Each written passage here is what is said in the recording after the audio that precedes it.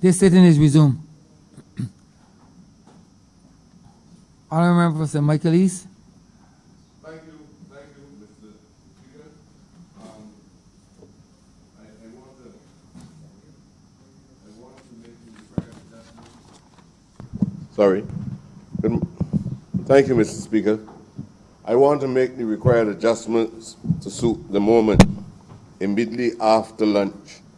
You know, there's an old theory, and probably reflecting on cricket parlance would guide me much better when a fast bowler eats too much food prior during the lunch period. Most of the time, not only that he becomes slow, but his judgment becomes flawed. He gorges himself into a state of stupidity. I don't know, sir, if this effort was made deliberately to make sure I had to face a pushback from this morning. I was hoping to speak very early from this morning, and I had to do everything that I can to keep the spirit up for the moment. Sir, what I can assure you is that this subject matter, to me, is the most important subject matter universally in the history of humanity. That is it for me.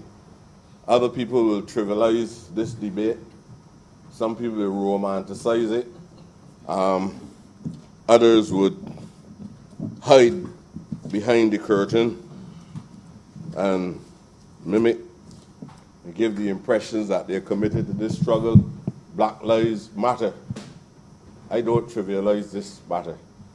If there's anything in my life that I will live for, is for the pride and the upliftment of my race. I am a Garveyite. I am not going to reduce this debate to any mundane things about the economy, because the economy is also underpinned by a poisonous prejudice that there's a specific type of people on the face of the earth that born with special entrepreneurial qualities endowed by the Creator. So in other words, these people were born to combine the factors of production, and they know it better than any one of us. We are the laboring class, the consumers. And this whole capitalist system has been set up on that and has been practiced without being questioned at any specific time by many people who believe that they know what is the correct direction for Barbados. And most of the time, the people who are steeped in the discipline avoid the main issue that keeps us in a state of ignorance. In other words, nobody is concerned about economic enfranchisement for the people of Barbados, the black people, of course. All of them rush to the University of the West Indies, come back and beg for a job as a clerk. And little white boys and white girls in this country head to Lodge and Carson College, can't read or write, never passed an exam yet, but they're rewarded with being the managers and directors of the businesses across Barbados. It's the same now as it was yesterday. And some of us accepted it and still accepted it today. So they strip us of our persona as human beings. And they did it for a purpose. They put monuments up, and they did it for a purpose, and they must come down. That is my position. They must come down. And this is not a storm in a teacup. This is not a storm in any teacup. So don't believe that it will easily pass over. It cannot pass over, because the youth of Barbados is on the march as well. They're not on the march because of any political party.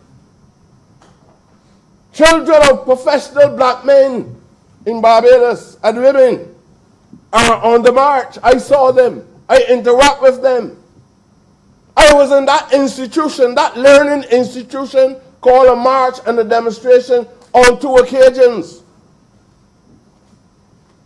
And we saw little black boys, Asiatic boys, European boys, calling for a new humanity.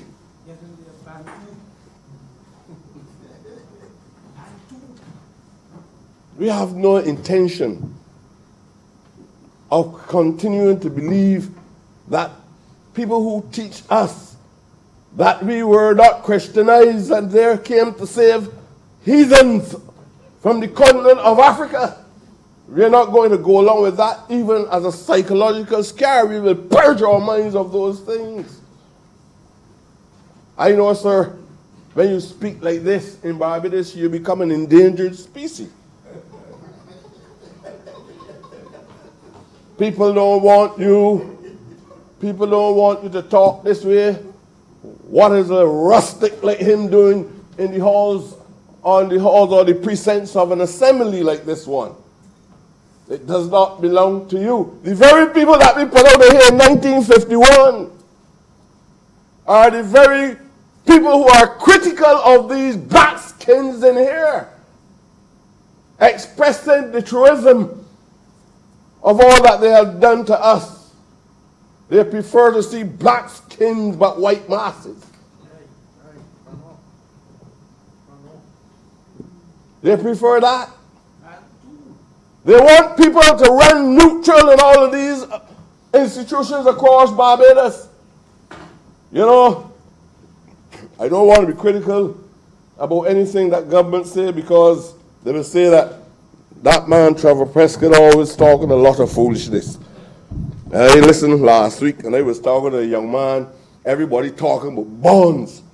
None of these people never heard of bonds, whether they're primary school or secondary school, you know. The closest thing to a bond they ever hear about is when a fellow go before the court and he get a bond. Youngsters cannot understand. In other words, there's a lack of education in the system that allow us to perpetuate the level of ignorance that we enjoy every day. And until we put that right, we will experience all that we experiencing. So some of us will be able to get our bellies full, nice clothing, massive houses, good cars, good education and everything. But the people of what we call the working class, and I want to put that one, in my view, I heard the leader of the opposition saying that in Barbados classism, it is important. And it is one of the fundamental public issues that need to be addressed. It is. But most of the time, that classism derives from the racism itself. And how racists structure the divide and rule principles of the society itself. So you get a whole stratification, different layers of different social groups in the system itself. So you get some of them calling themselves brown skin, light skin, mulattoes, all kind of things, all black people that calling themselves a million different titles on the face of the earth. That is what we have. And each one will have unique values because they believe that they are better than the other. And this petty bourgeois type that run around Barbados dominating all the institutions of this country, from the judiciary, the legislature, from the financial institutions and everything, that always look down on working class people. The poison has destroyed us a lot, because sometimes when working class people begin to make any form of social mobility in the system, they want to tell you who you are. Nobody can't wait. I don't wait to tell me. And I said to you all before, I am Ruby Black Boy from House Crossroad in the Ivy. I grew up there. I know I lived side a rum shop. My father had one and my mother had one. And I know how they treat to us. This debate must not be trivialized. It is no storm in a teacup. I am not going to allow it to be trivialized as long as I have breath in my body. I'm talking like Nelson now, when Nelson tried to ill-treat Wilberforce. And you all want to preserve him. I am not joining no band, in no party, or no friendship to support Horatio Nelson standing at the top of Broad Street as any national hero. Impossible. I can't speak of Buster, who fought for the liberation of black people, emancipation for all people. How can I explain Buster as a national hero? I also respect Horatio Nelson in National Hero Square. One fought for freedom and one fought against freedom for black people. Explain that contradiction, sir. Explain it. That is what the young people, almost spontaneously, led by a Garveyite, some people will call him a simpleton, just like they call Garvey, just like they compare Garvey with Du Bois in the early 20th century, 100 years ago. Du Bois was intellectually superior, but what is intellectual? Du Bois felt that we could not make any mobility unless we were part of it. The talented 10th, unless we have something in our veins that is a manifestation of the European influence. So he too, while talking about black consciousness, he was also tarnished with this belief that we could not do it if we were exclusively of African origin. But he certainly was not of African orientation. But I don't want to burn the house down by stripping Du Bois. I respect him, and I consider him to be part of a Pan-Africanist family. So I am not going to cut his throat at this time. But he was very anti-Garveyite for the first of the 20th century. He could not understand how Garvey got thousands and millions of people running behind him. And he running the NAACP could not understand. NAACP, same thing, right? Same thing. Don't be so program or mechanical, right? He running the NAACP, right? He could not understand how Garvey, who was running the UNIA, could attract so many people around him. But the issue was trust. The issue was trust. Who they trust more? He was attracting a body of bourgeoisie who did not want to go too far.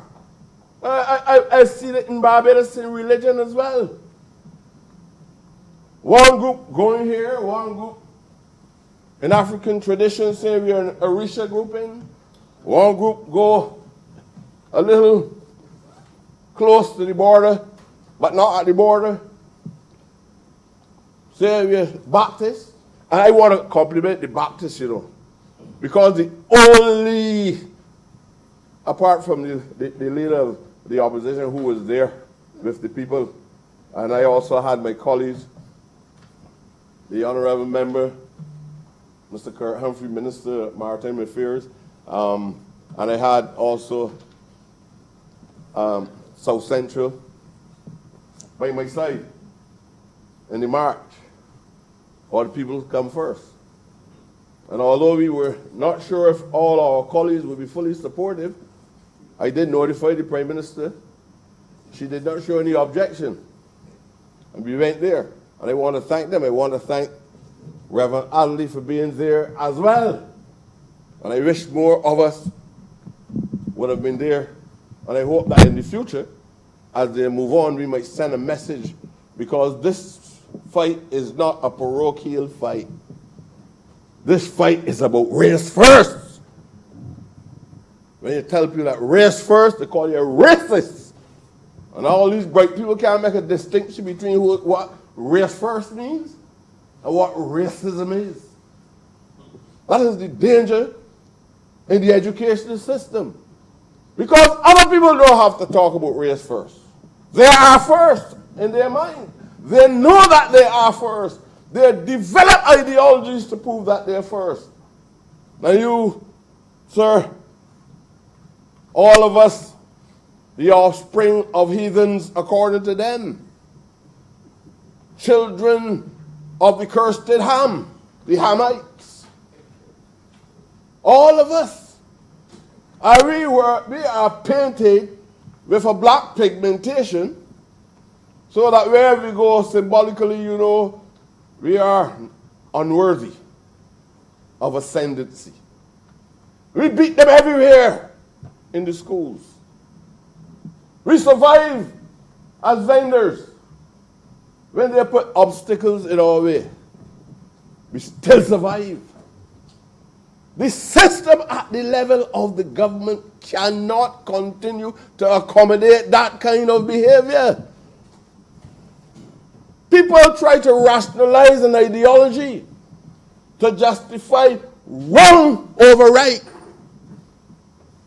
That black people are inferior. They believe that they have a divine right to certain special privileges in this country. Why it is that DLP government, BLP government, NDP aspirants, PET, all of these institutions that at the center of power cannot openly denounce the presence of a statue, an inanimate thing, or even compare inanimate thing with something that is animate. It is craziness for a man to tell me that he sees no problem with a statue at the top of the commercial pocket.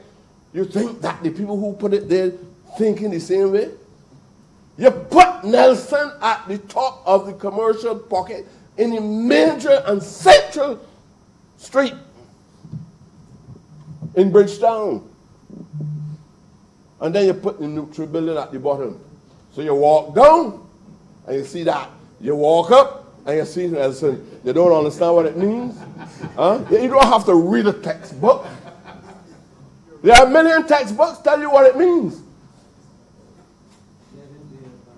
But the principle, or what is not even principle, of dominance of a specific social type, a race, whether you're talking about it biologically or sociologically, they understand the psychology of the importance of every little boy and girl walking up Bay Street asking, "Mommy, what is that?" And mommy can't even explain what it is that she's looking at, because she never read a history book that would tell her how wicked Nelson was. This is a wicked man. All of us in here that sitting down at present, if Nelson had his way, you couldn't even walk about good. They would still be in the backwoods surviving in the Western world. And to talk about coming in the House Assembly, it would have never happened. Black people should be ashamed that they're here. Not to understand how wicked this man was. Don't let me read for you, because you can't read too good. Go and read and see what he said to Wilberforce. Go and see how the man behaved. And he did not only speak to Wilberforce, it was a common advocacy of Nelson. He constantly, over that period of time, opposed any form of freedom. But how you can rejoice about freedom but want to support Nelson? What? Tell me what it means to you if Nelson go on the wharf, if you go to the corner of Nelson Street, if you put it in the middle of the campground in St. Thomas, what it means to you. Why you don't argue for Bussa or Clement Payne or Israel Lovell or Marcus Garvey? Because if I start to talk to you about that, you will tell me, man, I tell you, the Garvey, called Garvey, and he come from Barbados. You know, but you got Nelson. This is warped thinking. You want Nelson, you know enough about the Samuel, but Force are talking about. You know about a whole set of British characters, but you can't see the value, the symbolic value of Marcus Garvey. He's a strange place, you know. Huh? Because something about if you give Usain Bolt a running track at the university. But these people in Barbados got a big statue of Frank Earl in Jamaica. Something wrong.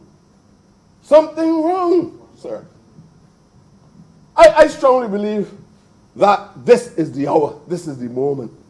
And that is why I keep saying to you, there will be no turning back. What has happened to George Floyd and how it resonated across the globe, probably spiritualists might be able to explain better than anyone else here what he means. Because this is a common practice among these people. Lynching people, stripping you on the wheel, tearing one leg off by sending a horse to the left or one to the right, putting people in syrup and putting ants all around them, breaking the backs on the wheel, killing people and not being charged for murder because you have no persona. We fought these people over and over again just to be respected as human beings. And when we talk and tell the truth,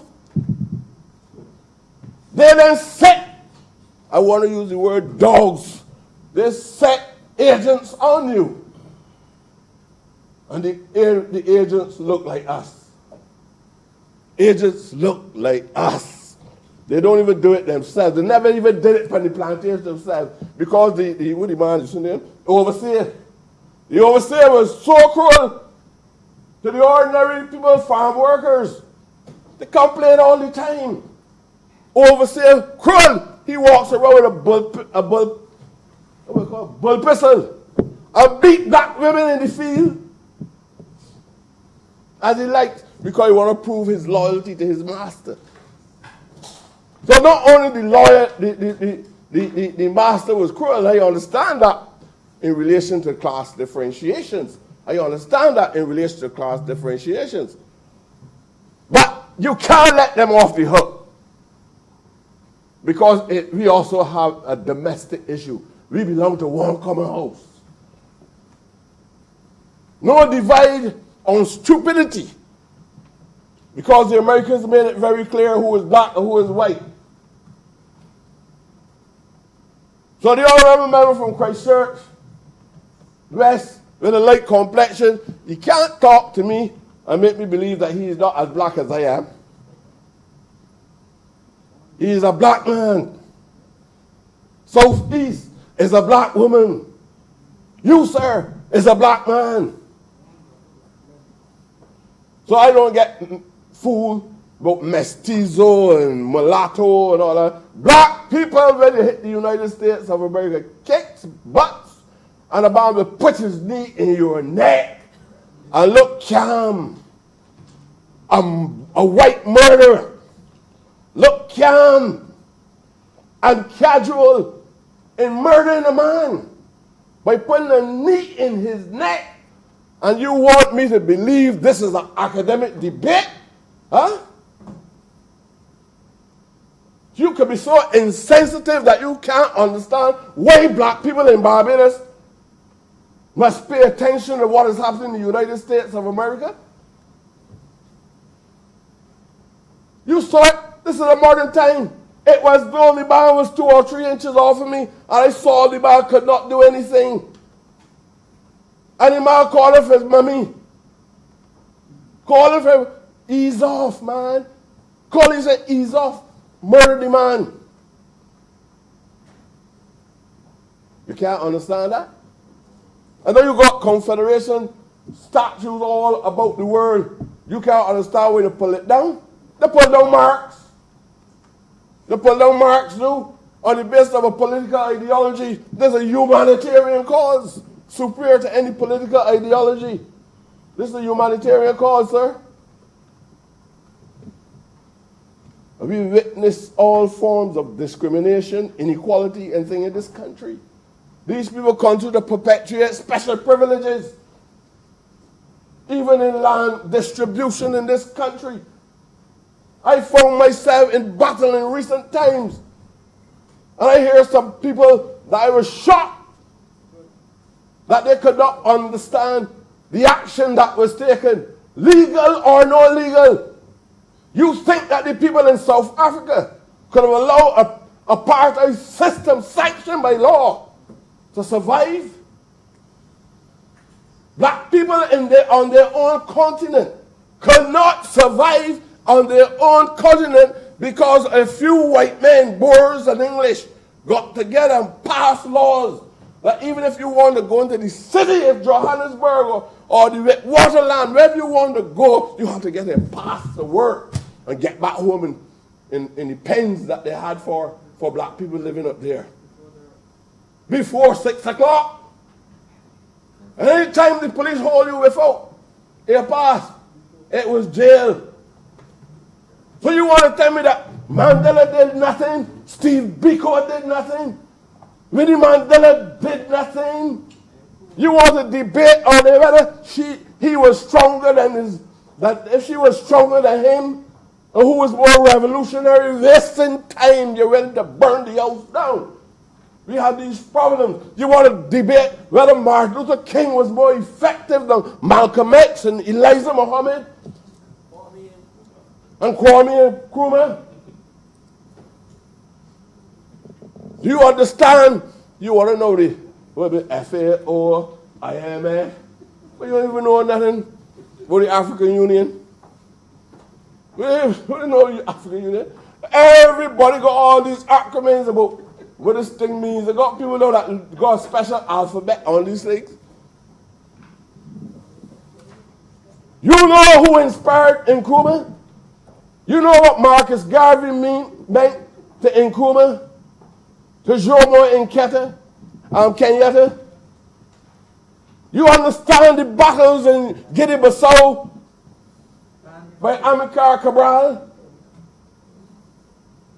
You understand what these wicked people did to King Jaja and demean the man's personality and his legacy by making them look like a clown, just living in opposite Hilar Court? Nobody even look at the building and said this is a historic building, but you look at George Washington House.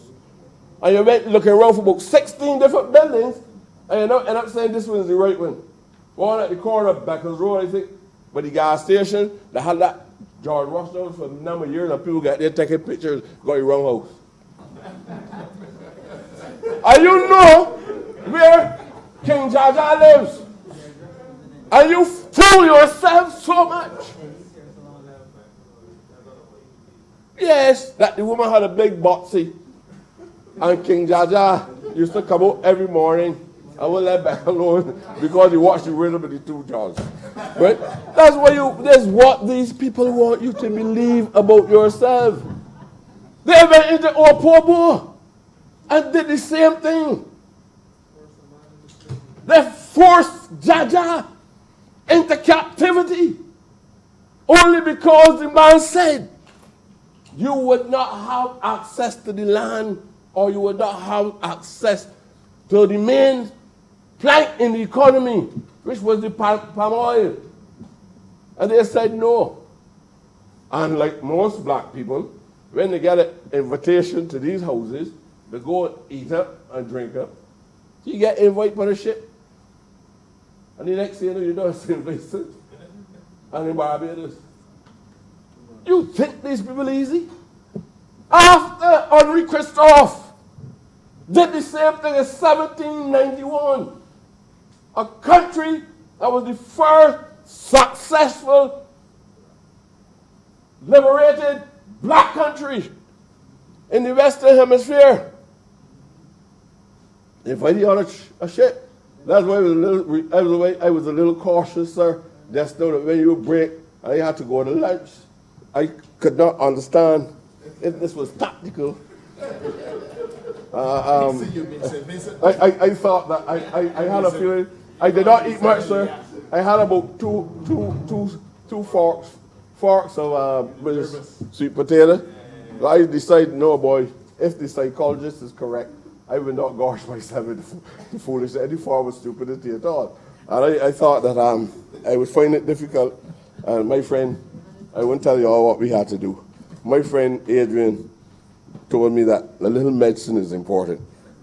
Medic, my pharmacist. Sir, look. These people went into Bridgetown. These people went to Bridgetown. I can tell you about a man called, I think his name is Milton King too. And I want to praise the Barbados Labour Party then for what he did. King in 1951 was a black seaman on board a ship. Went into the city, was beaten up by white racists in South Africa. And the grandfather of our Prime Minister, Sir Grandy Adams, as well. These two went in the forefront of the attack or the counter-attack to what was happening in South Africa. They murdered the man, beat him up. The police took him into custody and murdered him. And Barbados took action. My view is when we see things like this happening across the world, we can't be so soft and retreat on these issues. I am not interested in all poets in here. If I want to read poetry, I read Martin Carter. I'm interested in the poetry. I'm in the powder puff presentations. I don't waste my time in here. I talk on behalf of the youth that I saw marching on the streets. That march and that gathering was like a university. There was no ageism in the grouping. We had Marshall there, Trevor Marshall. You had textbooks showing you all the evidence on Nelson. Irrefutable. No assumptions. Look here. Well-respected authors. Some of the books you never see in a school in Barbados. And I feel passionate about that because I saw it, I read it. I did not even know that Nelson went here until Trevor showed me that. I have videotapes on my phone from as far back as the 1980s with a Pan-Africanist called Leroy. No. He used to teach at Lodge, John. Yeah, but calling for the removal of Nelson. And I can show you Maxwell, the former Speaker of the House, calling, he wrote a text, a small text. Most of you probably never saw the book yet. I was searching all morning for this book, couldn't find it. He asked for the removal of Nelson as well. Throughout the 1930s with the UNIA, one of the major items on the agenda was the removal of Nelson. There can't be any sane human being in the 20th century, in the 21st century, 2020, that can tell you they don't understand this just cause. This Barbados Labour Party indicated that it was going to do that. A filibuster. This Barbados Labour Party also said that we were going into a Republican form of government and filibustered, talking about a referendum as well. This new dispensation must correct those wrongs. We have to.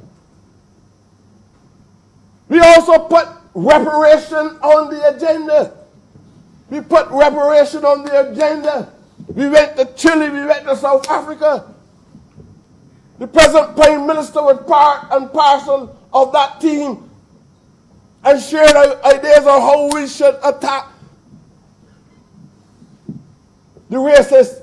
And I was told, it was reported to me, that the biggest culprits in the South African meeting was the Americans. These people that took us to fight a war in 1776 for independence and kept us in slavery after the war.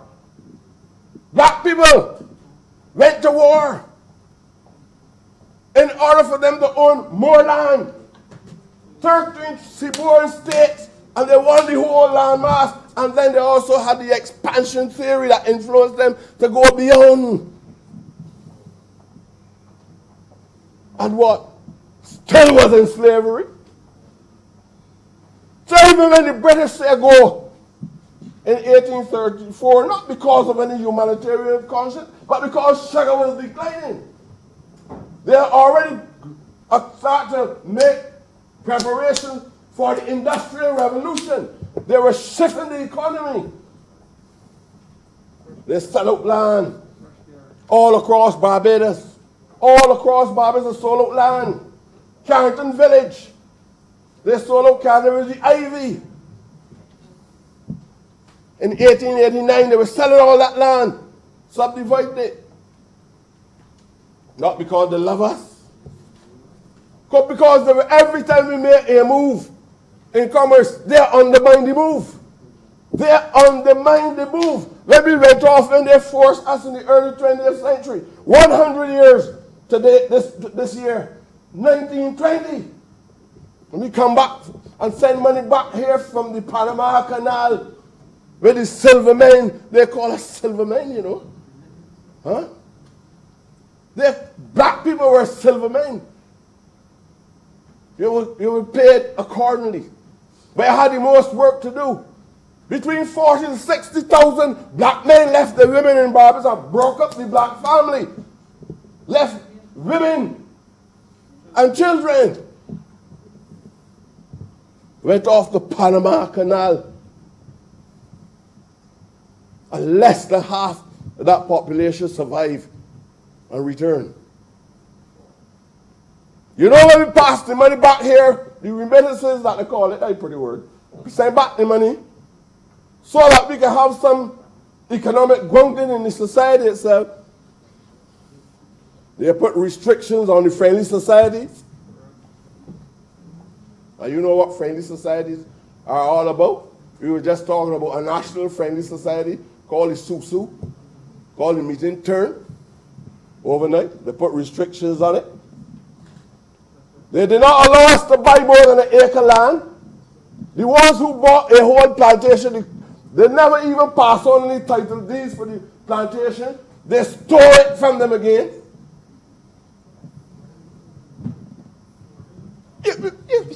You have an abundance of information. We cannot miss this moment, sir. They have done it to us over and over again. You can't even get them to say, I am sorry. These people are so determined to stick to a faith. I call it a faith. It is more powerful than any church. It is a faith that these Caucasians are embedded in their psyche. Tricking you all the time, keep you in ignorance. I gone to deal with some land. A man doing as he like. Don't respect a prime minister. If the prime minister like that, that is all right. Not me. If I put you there and you reach the level of being a prime minister, no little nincompoop, excuse me, sir, can't disrespect you. If the prime minister say that it can't be done, it can't be done. And tell them that I know more than they think that I know too. I push down the coconut trees. And I want the support from nobody here. I push down the trees. If the government feel like taking up $30,000 belonging to taxpayers to give him How comes they got people, they take up the land every cent, they can't get a cent, all of a sudden these trees worth $30,000. How you can get it? Well, if he can get it, why you don't pay the rest of the people, including my mother-in-law, that piece got off? They use it. Can't work. You're dealing with a Miss Ram situation. How he can get $30,000 because he put trees for the land that belongs to the state. And where all the black people is going and enjoying little recreation. He telling me that he has the right to land from the shores of Barbados, carrying out to Castries, St. Lucia, because he has a right to some common law principle called accretion, that none of the lawyers could explain it yet. You can't explain it. You will never be able to explain it to the world. But a special rights, you got all this parliament every sense, and you got a statutory body that, you got a body that can make a decision, so this is not right. The lands on the beaches must belong to the state.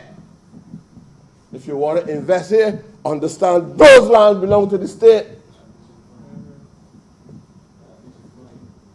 Honorable, you know it's nobody got to tell the wind up. Yes, sir. I was going to tell you helicopter. All right, sir. I just tell you. Don't drop I me know too it sudden. might still be in COVID-19 and the helicopters can't come in, but Right, be sir. careful. Sir, I gonna do a smooth. No, I just thought it was just forewarn you. Yes, sir. Yes, sir. Yes, sir. Sir, the matter on the beach lands would not be dormant either. Would not be dormant either. This is my view. And I know the view is right. And when I know the view is right, nobody can stop me from going that way, even if I'm the last man standing. I have put this here to the young people. I have put this to the young people. I have had discussions. I don't want the mighty Gabby to sing. We said, Jack going on, huh? You can separate the land from you, but we separate you from the land. Right? And I've had discussions. I have had discussions with a number of people. That's the position. I would like to know if a government can have a top-down approach where individuals who have been miseducated in the universities that they went in, who don't understand that the educational system needs to be not reformed, revolutionized. Not reform what?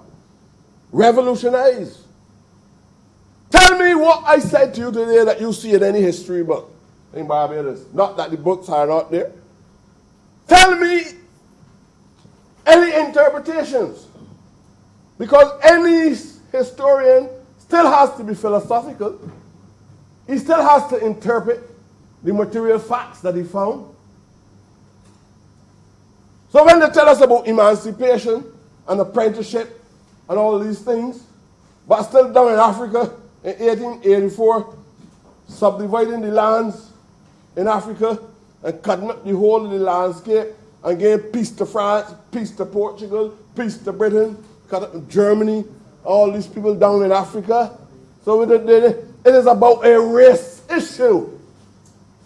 Not what you get in 166 square miles. Because they play the game all the time. If you to bring the Yorks here now, and they tell you that they must have something, and you don't give us all right then, can't get the stink kits. You don't understand what's happening, sir? I remember, start to wind down. Okay, sir. Sir, there's a Willie Lynch theory that is hanging over our heads.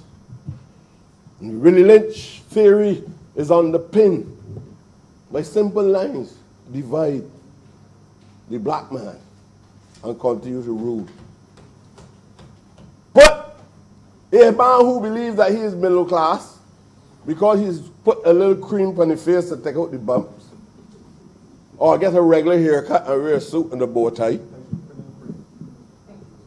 But a man who they believe is 6'6", side of a man that is 2'3", and try to make him believe he's a different human being. Or a man who lives in a shallow house, side of another man that got 6 stories, and nobody would question that. just like the white man, very much like the white man, who was the man who was hunting down every little boy that thief a tin of corned beef. That's how this society running. Men going to prison for foolishness in Barbados. And only this morning I hear that a little signal of redemption has occurred. Honorable member. Sir, I want to thank Honorable member. I want to thank you, sir, for finishing the preamble, but hopefully at a later date, a debate as central as this one is, that you would allow me to continue. And since I probably left a lot of areas looking very grey, I would like to bring some clarity to the things that I have said today. I just want to urge the government to listen to the voice of the youth. Listen to the voice of the senior persons that are relatively progressive. Not people who just enjoy these mundane things in life, living sweet off the pockets of the masses of people and have no commitment to transforming society itself. Thank you very much, sir. Honorable member for St. Peter. Thank you very much, Mr. Speaker. The last speaker, the Honorable Member for St. Michael East, spoke about a man 6'6", standing next to a man 3'2". And I'm not sure if he was referring to him and myself, but I'm going to try not to be distracted by that analogy that was made. I think this is too serious a debate to go there. But I want to support I am supporting this resolution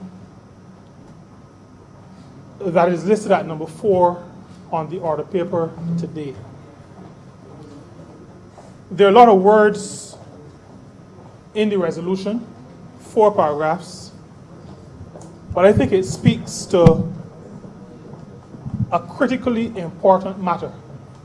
And I want, as I begin to give the context within which I will approach this debate. I subscribe to the view, Mr. Speaker, that in Scripture there is a call to speak on behalf of those who are not being heard. In Scripture, there is repeated the matter of looking out for, looking after, and giving voice to people like widows, people like orphans, people like the poor.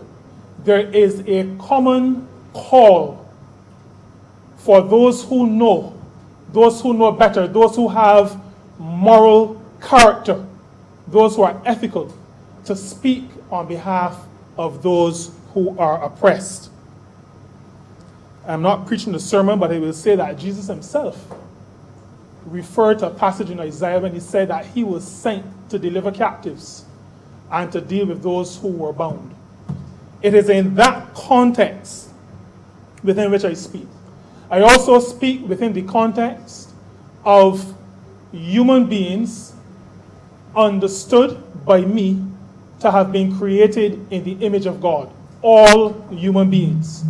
And so when I speak on behalf of black people, I see black people like myself as being created like every other human being in the image of God. There's also something else that I want to mention in terms of the context. Because sometimes people of faith are a little bit scared to get involved in some of these conversations. The Bible speaks about us being the light of the world and being salt. You know, Mr. Speaker, it is easy to be light because you can stay from a distance and project that illumination. But the God I serve calls on me not just to be light, but to be salt.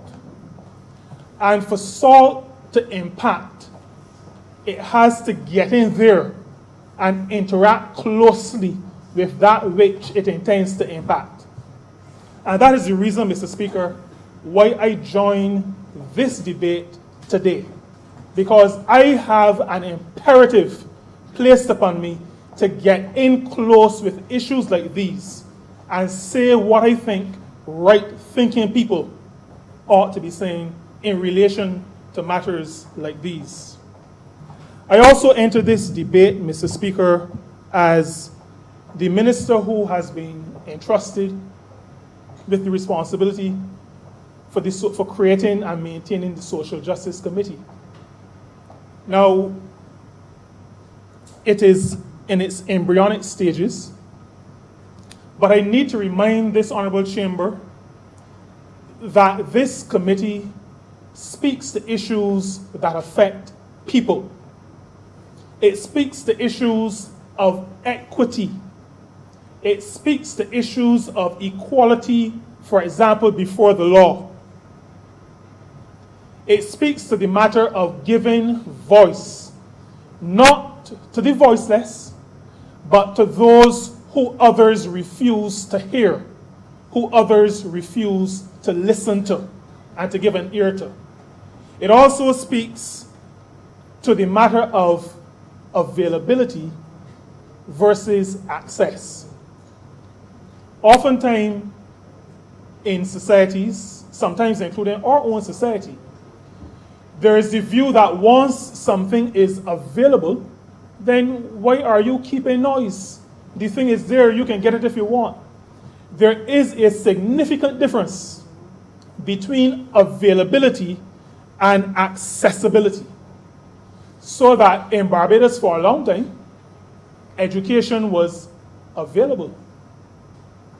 But for the vast majority of people, beyond, my grandfather used to talk about first standard and second standard, beyond those grades, it was not accessible.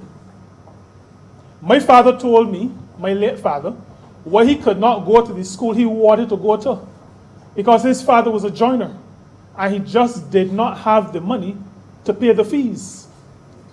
Education was available, but it was not accessible. Those are issues of social justice. And that, Mr. Speaker, is the context within which I enter this debate. There has been much injustice in this world over millennia. We go back to, do y'all remember for Michael East talks about BC and AD, sometimes in light-hearted ways. But from BC way back, there's been injustice. Even in today's world, there's injustice. But Mr. Speaker, there has been no injustice in this world that has equated to the injustice meted out on the African people. There has been no injustice that has so systematically sought to dehumanize as the enslavement of African people. That has had, Mr. Speaker, the worst of impacts and the longest standing impacts of all the inhumanity that has been meted out to any group or any race in the history of this world. There has been much injustice where many people have died in all kinds of conflicts, in all kinds of genocides, but none has had the ongoing, long-standing impact because the enslavement of African people had at its root the dehumanizing of the African, the systematic changing of the outlook of a human being to be something other than a human being. And so, Mr. Speaker, when you hear me in this honorable chamber say to you that I dislike the use of the word labor, even though it falls in my ministerial title, it is because I am of the view that the construction of the economic substructure, as Karl Marx called it, that construction saw people who work hard in factories and in other kinds of businesses, saw them as factors of production, so that not just what they did was a factor of production, but the person became, in my view, a factor of production. And when I look around Barbados and when I look around the world, I am convinced that that view is correct based on how some workers are treated. People are seen as factors of production. In other words, less than human beings. That is a matter that we must continue to speak to, and it is a matter that falls to our generation to do something significant about. The enslavement of African people saw Africans seen as property, traded, things that have no conscience, no frontal lobe, treated as chattel. Slavery, Mr. Speaker, attempted, and I say attempted when I was thinking about what I would say, I was actually going to say that slavery degraded and dehumanized. But an African can never be degraded, and an African can never be dehumanized.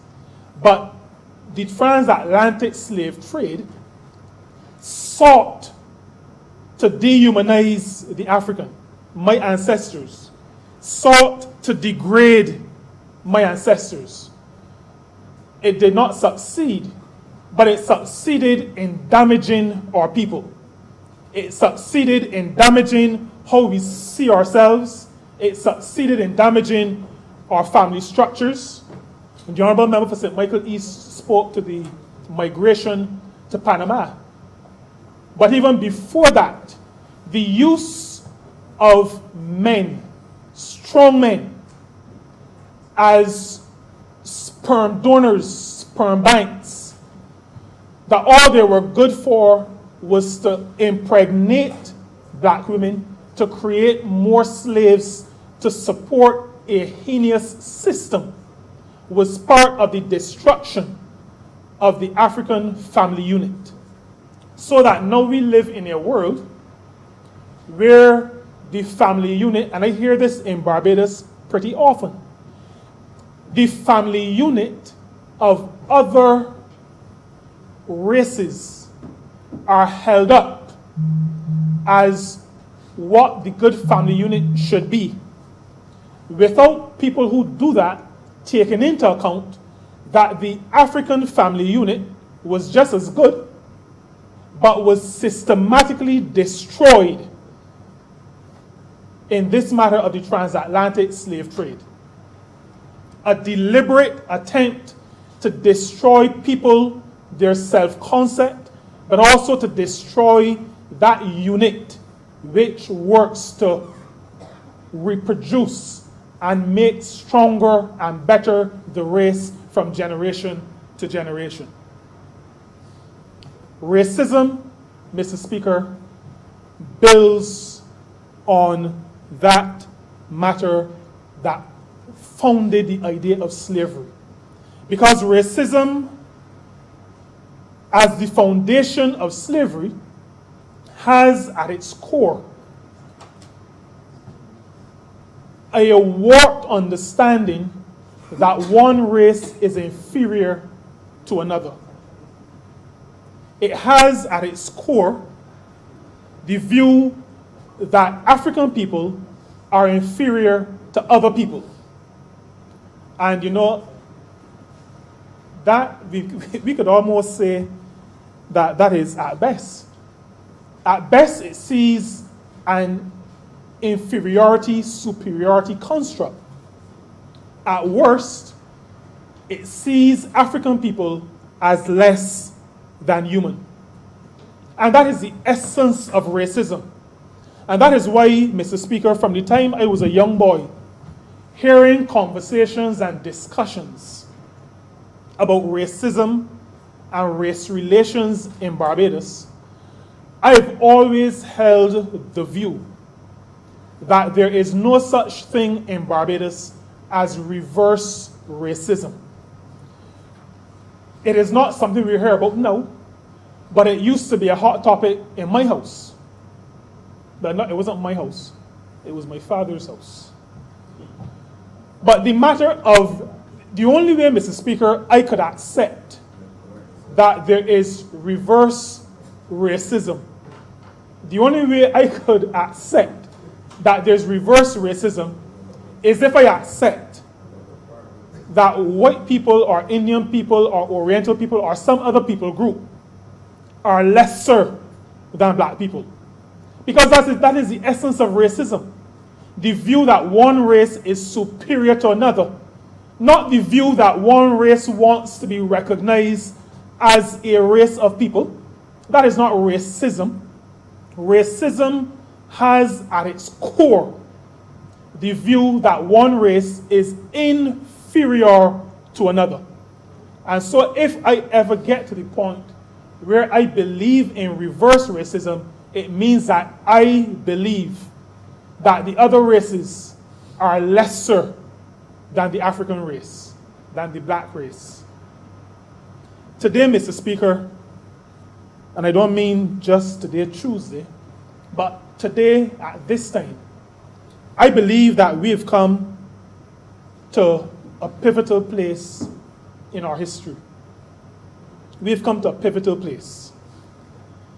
Mr. Speaker, we have come to the place where we have to say we are duty bound, we are bound by our own morality and ethics to say that enough is enough. We have come to that place. Racism, Mr. Speaker, must be debunked as a theory, and it must be dismantled. The idea and all of its manifestations, we have come to the point where racism has to be debunked, where racism has to be dismantled as a construct. And I want to say to you, Mr. Speaker, that today, silence becomes complicity. And the people of St. Peter have said to me, I cannot be complicit, and so I will not be silent on this matter. Racism from the 1400s, 1500s, even when it existed before, but the racism that was the foundation of the enslavement of African people is still very pervasive. Still very pervasive. The racism, slavery may not exist, but the racism is pervasive. It is also systemic. And my dad always told me, and you always hear me refer to my father because he is my hero. He always said to me, and these were quotes he picked up from all kinds of different places, there is none so blind as he who will not see. There is none so blind as he who will not see. And so I speak to those who want to see. I'm not speaking to those who necessarily want to agree with me, but I'm speaking to those who are honest enough with themselves to want to see. And those who want to see, as they look around, will recognize that racism is present, it is pervasive, and it is systemic. And just because it is not put on the table in front of everybody all the time. Just because people don't talk about it all the time does not mean that it does not exist. It exists. Mr. Speaker, earlier I spoke about the damage. I said that this slavery did not degrade or dehumanize. It attempted to, but it did do some damage. And there are a couple of things in my experience, and I try always to speak out of my experience. There are a few things in my experience that have stayed with me. And there's one that I speak to very often. It has never left me since I was at primary school. And I've never been able to come to grips with the fact that at primary school, when we were asked to draw people, and I may have shared this with you before, but when we were asked to draw people, when we got to drawing females, both us boys and the girls would draw circle, this one stroke down, the two legs, the two arms. And then, Mr. Speaker, on the head, we would go to the middle of the head and we will draw a line around the head, down the side, and a nice curl at the bottom. And I've never understood, because I never went to school with anybody who looked like that at primary school.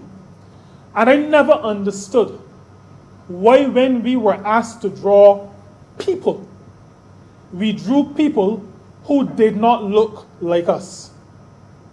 Mr. Speaker, I am not a psychologist, but I'm of the view that this matter of reducing people from human to something less than human may have got into the psyche of some of us, so that when we were drawing human beings, we drew images that did not reflect who we were, because maybe we did not understand that we were human beings as well. I've grown up and I've heard of good hair and bad hair. I've heard about nice hair. I've heard about nice skin. I've heard a number of things that have told me over the years there is a problem. And those who will see will, in an effort to fix the problem, have to go to the root of the problem. Otherwise, you're just fixing the peripheral things. In order to fix the problem, we have to go to the root of that problem. And if we go to the root of that problem, we see that pervasive systemic racism at work and at play in our society even today. And I heard the Prime Minister speak, I think at a social partnership meeting not too long ago, 2 Mondays ago, about people coming into a room, and I'm still talking about experiences that I've had that have made me pause and think and reflect and understand what lies at the root. She spoke to the matter of people coming into a room and immediately gravitating to the back of the room. Because we have been taught, Mr. Speaker, that we are not good enough. You know, sometimes you hear people talk about not having a front seat face. We've been taught that we are not front seat people. I use these examples only to say to this honorable chamber, Mr. Speaker, that we have a challenge, and we have a challenge that we need to confront, and to confront honestly and openly. It has to be dealt with, and I am saying today, Mr. Speaker, that we have come to that point. We have come to the point where we must deal with these matters. there's been mistreatment. And it happens at schools. I went to a school where in one corner of the quadrangle, we used to call it South Africa. We used to call it South Africa.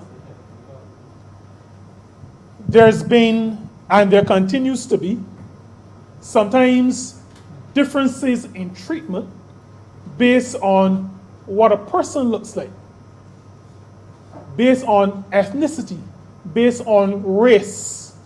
There's been treatment. It is not, I just want to maybe give a disclaimer. It is not stuck in my craw. But I remember we used to get to geography first period after lunch. Late almost every time there was geography. And I remember a group of us being sent to the principal. I also remember very clearly that those of us who were black, it seemed to me, came very close to getting a flogging. And one lady, one of our group, who was white. So the young gentleman about to get flogged, and the lady is being treated a little bit differently.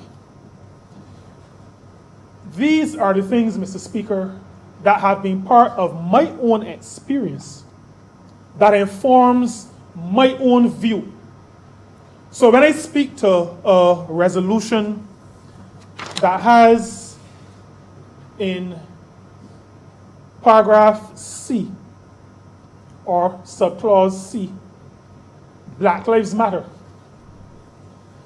and when some may say that that term was coined in the United States, I am saying that in my own experience, having only ever lived in Barbados in terms of any significant period of time, I am saying that the racism that informs the mistreatment that causes people to rise up and say Black Lives Matter, I have seen in this country in which I live, this country that is my own. I've seen in my own life in business, white business people treated differently from black business people. These stories abound, especially in the banking sector, because there is this presupposition that one race is not as good as another in carrying on a business. And I'm saying to you, Mr. Speaker, and I'm saying to this chamber, that view, consciously or subconsciously, finds its root, finds its location in that pervasive systemic racism that we must confront, that we must exorcise from our society, from our reality. Marcus Garvey made a statement, and this is not a bootstrap statement. I say this within the context of saying to those who look like me that we do not have to be kowtowed and made to feel inferior based on the misguided, silly, stupid, racist perceptions of others. Marcus Garvey said once, "Up, you mighty race, you can accomplish what you will." A reaffirmation of the humanity of black people, a reaffirmation of the endless possibilities that are ours. But, Mr. Speaker, they can be ours if we destroy those shackles, those hindrances that will stop us from being able to reach the heights that are to be ours. We must eradicate racism. We must, beyond racism, we must eradicate all forms of discrimination. And we must also ensure that our systems of education, systems of social welfare, systems of justice. We must ensure that our systems do not imbibe consciously or unconsciously these ideas that are really racist in their orientation. I want to say something very specific about St. Peter. I spoke about Garvey earlier. There were, in the 1920s, Mr. Speaker, there were 6 chapters of the United Negro Improvement Association in Barbados. 6 chapters.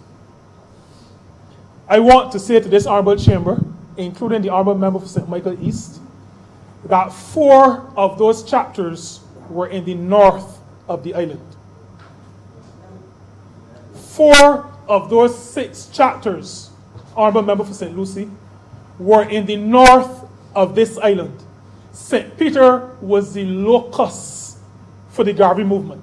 One of my predecessors, J.T.C. Ramsey, who represented St. Peter in this honorable chamber in the 40s, he was a Garveyite influenced by the UNIA and the teachings of Garvey in the 1920s and the 1930s.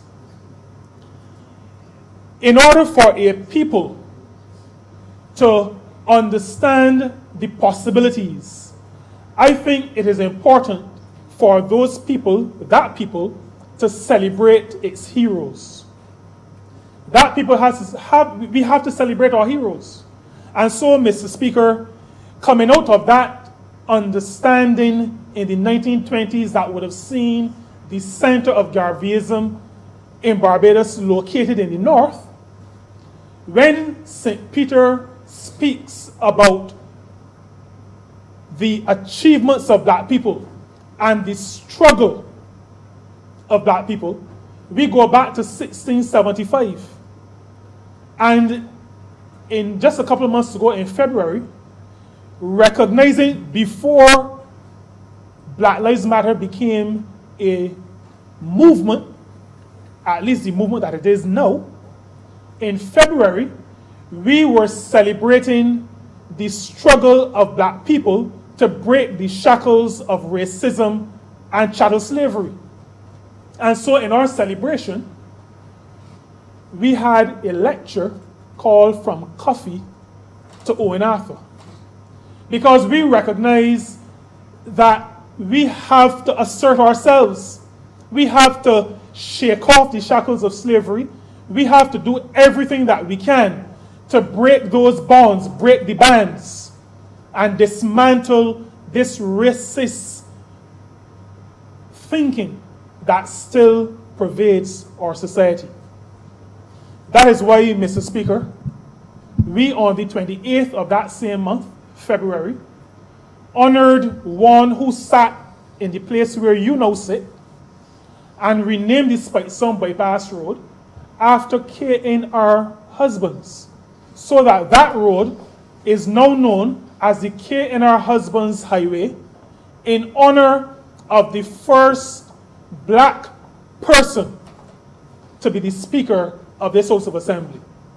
And I said on that afternoon, and will say here again, that step cannot be underestimated.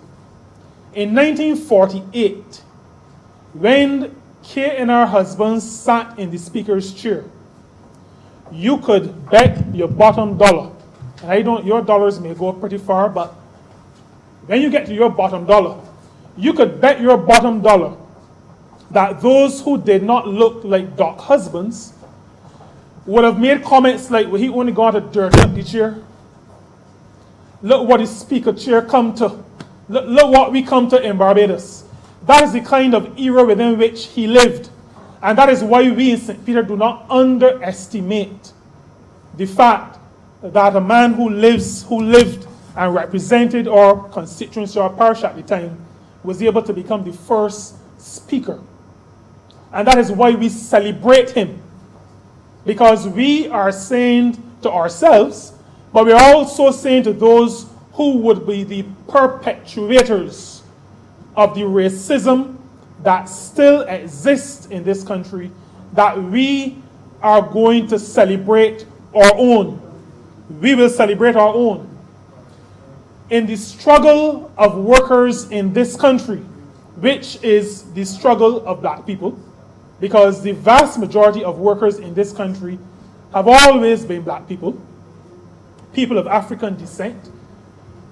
In that struggle, even 100 years from now, that struggle will not be spoken about without the recognition of the now Right Excellent Sir Frank Leslie Walker, another product of St. Peter, and the leadership that we have taken in the matter of celebrating, well, first the struggle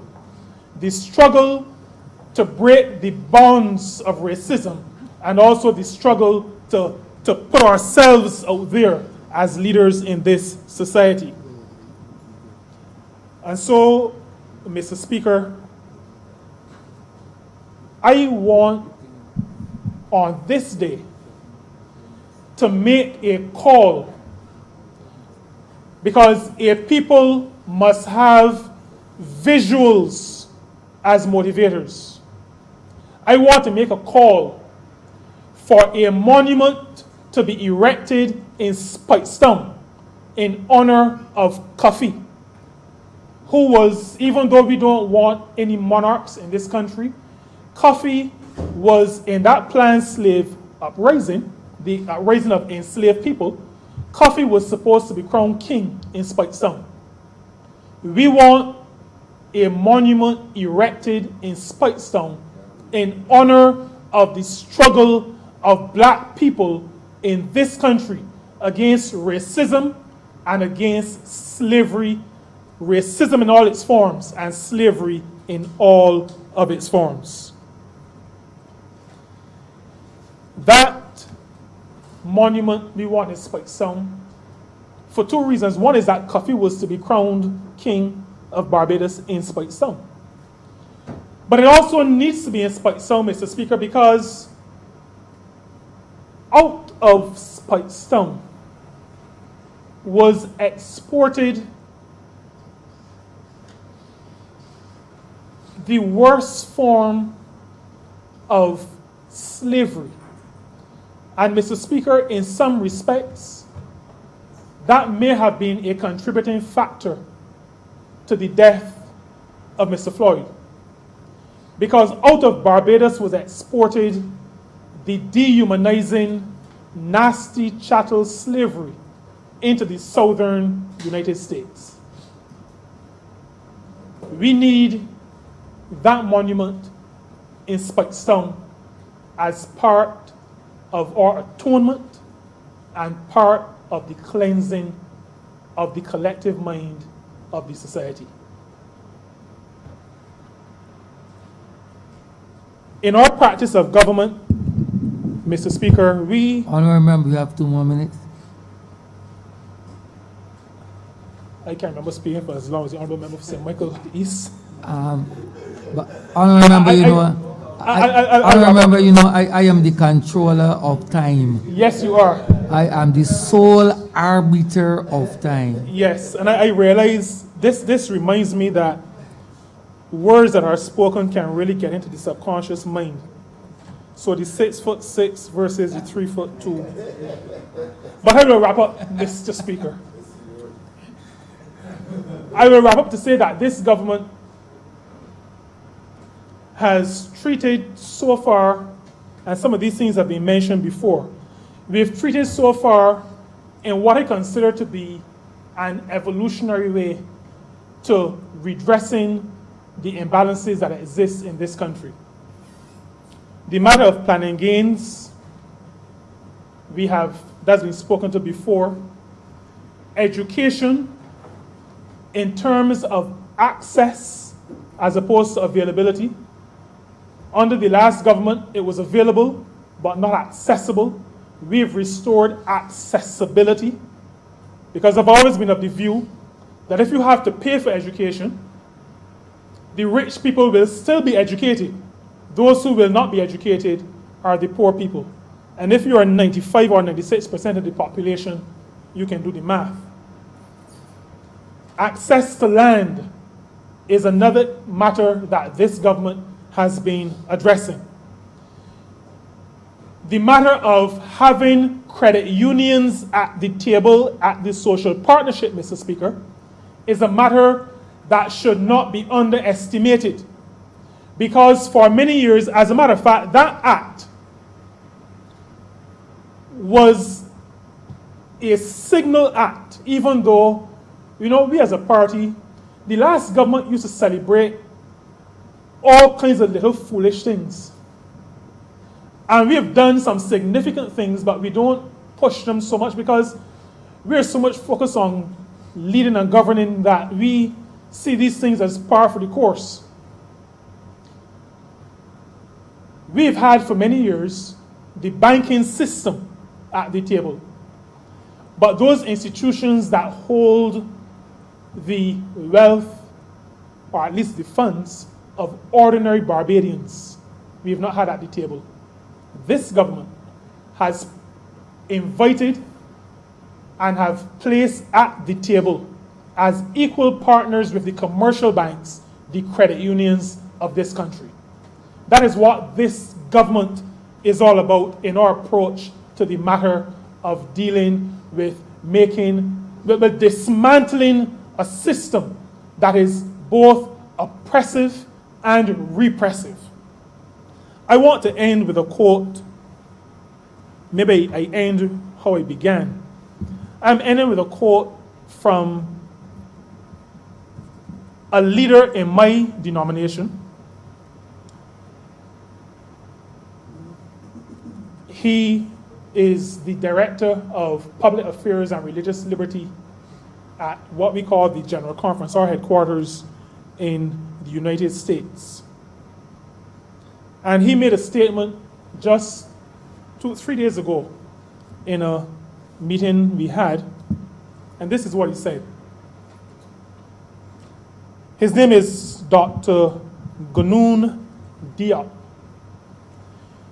He said, Mr. Speaker, until every black person is recognized as part of humanity, worthy of respect, deserving the enjoyment of freedom of conscience, freedom of safety in public, until that happens, humanity would have relinquished its deepest calling. That calling to live in solidarity with all members of this one human race. Mr. Speaker, I'm obliged to you, and I say to you and to this chamber, Black Lives Matter. Honorable James North. I thank you, Mr. Speaker. I rise to join in this debate on this private member's resolution, which of course I'm in full support of. I wish first to pay credit to the Honorable Prime Minister for allowing this debate so soon after, as well, the incident in the United States of America, which has triggered protests, and rightly so, throughout the length and breadth of this world. And I wish also to thank the Honourable Member for Christchurch South for introducing, first laying the resolution and introducing it today before this Parliament. So this is, as has been said by all the speakers, no trivial matter. And this is major, sir, because as the Right Excellent Marcus Mosiah Garvey, National Hero of Jamaica, said, a black person who is unfree anywhere means that all black people, any part of the world, are not free. That injustice against any black person, any part of the world, is an injustice against all black people. And we watched in absolute horror. So last month, when for 8 minutes, 46 seconds, a policeman in the United States of America, sworn by oath to serve and protect, intentionally, with absolute mens rea, took the life of a person for no other reason than for the fact that he was black. He knelt with his knees across George Floyd's neck and intentionally took away his life. Looking like if it didn't matter, it was just like if you're killing an insect that is bothering you, hands in his pocket, kneeling down. 3 other policemen there watching. People telling them, look, the man gasping for breath, calling for his mother, saying he can't breathe. I feel no pulse on him. Didn't matter. Sir, you're an attorney at law. In the criminal practice, sir, you yourself would have tremendous difficulty defending in such a case, because that is murder number 1. I don't care what he was charged for, sir. At first he was charged, but wait, it was murder number 3 or something. So, and then to change it now to murder number 2 afterwards. At first, in fact, the coroner said that he did not die because of the asphyxiation, because of the knee on the neck. That is what we'd have to deal with. That he died from something else, when the whole world, sir, saw what happened in those 8 minutes, 46 seconds, sir. For no other reason than an allegation that a $20 was fake. So in other words, $20 worth more than a man's life, but then black lives don't matter to some people and in some countries. Something that didn't turn out to be fake in the final analysis anyway. But so even in the terms of the charge, murder number 2, I can't charge him for murder number 1 because I'm not an expert, of course, on American law, but I believe if one person in the jury were to say that is not murder, he goes scot-free, period. Scot-free, as hundreds, thousands previously before him who killed and murdered black people went scot-free. It is just, sir, that today we live in an age, of course, where everything is on video, everything is on social media. So what is done is seen by a whole world. And that police in America now have the cameras, and even those don't work well because incredibly, just a short 2-3 weeks after that incident, you get another one where 2 policemen murder another black man whose only sin was to be sleeping, tired, waiting at a Wendy's. That was that person's sin. And from that, his life is lost. Shot in the back, running away, no threat, physically or otherwise, to the policeman. Laser gun that can't harm you, can't injure you, but 2 shots in his back. Because the American police is trained to shoot, to kill black people. Because black lives do not matter to them, they're nothing. After all, America had a law throughout a large part of its history that black people were only 3/5 human. Case in 1877, sir, that verified that even after slavery finished in America in the 1860s, that black people are still not worth anything. They're only 3/5 human beings, and to be treated as such. So for years and years, black people lynched in America, killed black men, the churches burnt down, their districts burnt down. North Carolina, some black people in I think the 1920s set up a district, thriving Black Wall Street, I believe it was nicknamed, and white people go and burn it down. Nobody charged. A white woman alleges that a black man looks at her, white men go and lynch them. Dead. Nobody charged. Ku Klux Klan. Elements of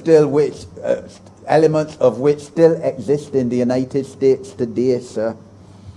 And in other parts of the world, people of similar ilk. And that is what the world in 2020, the third decade of the 21st century, has to deal with still. It is abhorrent, sir. And it has to be condemned. And I'm quite frankly proud that people all over the world, black, white, Indians, Muslims, have marched and protested as one in a movement against what is clearly systemic and institutional racism and minds of individual people, too many individual people, that this is how you should behave. And when you look at it, sir, most of these people preach a Bible, you know. In these southern states in America, it is Bible. They're God-fearing. They don't believe in abortion, you know, because that is killing a human life. But a life of a child not yet born is worth more than the life of a black man or a black woman who was shot in her home in the United States of America, still I believe, with police going into her home, her castle, and no knock policy, go in and shoot her dead. Just like that. Another one, sir, last year or 2 years ago, St. Lucian, close to our home. White policeman, woman going in an apartment which isn't hers, saying that she thought it was hers. I don't know how you could mistake your own apartment, your own house of abode, your own yard, shoot the black man dead. And this is what has been going on in the United States of America for decades, for centuries, sir.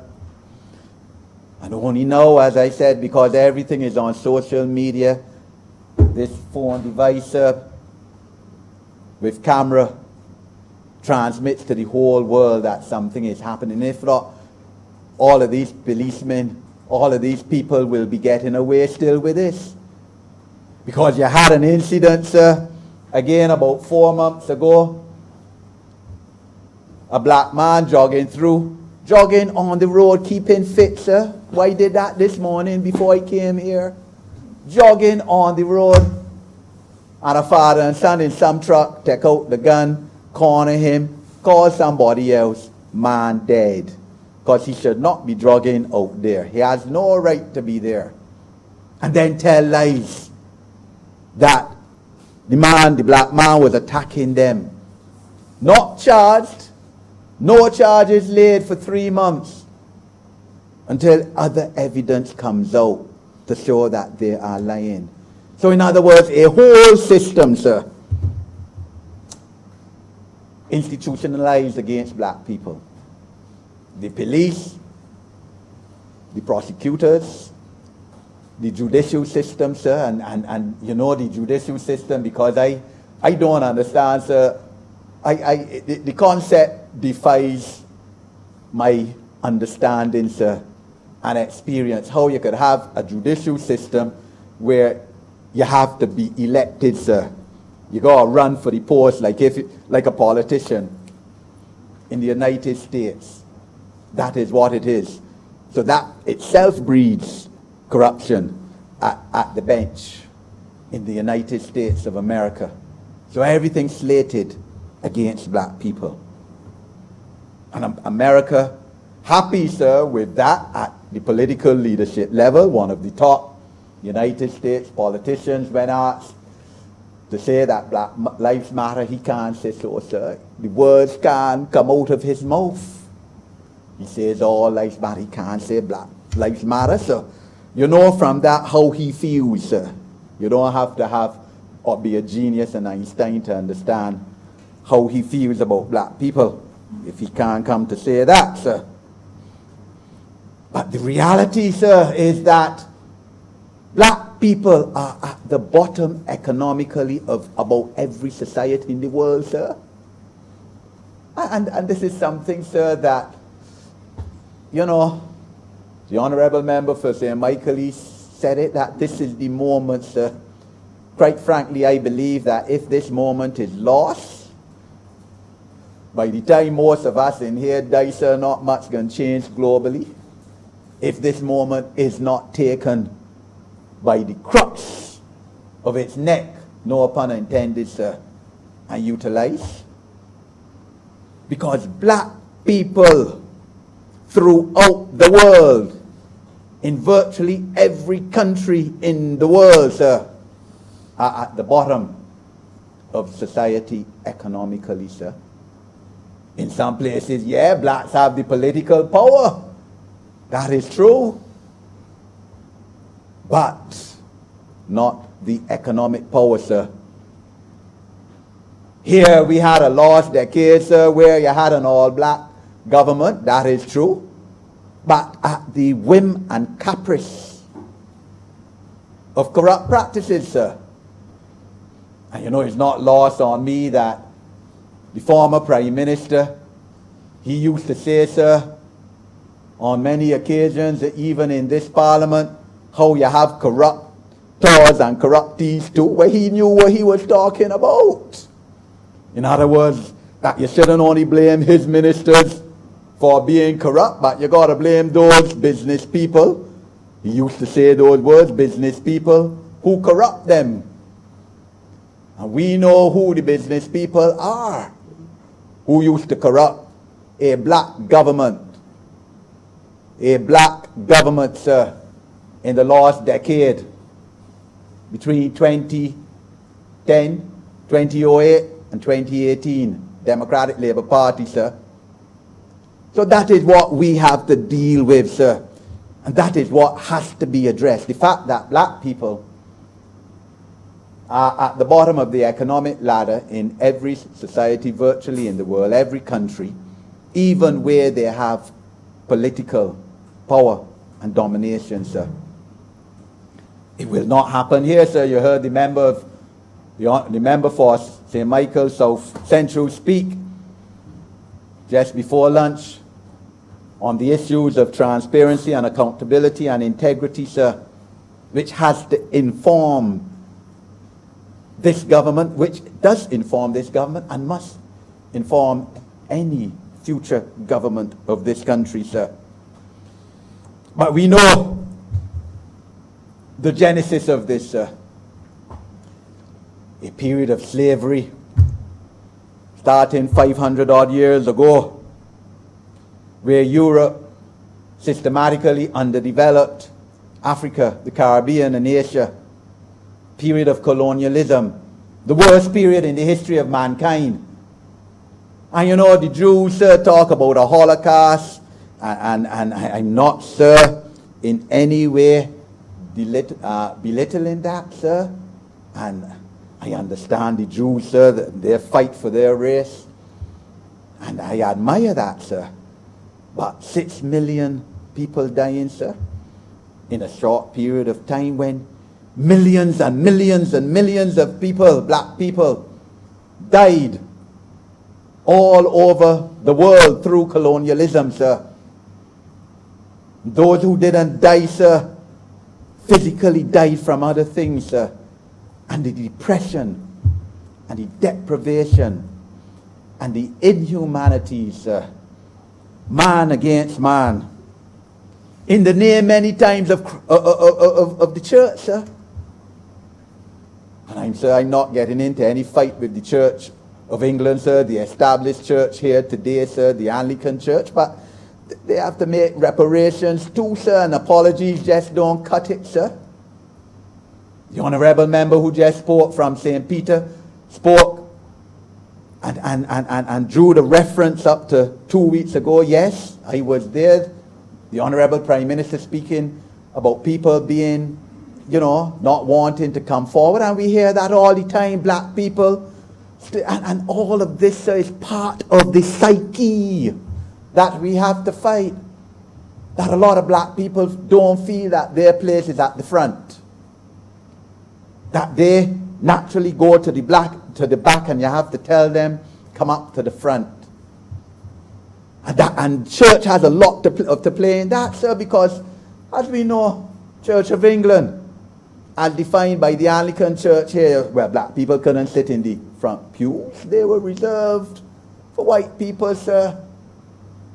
And the church that, yes, most of us, including me, born into and baptized in, perpetuated that, sir.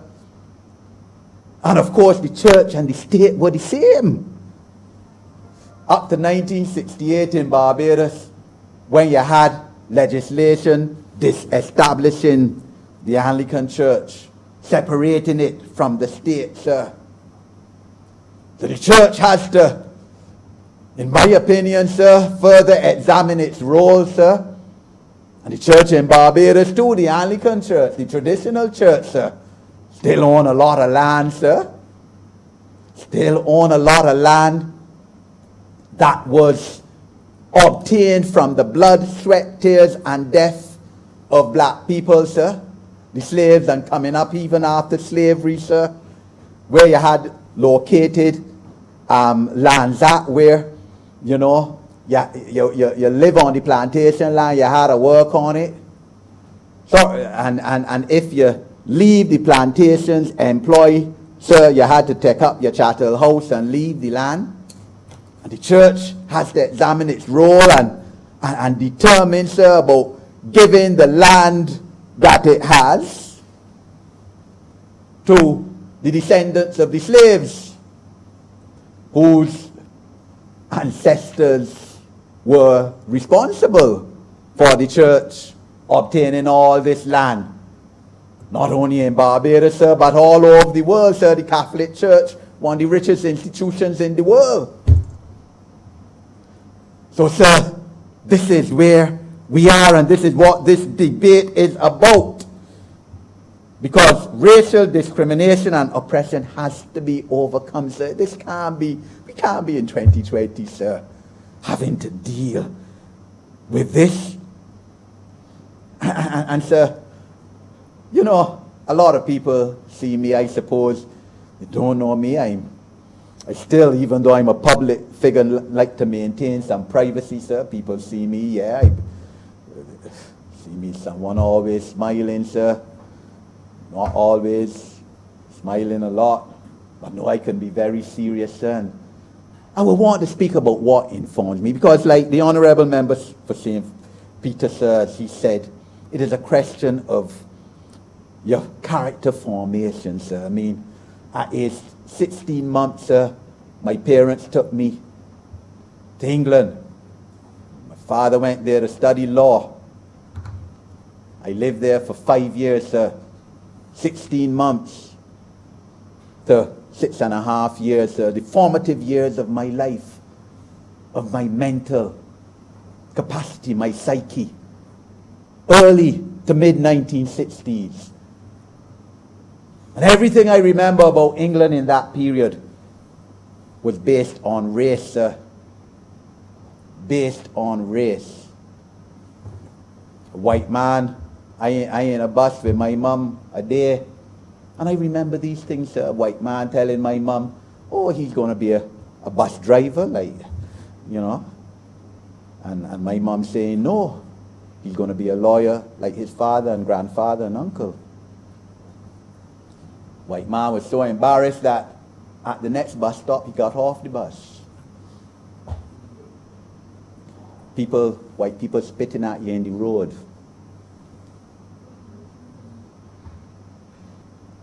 You go to an apartment which is in the paper for rent, and you see a sign, no dogs, no cats, no blacks. I being the only black child in the school, and one day a white student throwing a stone and almost taking out my eye. And the teachers, calling my mom saying, boy, this happened. Taking me to a hospital, my mom going there. When she reaches, I there sitting down by myself. Teacher left me there and gone. That is England. That is what we're fighting against, sir. 55 years almost after. People will want to tell you, and this is relevant to us, sir, because each and every one in this house here has relatives in England, sir. And some people, that was the time, sir, when a man called Enoch Powell, a member of Parliament, spoke about rivers of blood, sir, a speech that people still remember now. I think that was about 1967, 68. That too many black people and Indians coming into England, sir, and there can be rivers of blood, race riots, because you're going to kill these people, sir. England, of course, subsequently got racial discrimination legislation, sir, which outlawed then the legal racism, sir, but the institutional and systemic racism still continues, sir. In England, as it does in all of those white majority countries, sir. That is the reality. And so it took me a good 30 years to overcome those psychological scars of racism against me before I could go back to England, sir. I went back to England, sir, passing through to go to a law conference, International Bar Association conference, sir, and and you read these things in history, sir. History was my best subject. I'm a student of history, sir. But then to see it, sir, to see it before your eyes, to go in the museums of England and to other European countries, or to European countries that were colonial powers as well, and seeing all the jewels of the third world countries, of the Caribbean, of India and Africa in these museums, the mummies, the crown jewels that the Queen puts on her head, and the Star of India and the rarest diamond of South Africa, all of those in the British museums, and the Tower of London and those kind of places. And you go in France and you see the same thing, and Paris, astounded by Paris and the gold. And other European cities, in Italy, and the gold that was stolen from our territories up in European museums and monuments, like if they belong to them. And question of reparations on the table, sir, for the last 2 decades or more. More than 2 decades, yes, but coming to the fore just over 2 decades ago, and nothing ain't happening. No reparations made. Yes, here and there, university in England would say, we can give University of the West Indies $20 million. Okay, yes, I commend them for so doing, sir. But no planned systematic return of reparations to Caribbean people, to African people, to Asian people, to what was done to our people, black people, sir, over centuries, sir. And we ask, understandably, sir, for reparations in terms of health and education, sir, because these are the two areas now that can uplift our people, sir. And when you look at health, sir, we even know, sir, a disproportionately high percentage of black people in America getting COVID. Well, that is not by chance. So that is systematic, because black people don't have the access to health care that in America that other races have, that white people have. First thing, you got to pay for it, right? In a lot of cases. And you don't care two tails about them. They could die. Don't matter. They're statistics, sir. But that is how the American political leadership as it presently stands look at them. And studies unquestionably showing, sir, that a large percentage of black people suffer from hypertension, sir, high blood pressure, because of history, because our ancestors were slaves, mistreated, under pressure, sir. You don't even like to think about it. And that has passed on from generation to generation, down to this generation, so that a significant percentage of Barbadians and Caribbean people suffer from high blood pressure, certainly after age 40. And diabetes too, sir. All of that connected to slavery, sir. All of that connected to what we're debating here today. All of that is why Black Lives Matter and why reparations should be given by these countries that raped our people and our countries, to bring some kind of balance, that in good conscience, this is what should be done. Education, same thing. Education, same thing, because by education we could be uplifted. Here in Barbados, because we can't just speak about racism and the history of racism in other parts of the world and not about Barbados. Of course, as we all know, and as was said here today, Barbados was built up as the perfect slave society, the leading slave community in the world, the only colony to form another colony in the Carolines, the perfect slave community. Tremendous wealth made by British slave owners, slave traders out of Barbados. A Barbados that today, sir, struggling. The government of Barbados doing its 250% best for our people. But we should not be in this position, sir, because we were the wealthiest colony in the world one time. All the money, all the resources repatriated to England. Multimillionaires benefiting, sir. Benefiting with Lord this and Viscount that and Earl this, sir. All of that is what we're dealing with in this debate here today. But sir, and sir, I will say this because a lot of people don't know this. Sir, the Right Excellent Grantley Adams, sir. The Right Excellent Sir Grantley Adams. Barbados was the first country in the world, sir. Certainly the first country in the Commonwealth that banned South African goods in the 1950s, sir. The Honourable Member for St. Michael East spoke about it today. Sir Grantley Adams, as he then was political leader of Barbados, banned South African products from coming in Barbados, sir. When we were still a colony. And people say how he was a conservative, sir.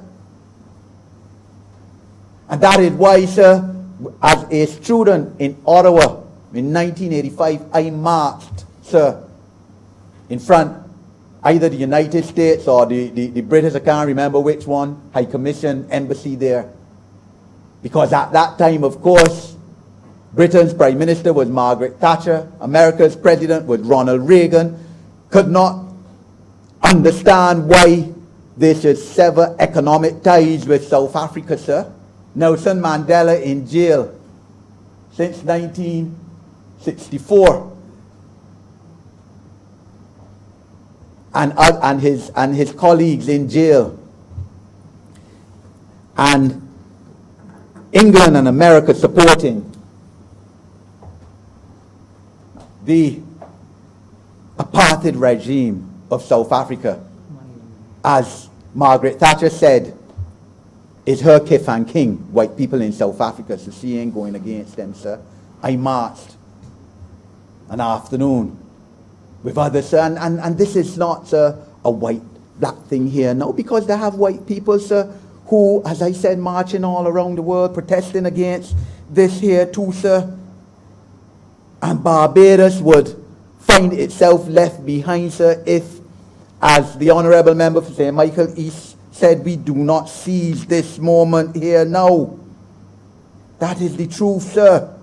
The moment has to be seized. The young people, and we've seen it, are calling for it, sir, to seize the moment. And I again, sir, commend the Honourable Prime Minister of this country, sir, who as Minister of Education and Culture in 1999 established a National Heroes Career and Gallery Development Committee, sir. That committee comprised people of all colours, sir. It was multiracial. David Commission, now Ambassador Commission, was on it, sir. Alexandra Cummins, sir, and this report, sir, laid in this Parliament. So, sir, I can speak to it. Penelope Hyman, sir, Henry Fraser, Carl Watson, sir, had white people on it too, sir.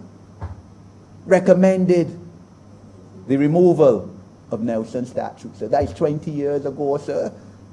But we hear now this is now a controversy again in Barbados, sir. Report laid in the Parliament of Barbados, and I strongly believe, sir, that if the Honourable Prime Minister continued to be Minister of Culture, that we would not have to be debating about Nelson here in Barbados today, sir. But you know, in 2001, she was shifted then to the Office of the Attorney General. But there's I know, sir, that committee, sir, had town hall meetings, 3 town hall meetings, invited and obtained many written submissions, sir. And the reality of the situation, sir, is that you can't have a Horatio Nelson statue in National Heroes Square, sir. The then Prime Minister, the Right Honourable Owen Arthur, came to that conclusion. It is a dichotomy, it just don't operate, sir. Nobody is talking, certainly I'm not talking, sir, about taking it down and pelting it in the wharf, sir. There's Maritime Museum, there's Barbados Museum. I could go in, sir, and you know, I know that the Honourable Prime Minister has spoken that this is a wedge issue, sir. So people are free to speak their personal beliefs on it, sir. So my beliefs may not coincide with everyone in this Parliament, sir, and I accept that, sir, but that's what a wedge issue is. But I stand firmly behind the fact that it is abhorrent, and not only to black people, sir, but it's abhorrent to Barbadians on the whole. It's abhorrent to white Barbadians too. And this farce and pretense and goebbel propaganda that how, you know, less British tourists can come here, you know, if Nelson is not in Broad Street, that is the highest form of nonsense, idiocy that could be perpetuated in this country, sir. Honourable Member has 2 more minutes. Sir, the fact of the matter is that symbols and psychology matter. Symbols matter. And this is clearly shown, sir, and again, the Honourable Member for St. Peter spoke towards it, about how children used to draw, in his time, would draw pictures of a female who was not black, sir. Case Brown versus Board of Education, 1954, United States of America Supreme Court, where white dolls, at least evidence given by the psychiatrist in the case, psychologist in the case, that black children were given white dolls and black dolls and told choose a doll, and they would invariably choose a white doll. That is the kind of perpetuation of psyche against black people throughout our history, sir. 1954, no different in a lot of parts of the world than 2020, sir. and that Nelson saved Barbados from the French. Like what I used to hear, sir, when I was at school, that Nelson was good for Barbados. He saved Barbados from the French. Like if French colonialism was worse than British, it was all the same thing. It's true the French had the Code Nord, but Britain had everything that was bad as well. There was no difference, sir.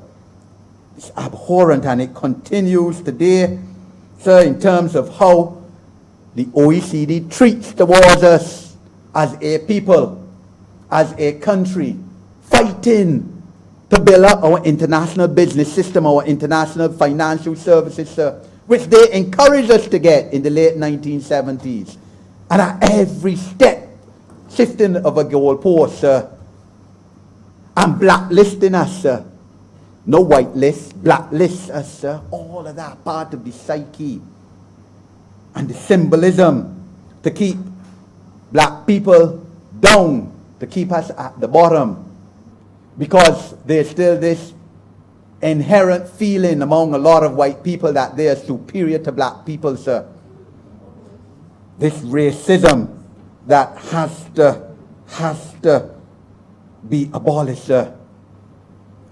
And that is why, sir, I commend the Honourable Member for St. Michael's, South East, sir, and the Prime Minister for even at this time of COVID, when Barbados out $500 million, $500 million, sir, that the issue of state-funded University of the West Indies education is not on the table, sir, because we maintaining that. Because poor black people must get free education or education paid by the state, sir. We have to find the money, sir. Don't mind we $500 million out now. Under the last government, the first thing they did after the 2013 election came to Parliament, we finished funding state education, look for it on your own. Hundreds of black people had to drop out of university, even when they were in already or couldn't go to university, sir. And the effects of that still continuing today and will continue, sir, for a good many years. You all remember waiting up, please. Yes, sir, I thank you. So, sir, this is where we are at. We have to eradicate, sir, the many negative racial legacies that were deprived from centuries of criminal enslavement of Africans and people of African descent, sir, as this resolution has very wisely stated, sir, and that we in Barbados stand, sir, the last paragraph says, to be part of global initiative in eradicating racism in general and anti-black racism in particular, once and for all, sir. The time must come, as Dr. Martin Luther King said, that people must be judged by the content of their character, not by the color of their skin, sir. And, sir, this Parliament, sir, as I said, stands nobly today, debating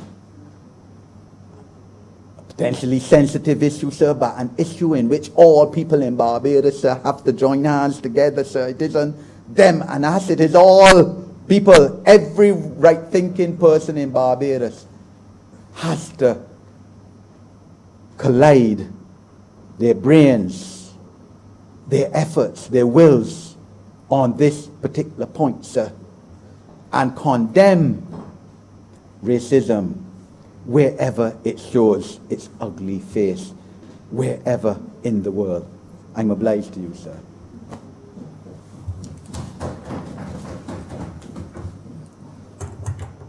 Honourable Member for St. Philip South. Thank you, Mr. Speaker. Pleasant good afternoon to all Barbadians following this presentation. I rise in full support, Mr. Speaker, of this resolution before us today, and wish to confess that in seeking to determine how I would approach this, I spent long hours on my back last night trying to reflect on how we will handle such a bold debate at a time when it is much needed. Mr. Speaker, I can't breathe. Words echoed on May 25th, 2020 by George Floyd, who was pinned to the ground by the knee of one police officer, Derek Chauvin, in Minneapolis. And to the extent that I can't breathe has become the cornerstone of Black Lives Matter, forces me to accept that the doctrine of all lives matters is nothing short of a racist thesis that seeks to remove the muscularity from a statement, Black Lives Matters. Were there full equality in the world, Mr. Speaker, the slogan, the doctrine, Black Lives Matters, would not have been necessary.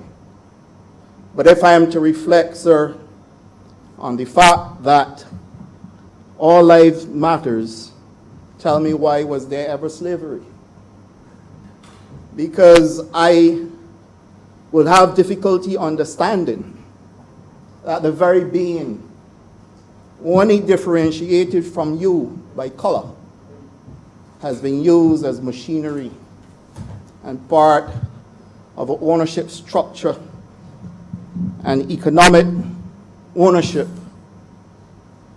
to the disadvantage and brutality meted out on a race, Mr. Speaker, that did nothing other than form part of this world.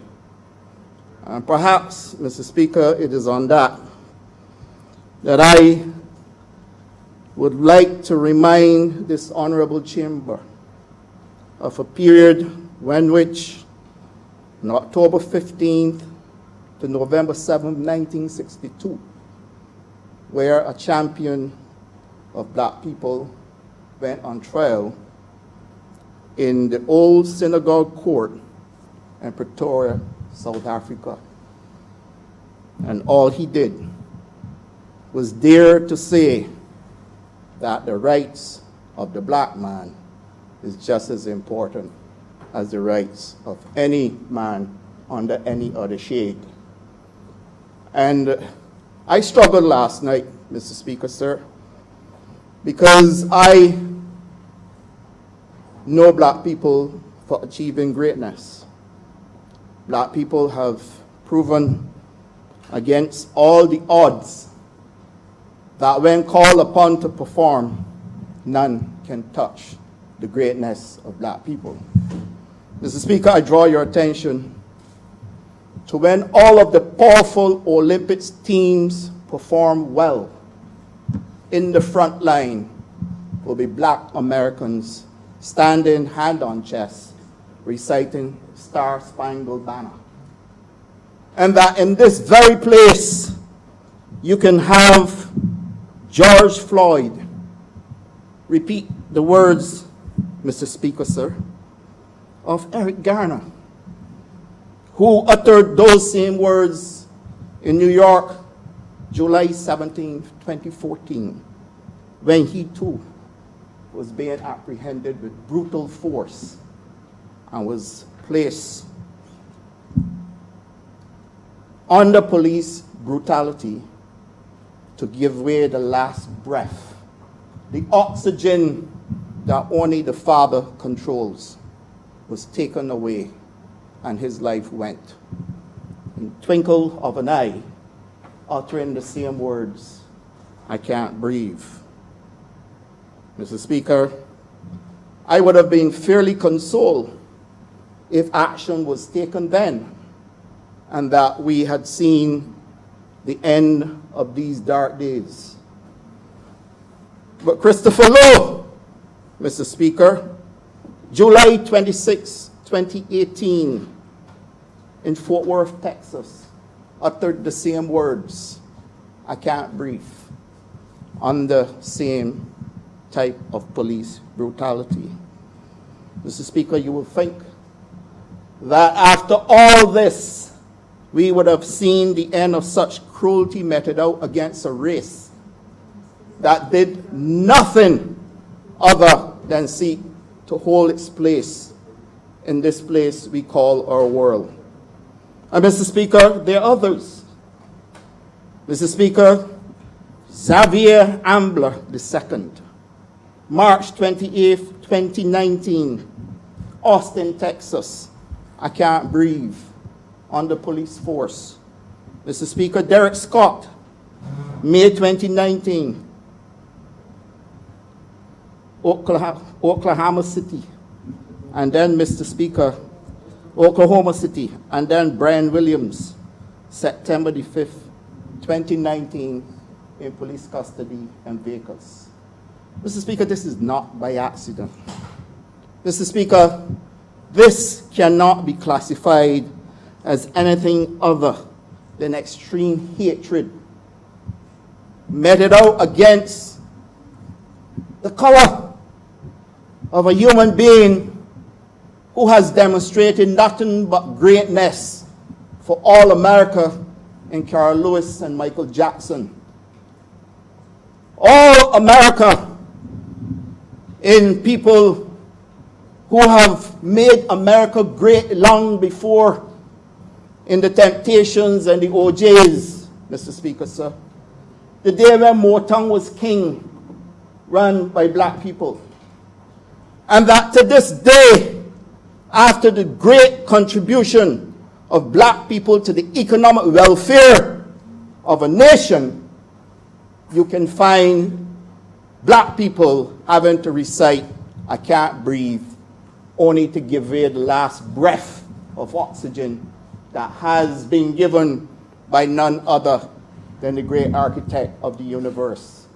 Mr. Speaker, I have to tell you that I have a champion in Nelson Mandela.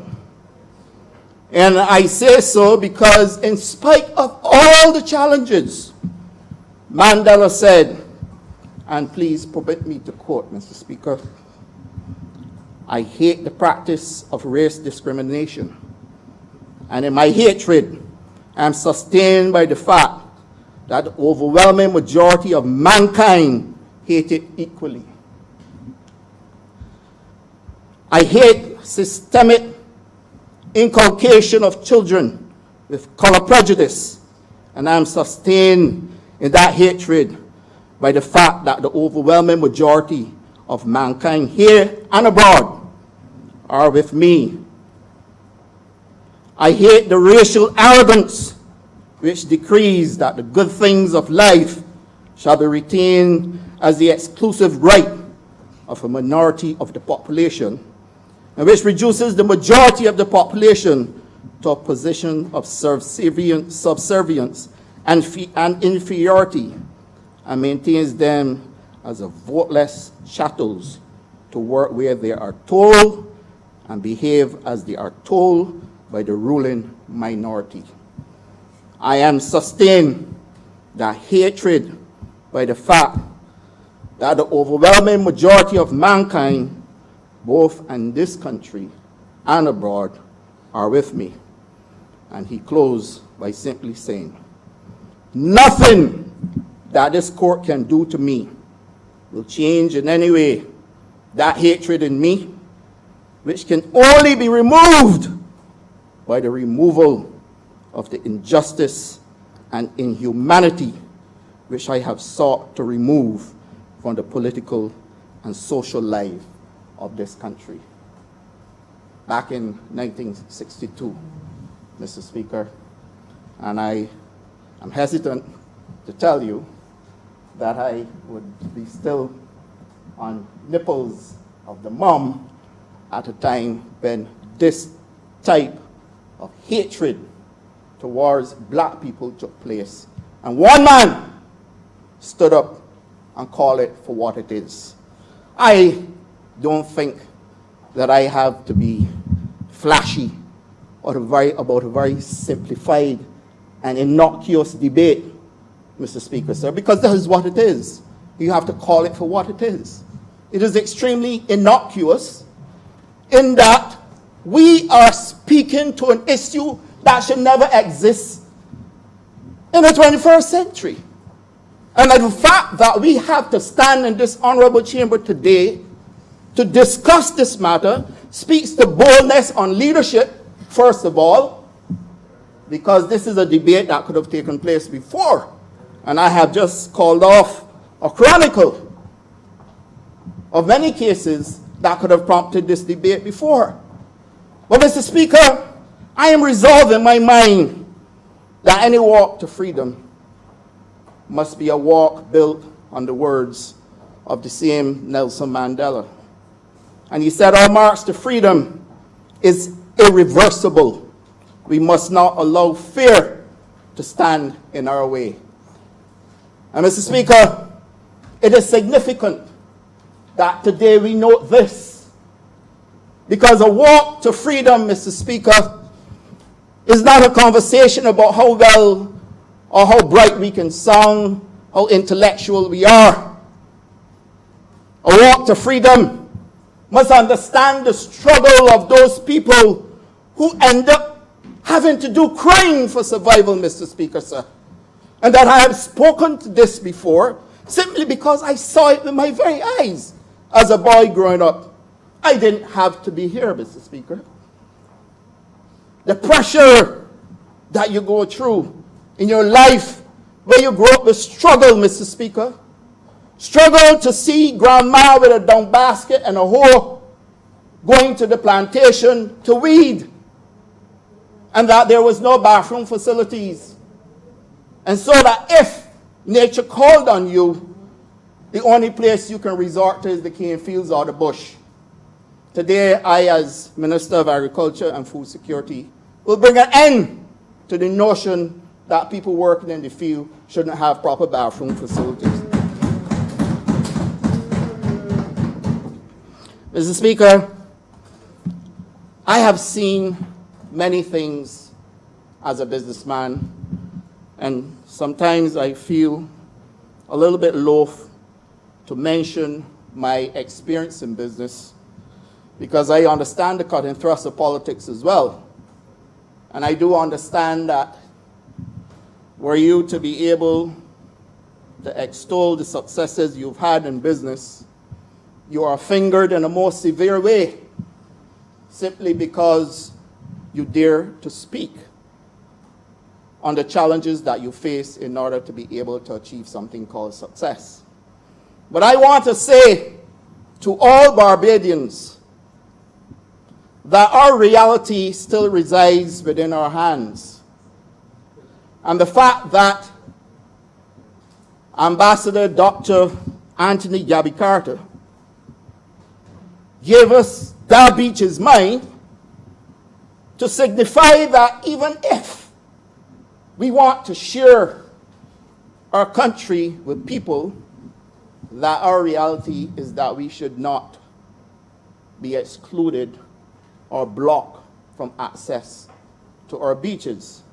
But that is only part of a complexity that permeates this country in a manner, sir, that only we can control. And I say that simply because I've seen plagiarism in business. I've seen where your critical information can be taken and carried not to start another black business, but to build one that would never entertain you nor anybody like you. And those are the things that we now have to get through the minds of our own people in this country as well.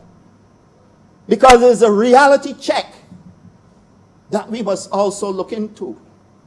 When people start to finger politicians in the manner that they do, they fail to recognize that the tenets upon which we have been able to establish a political class in Barbados were encouraged in the last 10 years. In the last 10 years, what took place in Barbados will never happen again given the type of legislation we have passed, first and foremost. But equally, there's a different breed of politician under a different type of leadership that stands for what is right for people. And that you must help a man. And if you're elected to help, and you stand and cannot help a man, he then loses his confidence in the system. He loses his confidence in you. And then we continue the same conversation. Politicians living big and large, getting fat off taxpayers' money, and then helping nobody. That conversation we must visit. And Mr. Speaker, I'm asking that we visit that conversation under something called public sector reform. It is foremost in my mind for several reasons. Sometimes, if we are going to succeed at helping people, we must be non-linear. Too many layers of bureaucracy, Mr. Speaker, has led to all kinds of different things that could have been avoided. And I simply believe, Mr. Speaker, sir, that the majority of Barbadians, the majority, are impacted by the same doctrine, Black Lives Matters. And I, Mr. Speaker, have said before, and I want to say again in this honorable chamber, I want to see the largest of black businesses in construction as well. I want to see them. I want to see the largest of ownership in tourism as black. I want to see a complete dismantle and restructure of the economic structure of this country, where equal rights are seen as what it is. And that if we have to empower and enfranchise people in order to give them the leg up, then we must do so. Because this struggle will never end, Mr. Speaker. And we can be pretty. That's why telling you, to my mind, is innocuous. We could be pretty, we can sound good, we can sound bright. But if we're not taking the action, Mr. Speaker, sir, to empower and enfranchise people in a manner like how the honorable member for St. George South tried with the trust loans, and the member for St. James Central made reference to this morning. But now we've also started the Farmers Empowerment and Enfranchisement Drive in Barbados to give to Barbadians what they did not get in the past, and that is the ownership and access to land, government land, that is running fallow in this country, growing bush, and that everybody except our own can have access to it. And I have made that change simply because I believe that the ownership structure of this country must change if Black Lives Matter. Mr. Speaker, I must say that in this debate, we have to look inward as well. And as we look inward, we have to do a total self-examination, Mr. Speaker, sir. Because I am not one who is drawn to hypocrisy, and I am not one who's prepared to ignore the voices of our people who have elected us and have spoken to us in very direct terms. So that if Horatio Nelson's statue is offensive to people who have elected us to govern, and if this was a discussion that took place before, but that because George Floyd, Eric Garner, Xavier Ambler, Manuel Ellis, Christopher Lowe, Derek Scott, and Brian Williams should be a reminder that no matter what happens, people of color will always be subjected to a type of inhumane, undignified, and most aggressive and brutal treatment Mr. Speaker, sir, then we are playing with danger. Because the one thing I know is that the man that feels that he is outside of the tent will take objection to you, sir. But the moment you embrace him, you bring him in and make him part of the structure, he will hug you and possibly kiss you for making him part of the structure that has been created. And this has dogged us for many years, Mr. Speaker, sir. It has, because many times we are constrained in our ability to make decisions. But equally, Mr. Speaker, sir, we tend to forget. And that is the message that I get every time I traverse Barbados. Then somebody says to you, but I help you. I get you there. Do not take that lightly, Mr. Speaker, sir. There's a message. There's a message to all of us, sir. And if Black Lives Matter, then this must matter as well. We're not going to get everything right, sir. We're not. But we must have a bucket list of things that we want to get right by a certain time in the name of the people who we've asked to help us to get to where we want to be. So that, Mr. Speaker, when I tell you, Mr. Speaker, sir, that I've been called to a consciousness in following that case in 1962, when Mandela said, and permit me again, Mr. Speaker, to quote, "The will of the people is the basis of the authority of government, is a principle universally acknowledged as sacred throughout the civilized world, and constitutes the basic foundations of freedom and justice." Mr. Speaker, the will of the people. The will of the people, sir. Struggle, Mr. Speaker, is not easy. I've been there.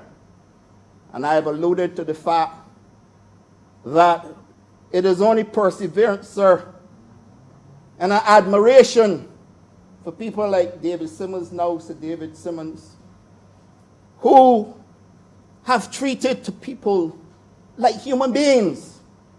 So that when people like him and the late Tom Adams went to Church Village to see the condition we were forced to live in as a people, not because we wanted to, sir. We couldn't afford to do better. And that leadership took for us to get running water, which is a basic human right. That leadership took for us to get electricity so that we wouldn't live in darkness, literally. And that leadership took for us to be able to communicate with the world by getting telephone system in Church Village and Clifton, sir. And then that Tom Adams came with the Tenantry Freehold Purchase Act. Sir, I am a product of those initiatives. I benefited from them, sir. I could have gone the other side, possibly to Riverside. But the reality that I stand here today is not just for me. It is for those very people who have struggled with me, who have seen our struggle, Mr. Speaker, sir, and have transformed their lives only from being given an opportunity to participate. And that is the significant difference. Nobody's asking for a handout all the way. But the significant difference, sir, is if you go to Church Village or Clifton now, where I grew up as a boy, and I want to share my experience just like the honorable member for St. Peter did. Because when I grew up with a boy, what you see now was totally non-existent. Canes all around, no electricity, potholes, no water. How do you exist, sir, and be ignored this way? And the fact that that transformation took place, Mr. Speaker, I made a determination back then in 1976 that I would one day stand in this chamber and represent Black lives that matter in this country. And that is why I'm here today. I am here out of pure determination that I will one day stand here in the name of the very people who I saw struggle, whose lives have been transformed by visionary leadership. And I don't take away from the Right Excellent Earl Barrow. I've seen his work too. I don't take away. But I equally understand that we have had champions for leaders. We have had champions in Grantley Adams, sir. We have had champions in the Right Excellent Earl Barrow. We have had champions in Tom Adams. Owen Arthur was a champion in his own right as well. And today, the country has taken us to another level by giving us a female leader that would surpass long way all the work that was done in the past, simply because these times call for a different type of leadership, and that leadership is at the core of our very existence as a government and as a people, sir. And mark you, Mr. Speaker, when we are finished, because the last time I recall any such debate taking place in this honorable chamber, it would not have been because somebody was bold enough to introduce anything to talk about race. I recall Tom Adams making reference to racism and his opposition to racism. I do not support racism, Mr. Speaker, sir. I don't in any way support racism.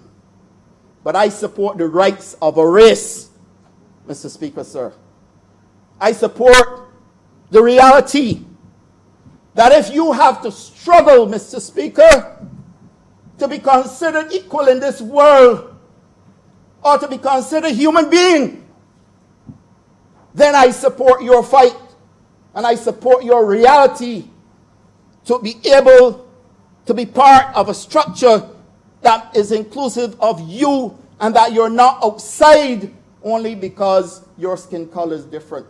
And that is where I segment the entire discussion, Mr. Speaker, sir, because this cannot be in a 21st century conversation about racism. This is a conversation about the rights of a race. And that is the distinct difference, sir. And that we have to have this conversation today is shameful. Because as we evolve, sir, the many things we have changed, mobile phones, mobile apps. Mr. Speaker, we have achieved so many things in life in this 21st century. How dare you tell me that there's still a struggle for black recognition? How dare you tell me that blacks should still be subjected to brutality? How dare you tell me that I should be on the ground with your knees in my neck for 8 minutes and some seconds, 46 seconds, saying I can't breathe, and you watch me die? Mr. Speaker, that is where I have my passion in this conversation. And the reality of it is that it didn't happen once, it didn't happen twice, it didn't happen 3 times, it didn't happen 4 times. I have all of 6, God knows. There may be many more cases where black lives were stripped away simply because the person, the oppressor, the one who believes that only he has a right to breathe God's air, was prepared to take from you that freedom and that right that no man can give to you, Mr. Speaker, sir. And we've tried many things. We've done a lot. Send people to space.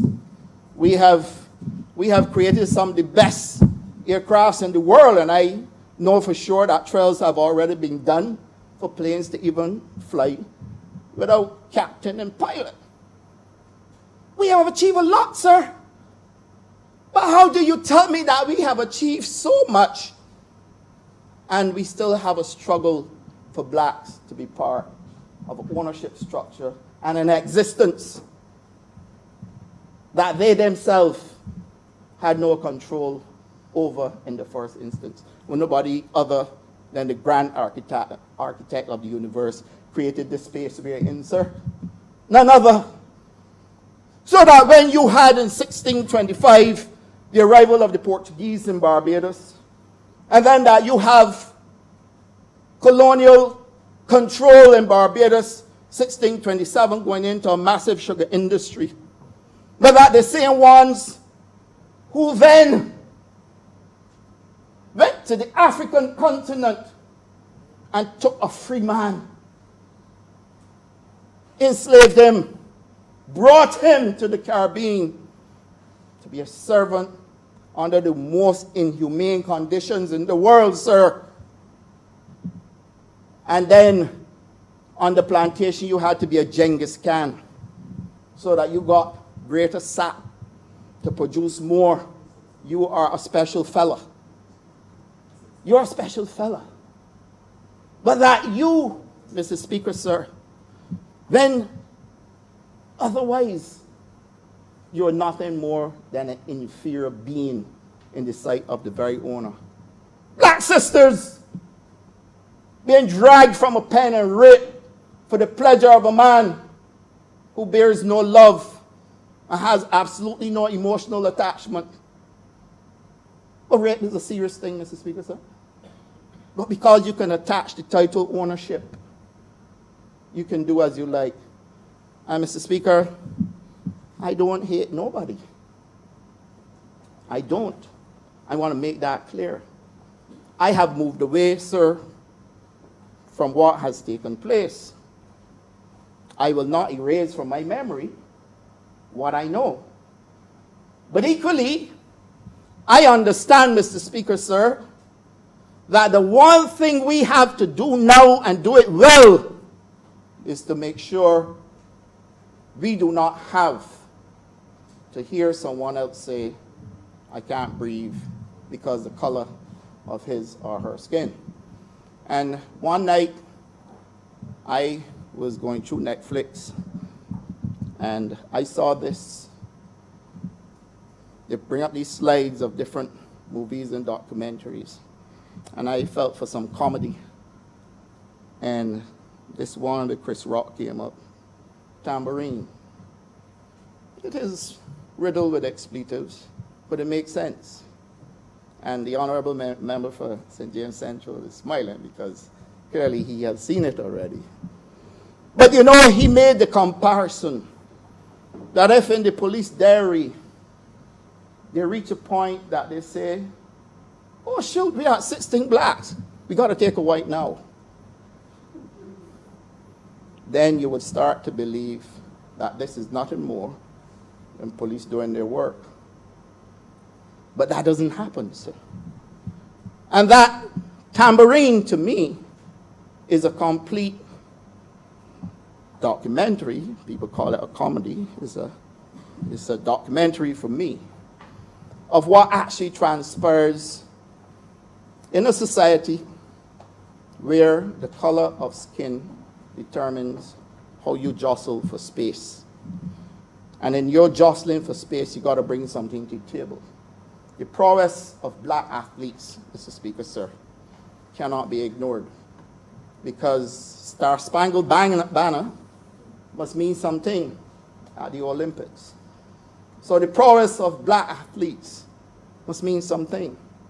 Mr. Speaker, you will recall, sir, that the one thing Japanese, Chinese, I travel to China. I've traveled most places in the world, sir. And even with language barriers, sir, even with language barriers, people know Michael Jackson, who he is, what he did. Even with language barriers, sir, people know about the Temptations. People know about the OJs, Wilson Pickett, Otis Redding, James Brown.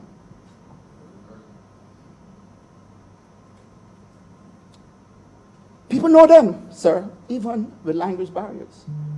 And Mr. Speaker, their contribution to economic activity globally.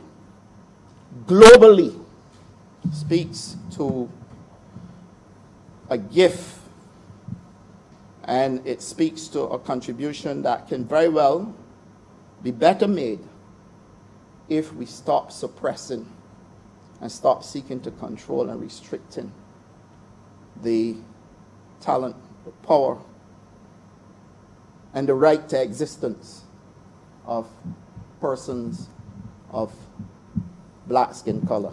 Honorable member has 2 more minutes. Mr. Speaker, I thank you.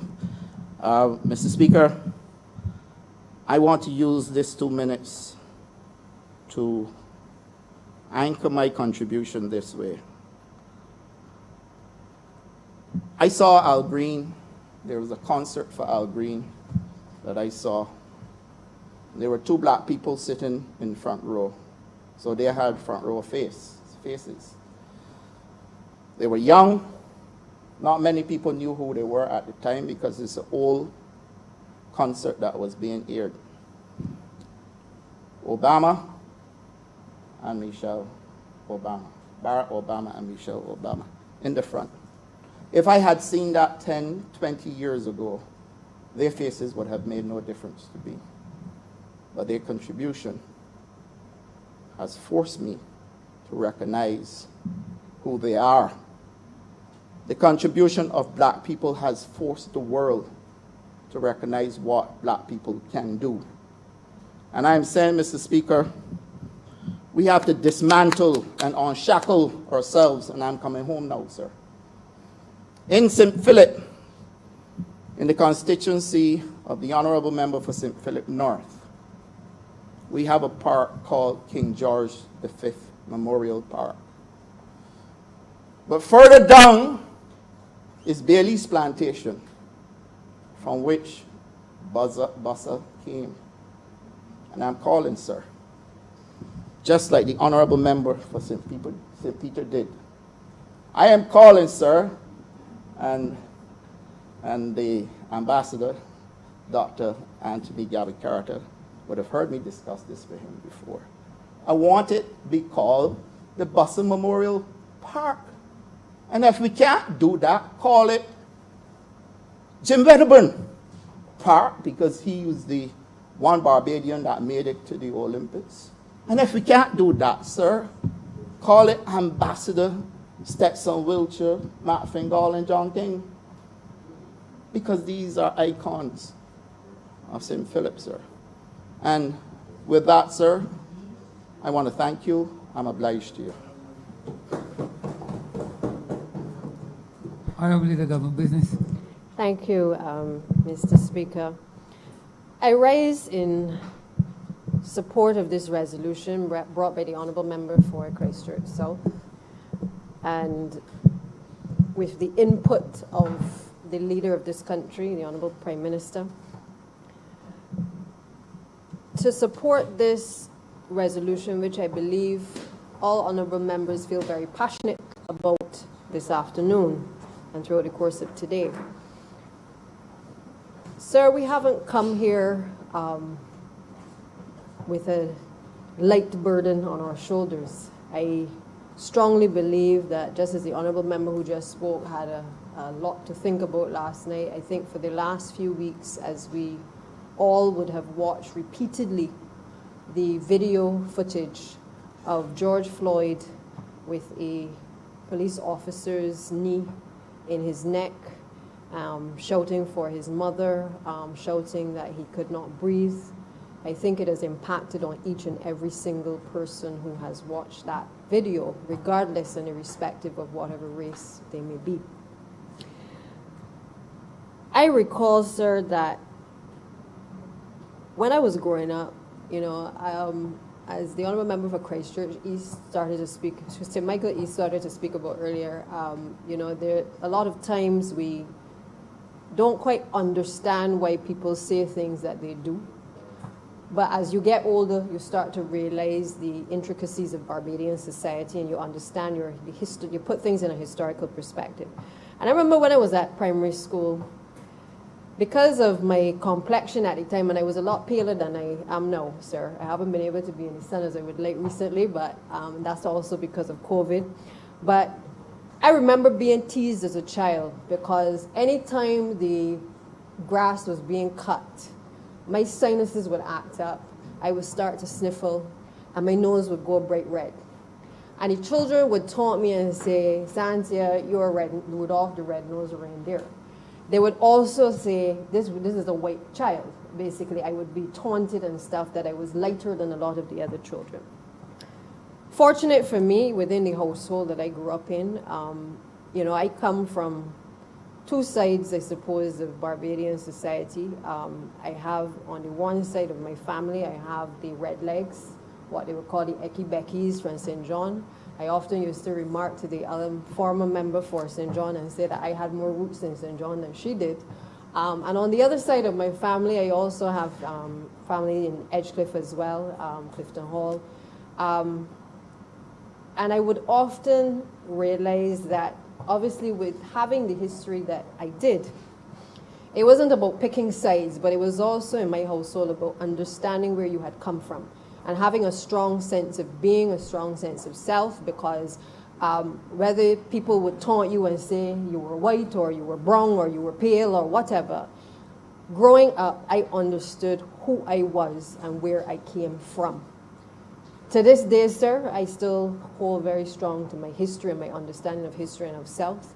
I'm a proud student of history. The honorable member for Christchurch, for St. Michael's South, who is also a member of the intellectual powerhouse of the Barbados Community College, the history department, tutored by none other than Trevor Marshall as well. We have a long history in debating, a long history in understanding not just American history, but also Caribbean history and certainly also African history. All of these things, sir, help to shape me. And while it is that I understand where we have come from, and I understand that it is only by knowing where you have come from that you know where you are going, I also believe that we have a responsibility once we understand where we have come from to do all within our power, whatever people may call us as a political class or as leadership in a country. We have a responsibility with the knowledge and the understanding of self and of creating an awareness of who we are. We have a wider responsibility to our people and to certainly the generation to come to ensure that we pass on a lot of the knowledge and we don't try to take away aspects of our past, because it is our past that is supposed to take us where we must go as well. It is for that reason, sir, that even on my journey to study in the United Kingdom, I experienced as well racism.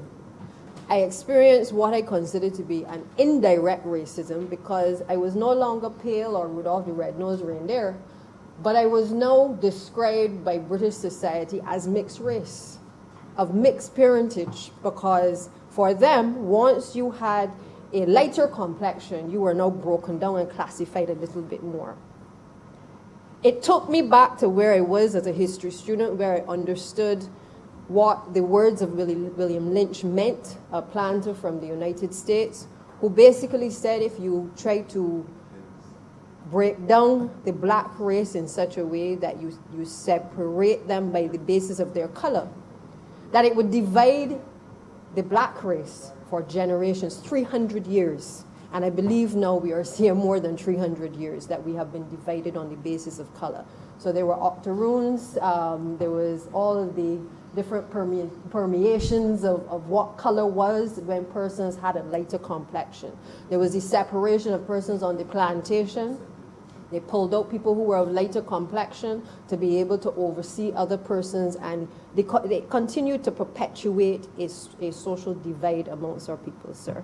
So I know that you, Mr. Speaker, are very familiar with this as one who is what they would call of a lighter complexion as well.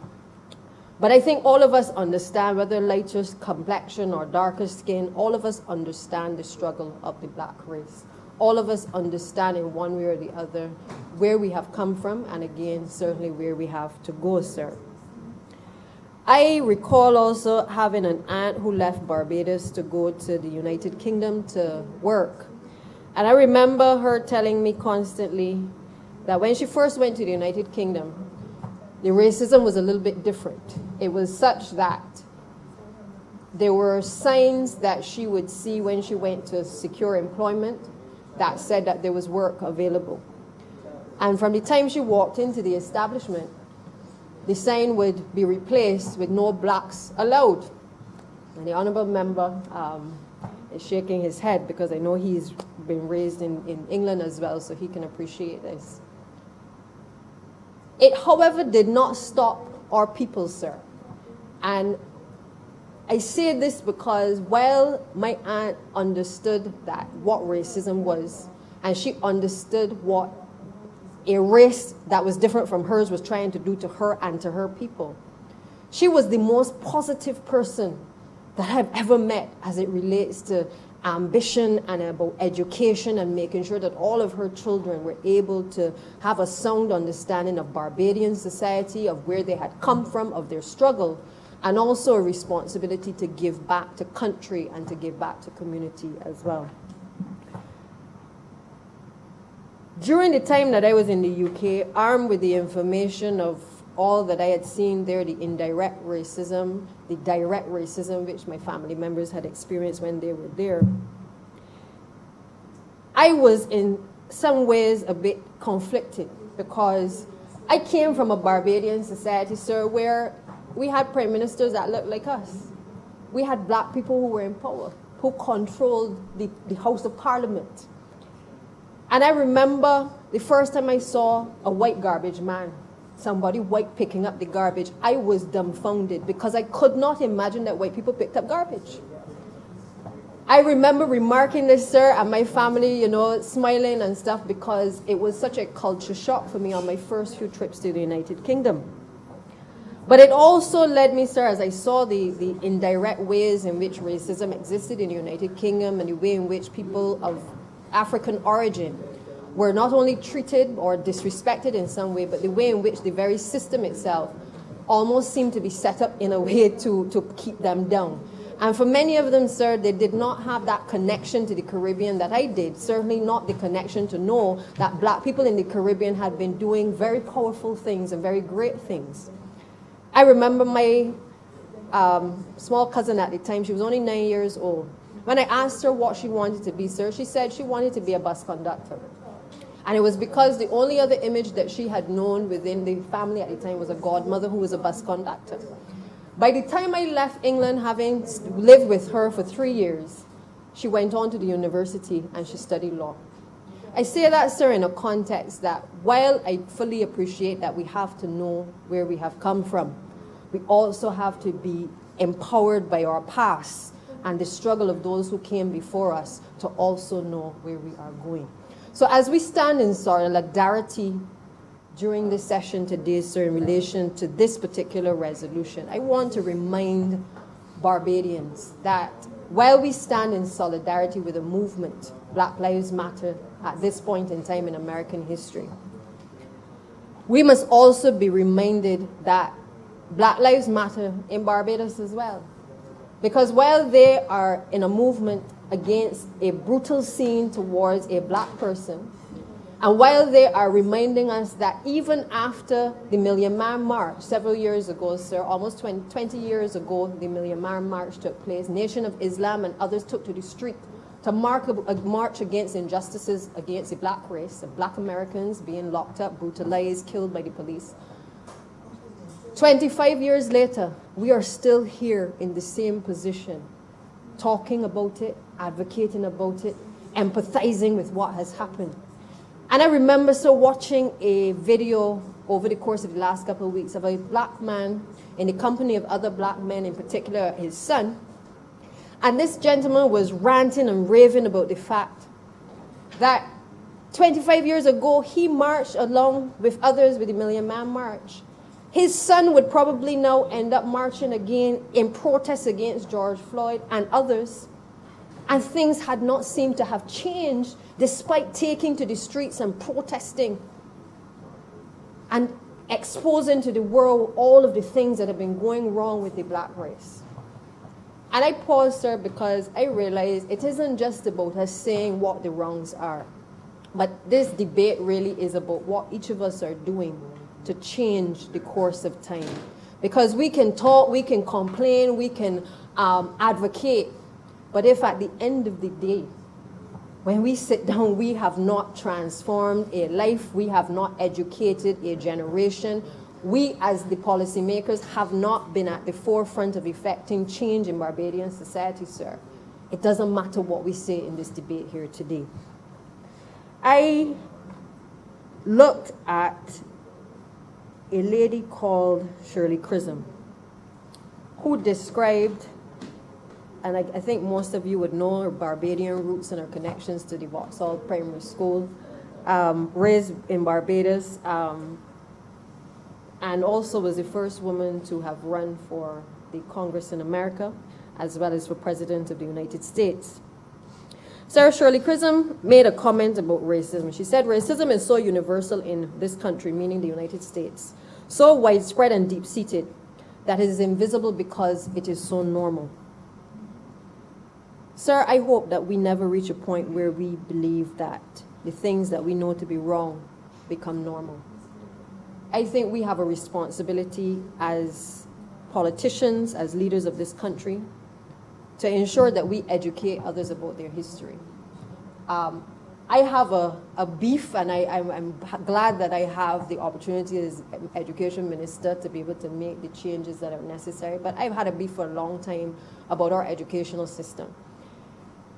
I have a beef because I have always felt that while I benefited from going all the way through doing history at O levels, and then going on to community college to do A-level history, that there are many persons who I have been surrounded with who did not have that foundation, who didn't have the understanding of Barbadian slave society, where we had come from. We've had in social studies some collision with history.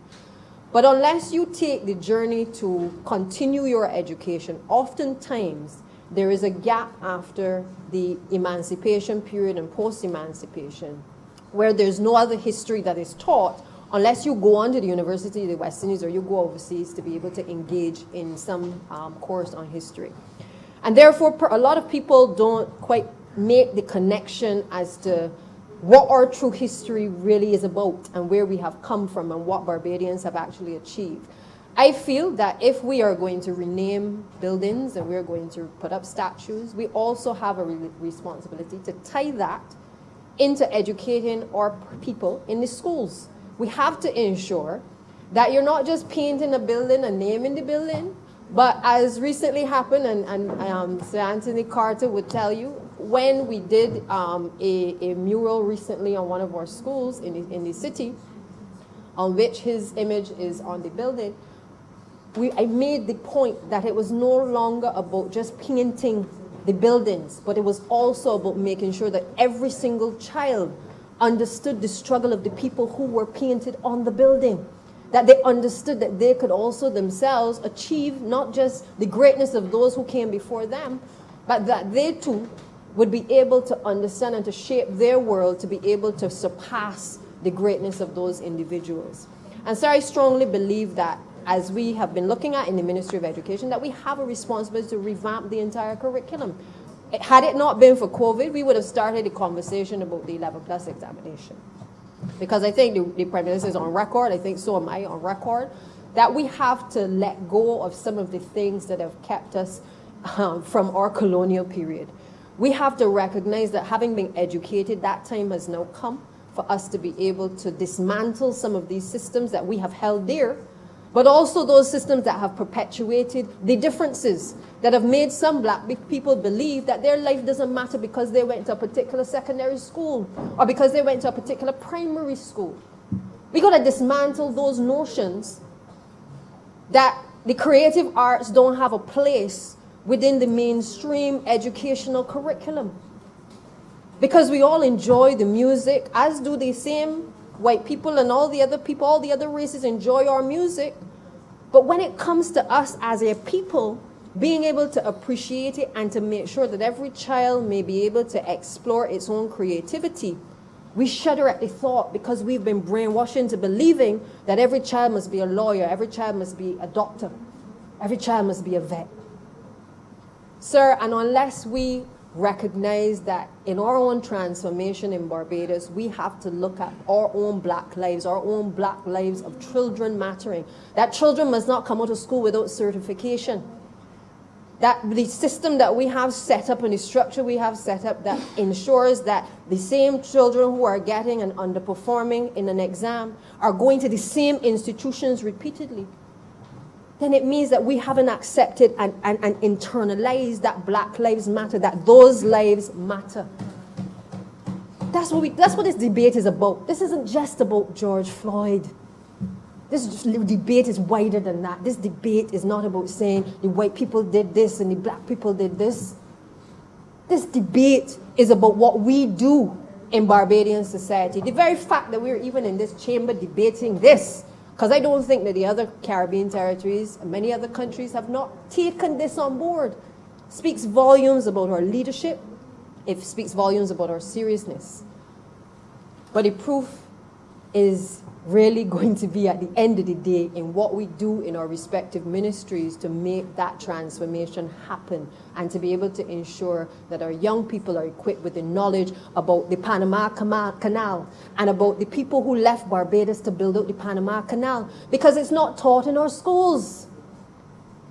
The fact that people will wear African attire for a period of African Awareness Week or a day, but have no understanding of any part of Africa or where the continent is in relation to the rest of the world, or what is the difference between any of the material that they are wearing, speaks volumes about the fact that those lives matter as well, as do ours and our understanding of who we are as a people. I wore a crown, sir, for 25 years on my head. Okay, my dreadlocks for 25 years on my head. I wore it proudly, sir. I wore it as a black woman, as a member for St. Michael East has pointed out. I am a black woman, sir. I am a Caribbean woman. I am a proud woman of this soil, sir. But I also understand my history. I understand where I have come from. And when I listen to our Prime Minister sometimes, you know, she's always talking about us making sure that we have a national consciousness.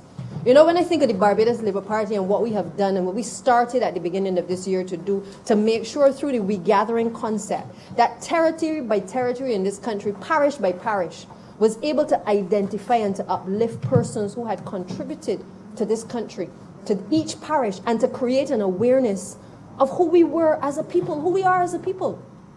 I think this is particularly significant, and it would have, had COVID not happened, I know that it would have set a platform and a tone for what would happen in terms of our educational reforms and in terms of everything else that was happening. But I think what it did in the first few months for all of the members who were able to push forward the agenda for regathering, and for all who started to prepare, it made us dig a little bit deeper about our history, about the people in Barbadian society who have made a difference. It allowed us to, through the Pride of Barbados Awards, to be able to identify people who may not have been lawyers and doctors and the like, but ordinary Barbadians who, through our legislation in the last few years, have been able now to be recognized. They don't have to wait for some award from the Queen. They don't have to wait to be on an honors list. That is what this is about. It is about us realizing that we must have a sense of who we are, and as legislators, being able to pass legislation that will make a difference in the lives of people. I come from a proud legacy, sir, of a Barbados Labour Party family that has been at the forefront of ensuring that Black Lives Matter in the form of housing. I know that we have a lot on our plate, we've inherited a lot, and we have not been able to accelerate the housing in the way that we would like, but I know that it is coming. I know that it has been given the priority, sir, because I understand that if I am going to say to the people in St. Michael Southeast that their lives matter, then their social conditions and their economic conditions have to be improved, where they are no longer restricted to cramped conditions in which they must live and they must raise their children, but they must be given the equality with others who have more than them to be able to allow their children to do their homework in a separate space, or not to have to make decisions about who should sleep in the space in the one-bedroom unit in which they live. That, for me, is what is going to make sure that Black Lives Matter in Barbados. And it has nothing to do with the white people, as I said, or the black people. This is a debate, and it must be a debate about the things as a government, but also as a society that we do to make that transition. Barbadian society is very mixed. There's no point in us taking up the fire rage of people elsewhere. But what I believe we have to do is we have to call a spade, because we can't be saying that we're making transitions, but we're holding on to a colonial past. We have to accept who we are, and we are not just of our African origin, but we're also of our European origin, whether we like what they did or not. And therefore, we have a responsibility to find balance. That is what Nelson Mandela, that we speak about, that's what he did. He didn't come out of abolishing apartheid and then reaching a point where he discriminated against the same people who created the apartheid system. Nelson Mandela said, no discrimination for sex, for race, for anything. And that is the point that we must get to, where we find that balance, where we can understand who we are by our architecture and our European civilization, but we understand the struggle of the people across the seas that were brought here as slaves to this country, and who settled here, and who struggled, and who have gone through a system of brainwashing that we must now purge from their system to be able to create another generation who walks tall, as the Prime Minister say, who can stand tall with their head erect and their shoulders back, who is not afraid to walk into a room and walk across the room in front of everyone. That's the type of Barbadian we must create. But we can't create it by instilling hate. We can't create it by making people uncomfortable as they made us uncomfortable. I will not be a part of that because I got too much running through my veins. I accept who I am. I say to Barbadians, we advocate, we agitate, we educate, but we must never discriminate. And we must never put ourselves in a position where we make people so uncomfortable in their own skin when there are people out there who, regardless of what their history has shown them that their forefathers did, want to join our struggle. What do? We can't turn our back on them. That is not the Barbadian way. Barbadian society in itself has been made up of all kinds of people. And I think we got to come to a point where we accept who we are. We dismantle some of those barriers that have obviously held back our people. And we've started, because when you think of the trust loans was to empower black people. Prime Minister said, you got to risk on your people. If the banks aren't going to give you the loans, the Barbados government can give you the loans to be able to set up your businesses. And when you are successful, you pave the way for others to come to be successful. This is about dismantling the social welfare system. So that, as a member said earlier, that people are not dependent on the political class for their livelihood. That is the only point at which black lives are going to matter in this country. Where people are not waiting on handouts from the political class, but that true empowerment comes from the mindset that people have to be entrepreneurial. We have, the Honourable Member for St. George South and I have been in discussions about a paper he's bringing soon on the Financial Literacy Bureau. We've been in discussions about how do we get our young people to understand things about bonds and investment from the youngest age, not just for the adults. We've said, especially through this exercise of the BOSS program, the Prime Minister has taken great lengths, all of us on the committees have taken great lengths to talk to a country and walk a country through investment initiatives.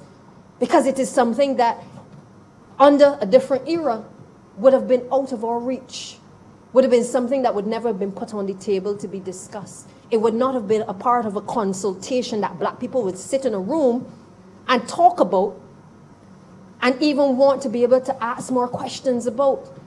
That is how black lives will matter in this country. And I am proud to be part of an administration that is prepared to deconstruct, to use your words, PM, and reconstruct. Because every morning I wake up, it is about how do we do things differently. We all are frustrated from time to time with the processes of government. But the processes are us. Because if we continue to perpetuate a system that is full of processes and doesn't get the job done, then we are no better than the processes that have been created. Because you know what? The processes have been created by us and by people who look like us in some cases, and then people who don't look like us as well. But the fact of the matter is, it was created by people. So people have the ability also to dismantle the processes that are making it hard for black people to get loans, for small business owners to be able to set up their businesses, for people to be able to get access to housing and to have running water and all of those things. If black lives are to matter, we got to stamp out corruption in high and low places. And we've already started that movement to be able to ensure that people are held to account for wrongdoing. We said we want people we want to be transparent, we want people to be accountable. That's what we said. And that is part of making sure that black lives matter, that you're not pointing a finger and you're saying, this person is able a black person is elevated to a position because he was part of a political class or she was part of a political class and left the others behind. That is when black lives matter. And I wish that some members of the last administration could have appreciated that on coming to office, it wasn't about being responsible for the lives of a Democratic Labour Party set of persons mattering. We have come to office on a ticket that has given us such a resounding victory. And we as an administration have a responsibility to ensure that all Barbadian, black lives, all lives in this country actually matter and that we can make a difference. So I support this resolution. I thank the Honourable Member for Christchurch South for bringing the resolution to this chamber. I believe that there's much to be learned from this experience of what we have seen. I know that even within our own society, we have our challenges from time to time, but I know that we don't have it to the extent of what we see perpetuated outside. Let us be clear and focused in what it is that we are supporting. I know that we are empathetic to what is happening in the United States, and perhaps because of the leadership at this juncture in the United States, it is perhaps more alarming and it perhaps outrages people more in terms of their sensibilities. The fact of the matter is we have strong leadership in Barbados, and we have to accept and appreciate that black lives matter, and this administration is doing all within its power to ensure that all lives in our society matter. To that, Mr. Speaker, Honourable Prime Minister. Thank you very much, Mr. Speaker, sir. I rise in this debate to lend my voice to the resolution which has been appropriately filed by the Honourable Member for Christchurch South. And I want to thank him for facilitating this debate. That is not a debate with the whip on, because it's a private members' debate, and it allows us to speak on matters which we are passionate, but also on matters that are critical for those in our region and in our country to have a better sense of how and what we face. And Mr. Speaker, I want to say at the outset that for this Parliament to find time to accommodate the member for Christchurch South with this resolution is a matter that makes me absolutely proud,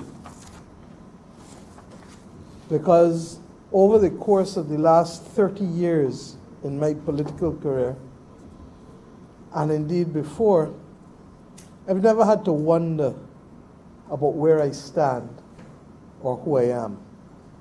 I've never had to wonder about the battles which I choose to lend my voice to and my energy to. And Mr. Speaker, fortuitously, I had the good fortune of doing a number of things across the course of my life that has allowed me to better appreciate why these struggles are critical for us to continue to carry. And the irony is that we may not complete the race, but we have to run our leg of the race and pass on the baton. Comforted by the fact that we have done our best to carry people to the next level and to remove injustice wherever it is found. And Mr. Speaker, in these debates, you can sound powerful and highbrow, or we can get to the core of the facts. You know, when you listen to the lyrics that reinforce the message of the Emperor Haile Selassie as he delivered them at the United Nations, the speech then would have moved the room and would have moved the passion of Pan-Africanists and others who may have felt that they were the victims of injustice across the world. But it was only when Bob Marley took the lyrics and popularized them in the song War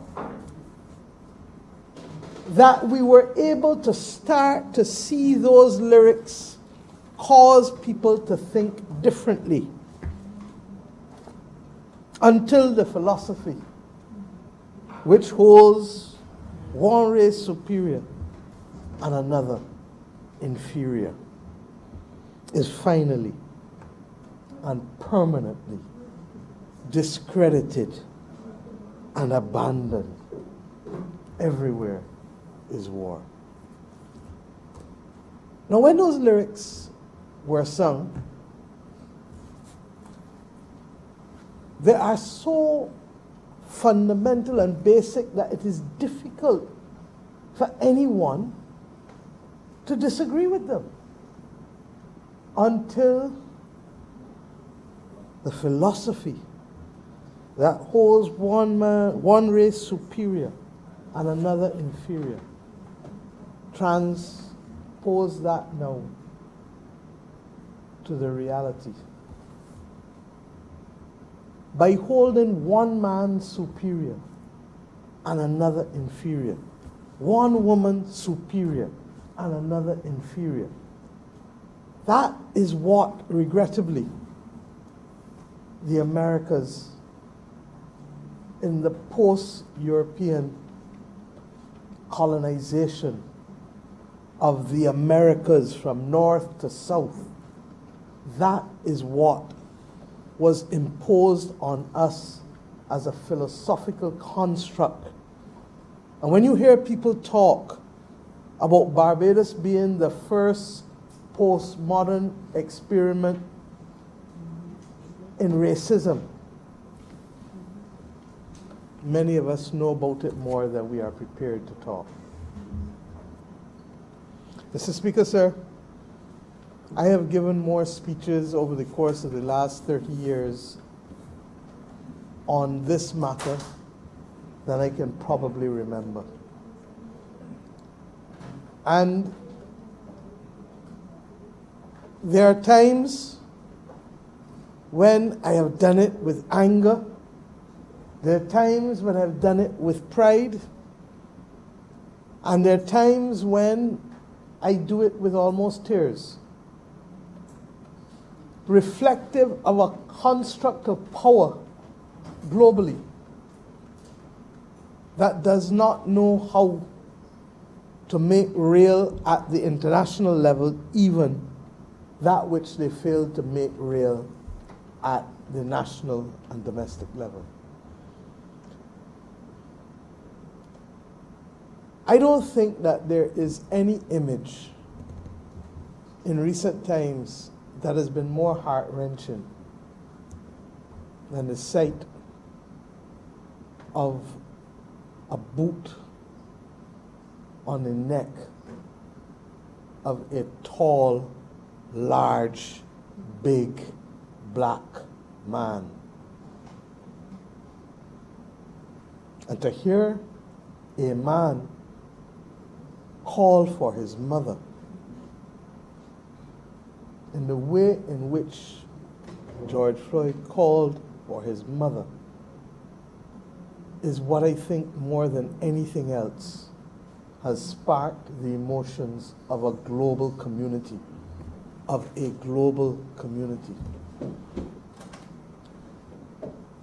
Mr. Speaker, things don't change overnight. And I heard the member for St. Michael saying that he thinks that this is now the moment.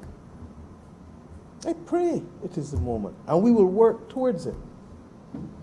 But I have seen the construct of power divide us as easily today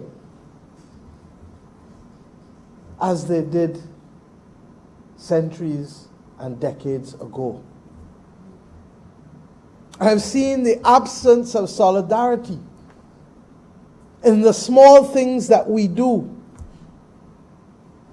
that should cause us to wonder, what is it that we are really trying to fight for? And I want to locate this government, but also my own self, in understanding and helping others to understand that this is a journey that we cannot abandon at all. But it is one that is unlikely to give us what we need and want immediately. And that is why you hear me talk all the time about claiming ground and moving, and building the platform for the next one to come and to come and to come and to come. I can't imagine that I have an uncle who would have been cast as a rebel and an outcast in this country in the late 60s and the early 70s, simply for saying that the working class people of this nation should not be unfaired or should be given opportunities that hitherto they did not receive, or in understanding as far back as then the need to be able to fight for economic enfranchisement, because he understood that economic enfranchisement and economic power was fundamentally about choice. And that's why you hear me talk all the time about closing the circle of enfranchisement. Because while having been started by the Right Excellent Charles Duncan O'Neill and Grant Lee Adams and others who fought in those early days and passed to the workers, such that the Workers' Union was formed 3 years later in 1941. And Sir Hugh Springer and Sir Frank Walken and others carried the battle. The social enfranchisement came. But as all of you have said in here today, the most difficult has always been and will always be the economic enfranchisement. I can't imagine that this parliament in which we debate today would have at one time been that instrument of oppression. And mercifully, this political party, which I have the honor to lead, would have done more to be able to turn this parliament from an instrument of oppression to a tool of empowerment than any other political party in this country. And I say it conscious that that is what roots us.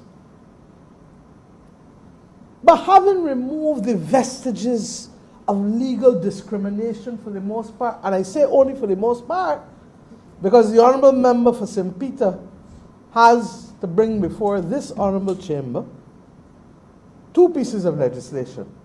One that speaks to anti-discrimination in the workplace, and the other one that seeks to bring this country to the point where it needed to have been, and that is to ensure that discrimination is justiciable, not only when the state commits the act of discrimination, but when the people of the nation commit the act of discrimination.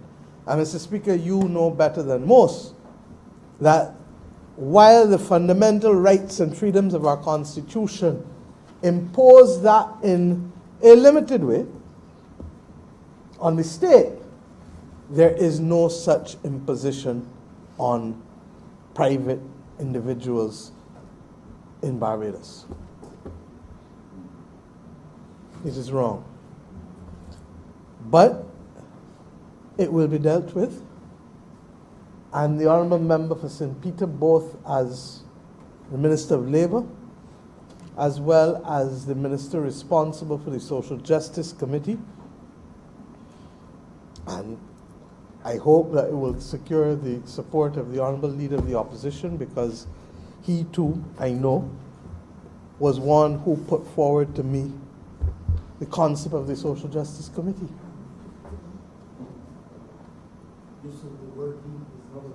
That is true. The Honourable Member for St. Michael West put forward to me, along with a number of others in this Honourable Chamber, the concept of a Social Justice Committee. And we could have ignored it, but we didn't. And we didn't ignore it because we understand that the pursuit of social justice must remain that one thing that all Barbadians go after.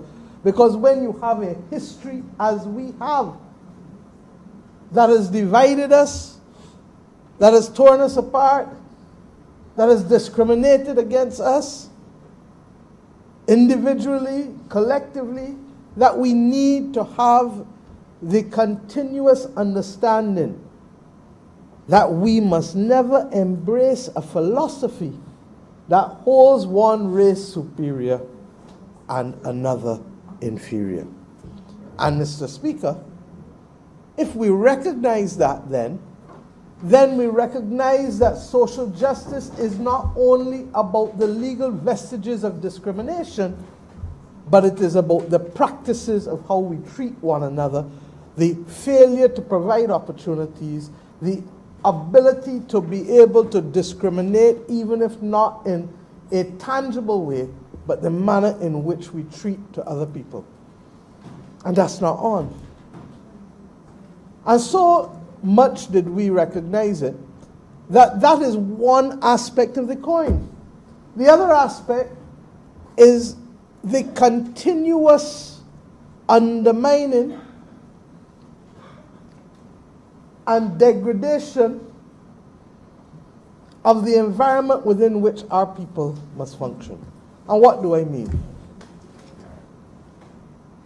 The construct of racism could only succeed for centuries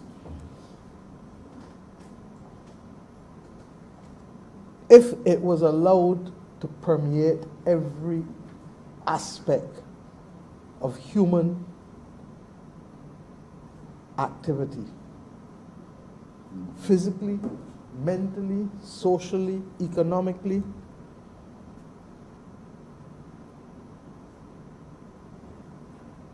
My uncle was to be seen as a bandit in the Black Power movement, and everybody else who wore big afros were to be seen as rebels. That this country, I can't even begin to understand that there was controversy in Barbados in the mid-80s about emancipation lectures. You understand that within our lifetime,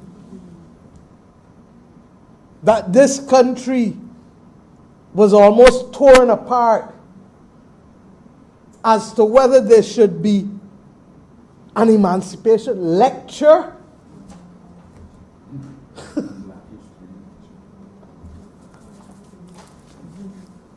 Emancipation without which none of us would be standing here. So that it became immediately apparent that what has been foisted on us for centuries is not going to just dissipate just so. And in a very real sense, what you're seeing in the United States of America is different stages and phases. And they were always fighting a battle that was more difficult and complex than ours because of the power construct there. And why? Our emancipation came earlier than theirs. We talk about universal adult suffrage here with pride, as we should. 1951. The removal of qualifications to be able to choose your own destiny and to vote. But yet I have family in the US who are still fighting to help register people to be able to vote, who are being disenfranchised for all other kinds of reasons that we don't quite appreciate, because that's not our system of government. And if you can't vote, and if you can't have a say as to who you choose, then you are at risk of being subjected to policies that would disenfranchise you, that would disadvantage you, that would literally leave you out to sea. And then you have the mental space. Don't stand out too long in the sun. You're going to get too dark. Why you don't try and go and comb your hair? Oh, for black women is even better. Why you don't put little goldies in your hair?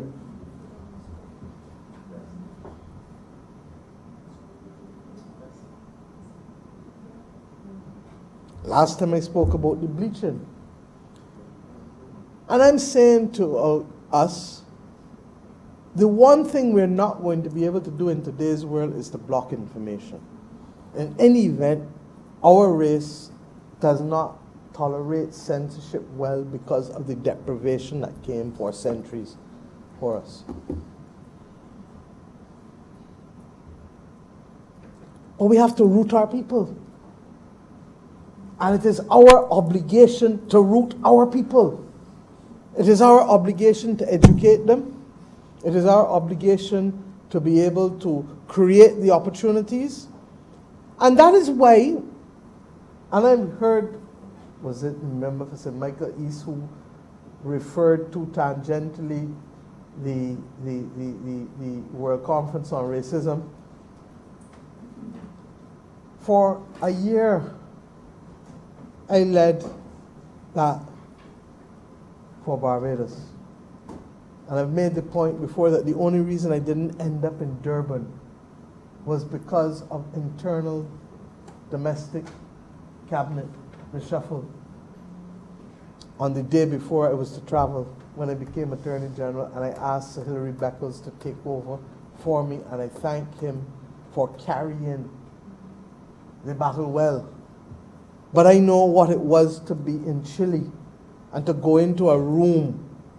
I've never in my life seen so many black Latin American people in any space as I saw in that room in Chile. Because that's not the image that is portrayed across the world, other than World Cup football.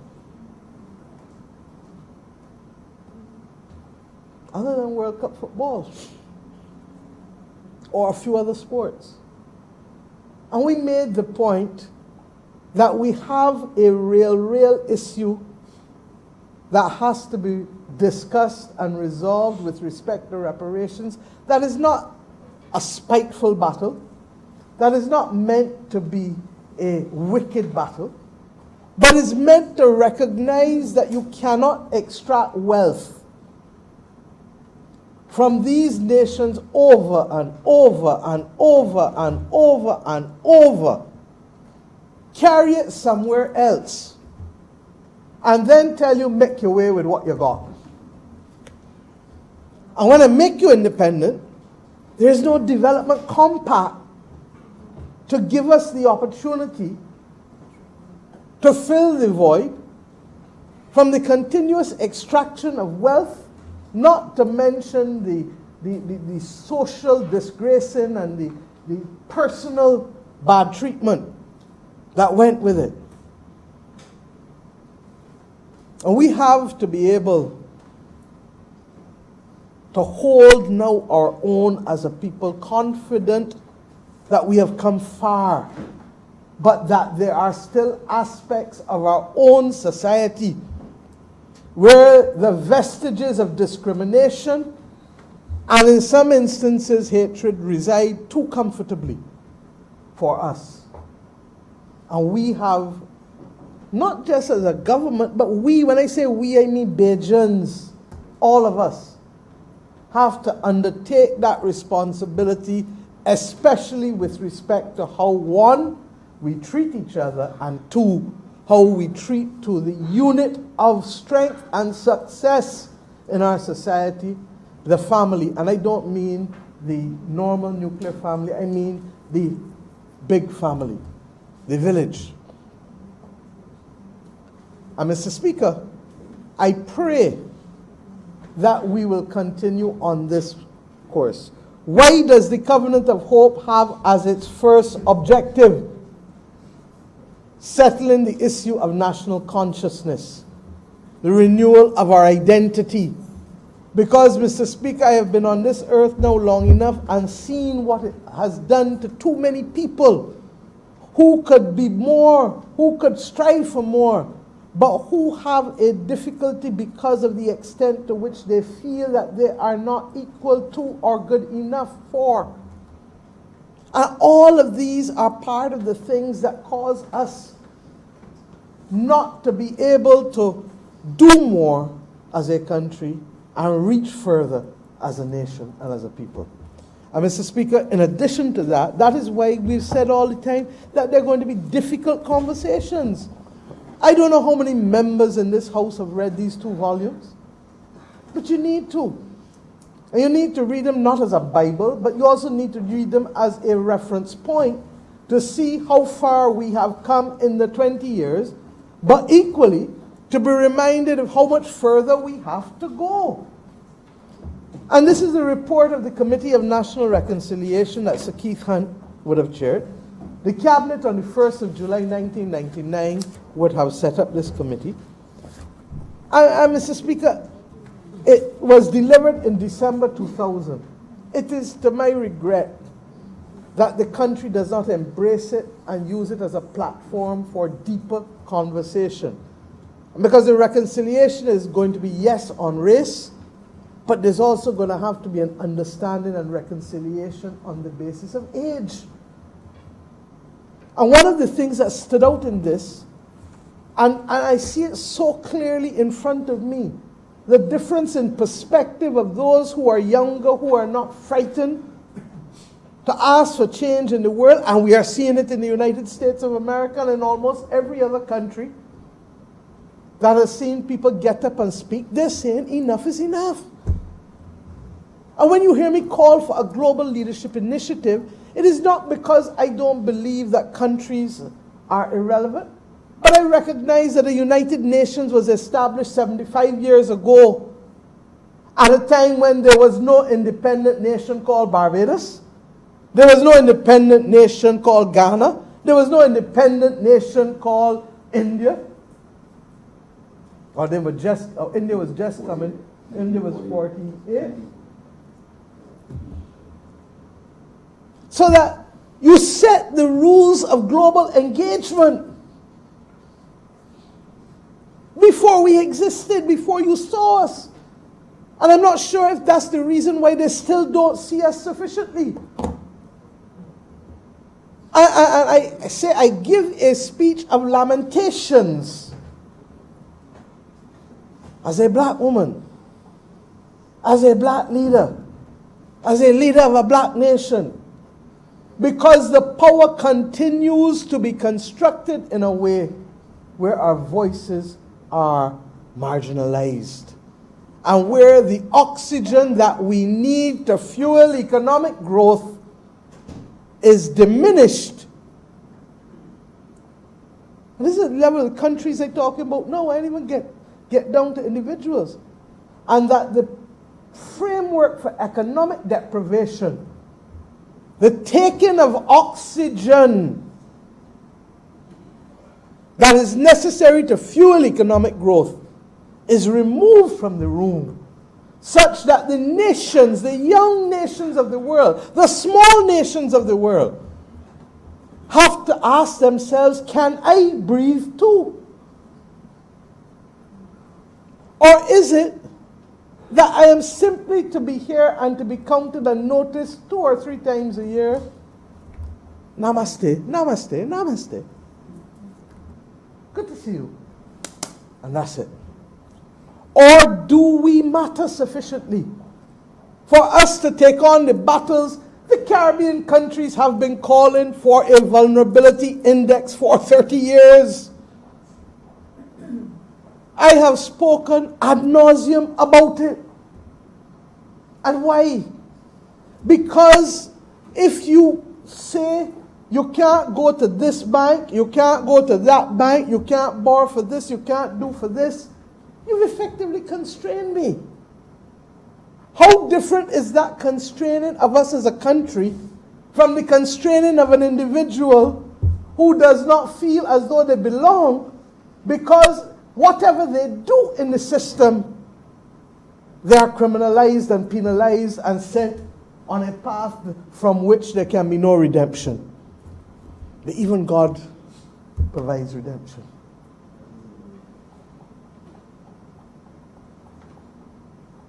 But when we are taken with the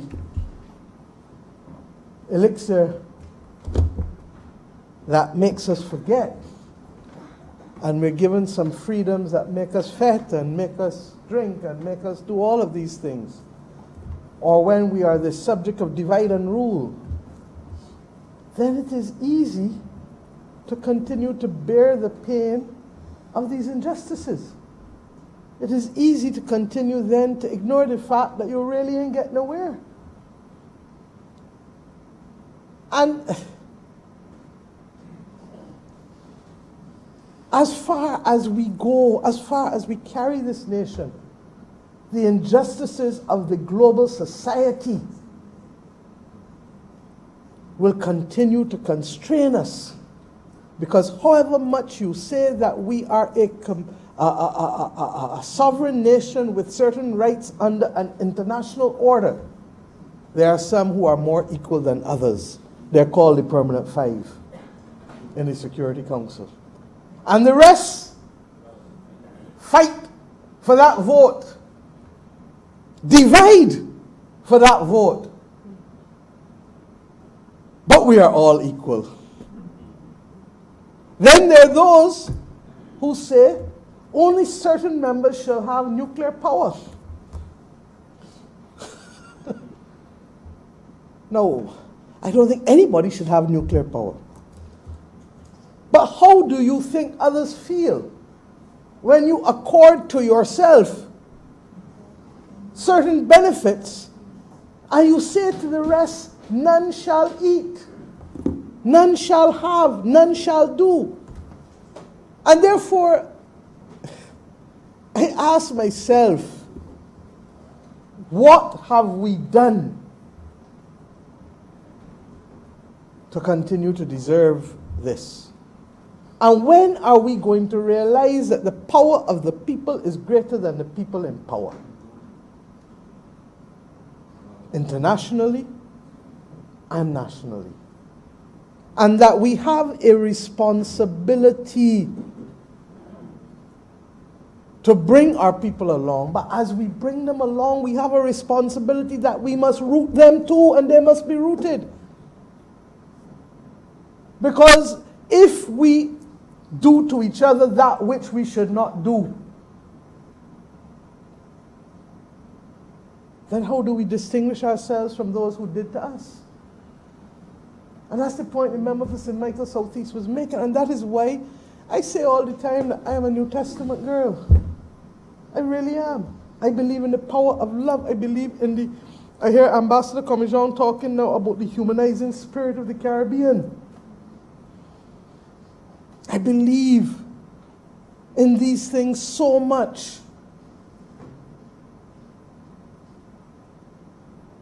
To my own disadvantage sometimes, because you want to help everyone, and we don't yet have the capacity to help everyone as we would like. because we have now to keep growing and growing and growing. But for that to happen, we have to root our people and let our people understand that it is not simply about somebody coming to liberate you. It is about you liberating yourself. It is about mental emancipation. It is about understanding that if you go looking for the little trala that somebody might offer you, then you have lost the ability to stay the course. And I'm not judging anybody, but I just want to make the point that these are the things that stop us from reaching the destination that we need to reach, because they understand that human beings are more often than not lulled into different paths by reason of their wants and needs, and not held back by their principles. Our duty is to help change that. And Mr. Speaker, we are not perfect. And this country has not given us that perfection either. But it is up to us to pursue it. And it is up to us to create the ambience, to create the environment that small children, black, white, Indian, Chinese, whoever, understand, as we see in that brilliant meme that's going around, that was with the two little boys hugging each other, running to each other and hugging, that it is up to us to honor our people, honor our history. When this government introduced the concept of the freedom of Barbados, it is because we felt that we needed to have an expression of an honor that is ours truly, and not in the image of people who would have been otherwise using their honors to exploit and to gain. When this government chose, as the Minister of Education reminded us, with a trust loan, if we don't take a chance on our own, Mr. Speaker, tell me who will. When the last government to which I belong chose to establish the Police Complaints Authority, they established it because they know that you have incidents by everybody. You have good and bad politicians, you have good and bad men, good and bad women, good and bad singers, good and bad managers, good and bad police, good and bad doctors, good and bad teachers. That's just the nature of life. And those who spend time on their phone trying to take out 60 seconds or 30 seconds to make a political point that does not even resonate, I say good to you. But what we must not do is to so ascribe to ourselves powers of divinity as if we are that one race that is superior, or that we are that one race that is inferior. We all bleed. We all breathe oxygen. The pandemic has laid us bare, from leaders to paupers, exposed to a virus that has come to decimate and to reclaim parts of the earth, some may argue, and parts of our humanity. A virus that has taught us the value of life. A virus that has taught us the value of family. A virus that has taught us the value of work. A virus that has taught us the value of our environment. A reset that many will argue was absolutely essential for humanity. But a virus also that has laid bare the racism of the world. For if that virus had not come, and if this pandemic was not virulent, the potential for the response to George Floyd's death would never, in my view, have mushroomed as much as it did. But we had the attention of the entire world, because the world was not busy running and making money and fighting battles and doing this and that. The world was trying to heal. And in the midst of healing, an act that is all too familiar to our people, that is all too much a part of our history, became a part of our present and threatened to want to continue to be a part of our future.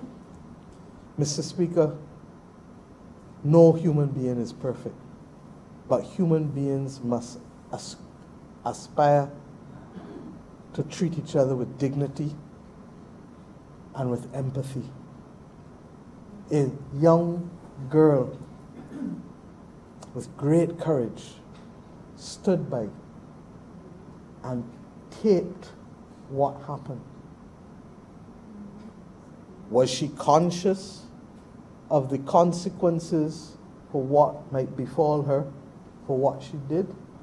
I don't know. But we give thanks for her courage. And we give thanks also for the reality that this younger generation is prepared to speak truth to power in real and powerful ways, but that they also have a tool that previous generations did not have in the same way. And it is the power of technology to mobilize. It was the power of technology that led to the Arab Spring. It was the power of technology that has led to other different political movements across the world. It is the power of technology that will call out injustice wherever it is found, from the United States of America to Timbuktu, from Barbados to Europe, from Africa to China, wherever it is found. But it is up to us to also use the power of technology to allow our people to lift themselves up, lift each other up, and to allow us to recognize that the globe needs the humanizing factor of us in this region, of the fact that we are still capable of thinking and caring about each other in small ways and not just big ways, of the fact that we are still prepared to call out injustice, even if it means that sometimes we carry the penalties. I've told you that many times small state leaders have had to pay for their beliefs.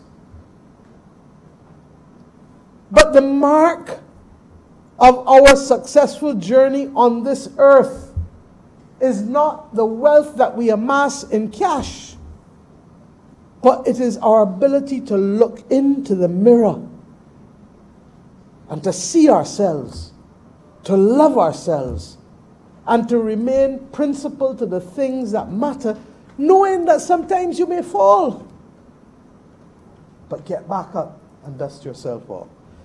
Is this a highbrow speech? Probably for some.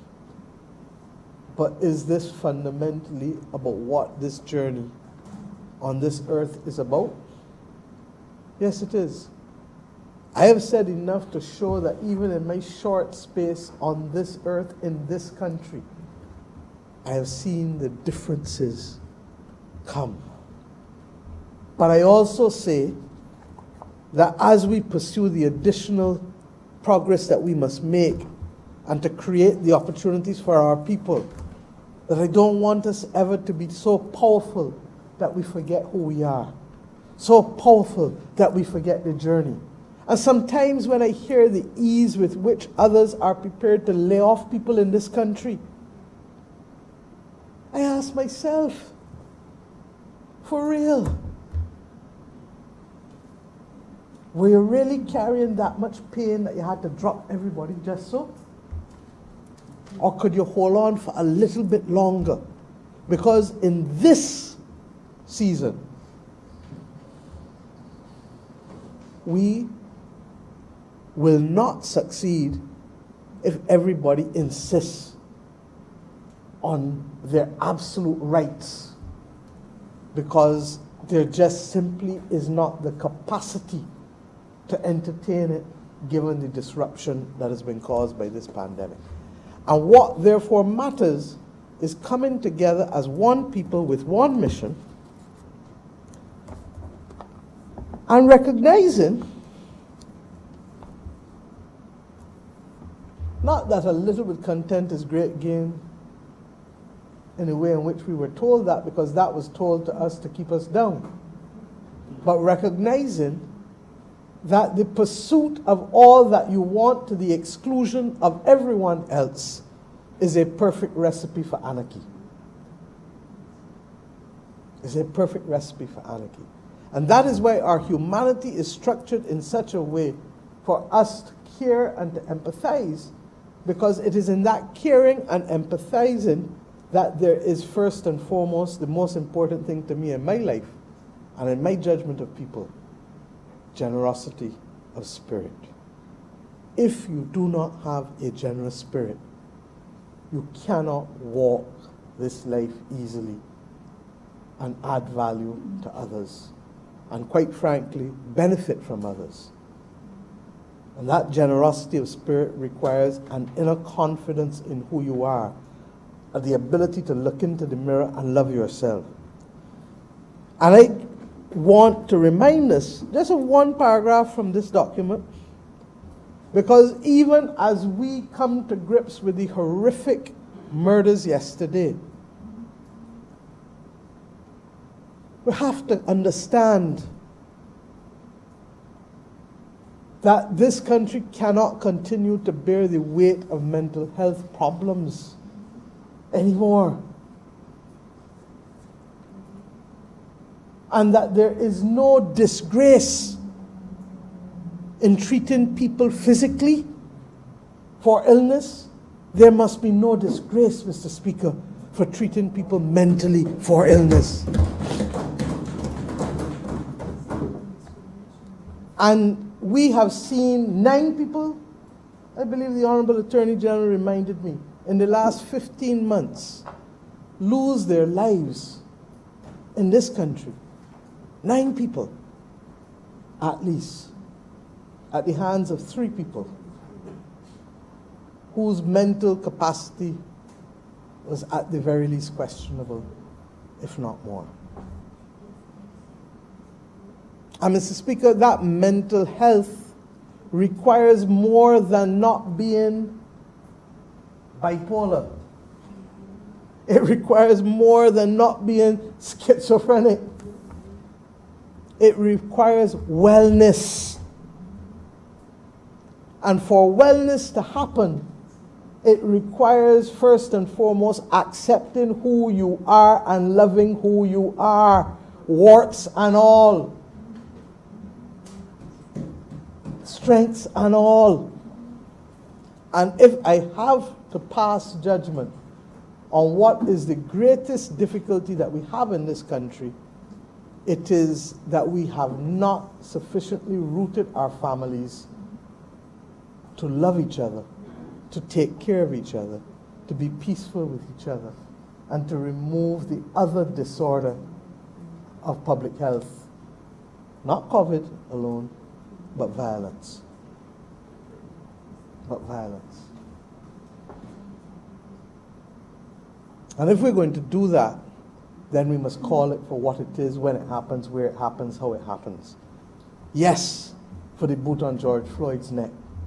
But yes, for the other little boy who might be shot over a deal that gone bad, or shot under a tree, Mr. Speaker, like you know and I know, for a gambling disagreement, or attacking your spouse because your spouse and you can't get along no more.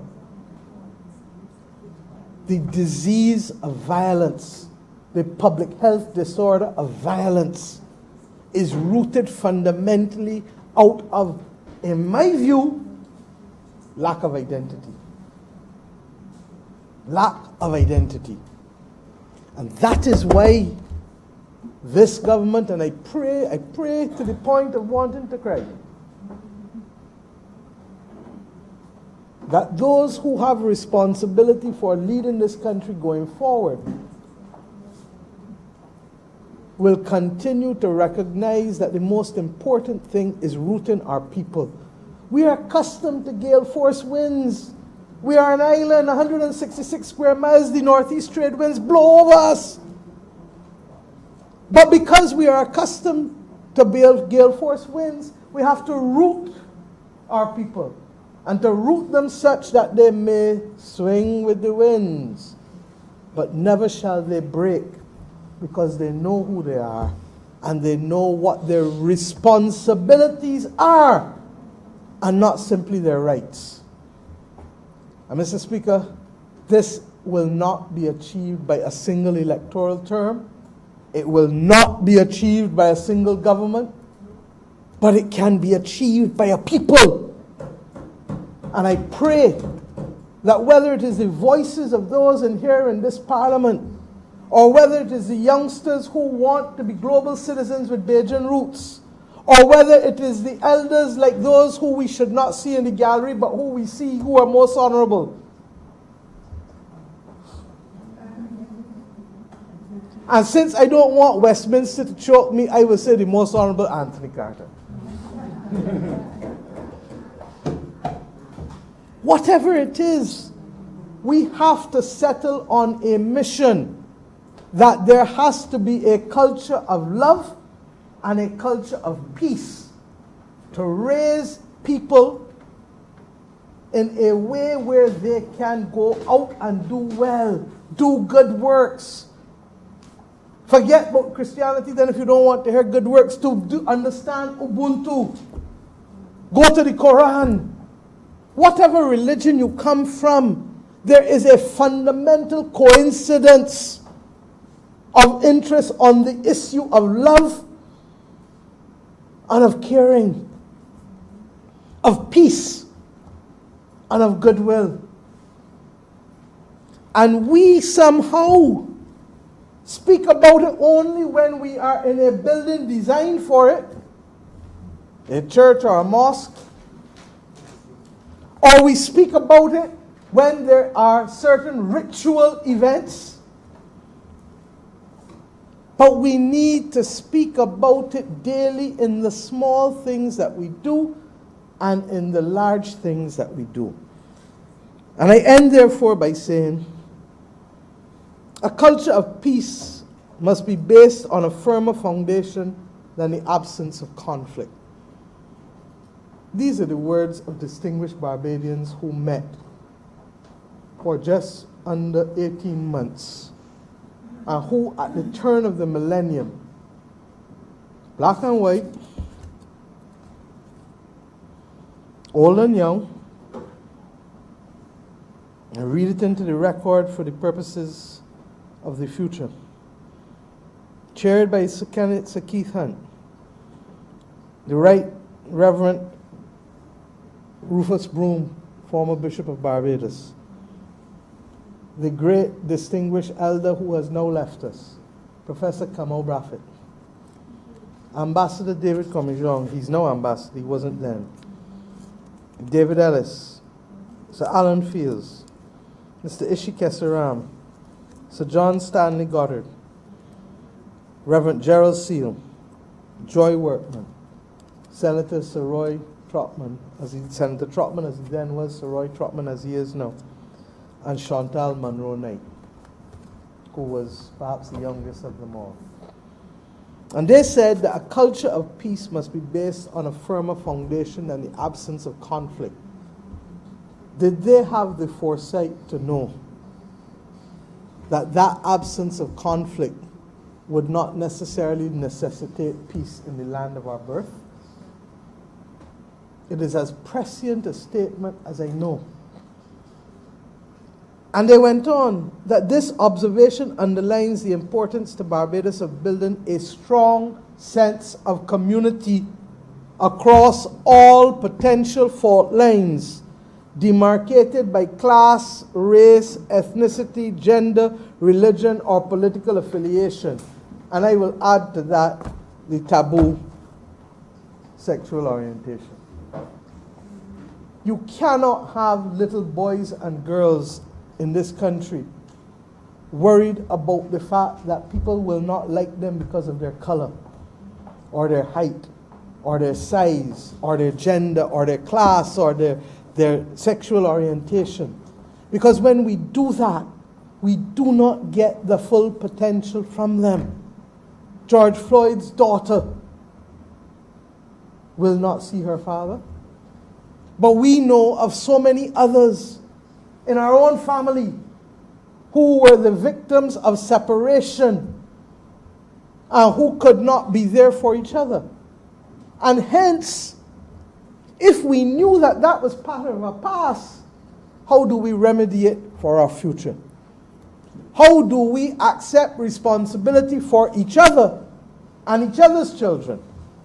And as I said, as recently as Saturday night in talking to the diaspora, talk with each other and not talk to or talk at each other.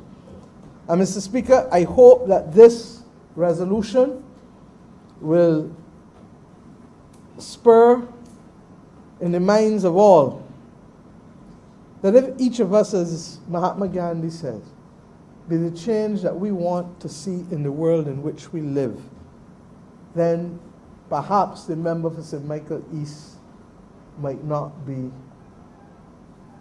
only hopeful, but might well be able, along with others, to see a pace of change at a faster pace, because change has happened. The question is, how do we make it faster? Because injustice anywhere is injustice everywhere. And while we do that at the individual level of country, within the country, how do we replicate it in the international community such that there is no one race who is superior and another who is inferior, such that there are no lamentations about the use of bias and unconscious bias and privilege, that makes some people the standard bearers without an election, without consensus, without anything. But the power of might. In schools, that's called bullying. In schools, we deprecate it. But at the global level, it is called power based on premises of philosophy that hold one race superior and another inferior. Now, Mr. Speaker, we have the capacity to outmaneuver and outfight, but we can only do it united as one people. And that is why over and over I ask, what is the mission? If the mission is clear, then the only answer is that we want to hear from the rest of the population is the answer that comes to the question, are you on board? Are you on board to make this country a better country and to create opportunities for people in spite of what happened in the past? And can we leave from this point knowing that we have the responsibility to move people? We never forget what happens in the past. It inspires us. But the day that we behave like those who behaved in the past is the day that we will not get where we need to go, because it will just be the spark of another race being superior and another inferior.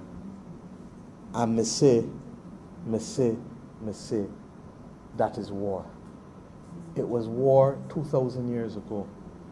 It was war with the Moors and the Europeans almost 1,000 years ago. It was war in Africa. It was war in India. It is war today in parts of the world that should not be taking place. It is true that the power of technology is repositioning the power of the individual over the power of the state. in ways that we haven't quite come to grips with and to how we are going to manage it.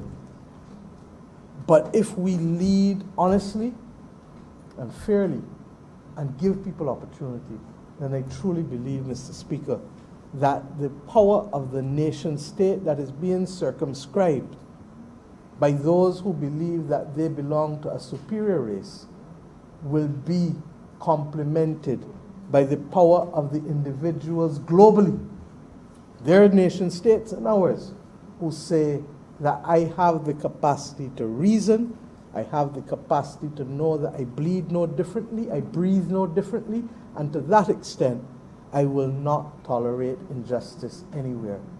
I thank the Parliament of Barbados for being courageous enough in the year 2020 to have a mature discussion.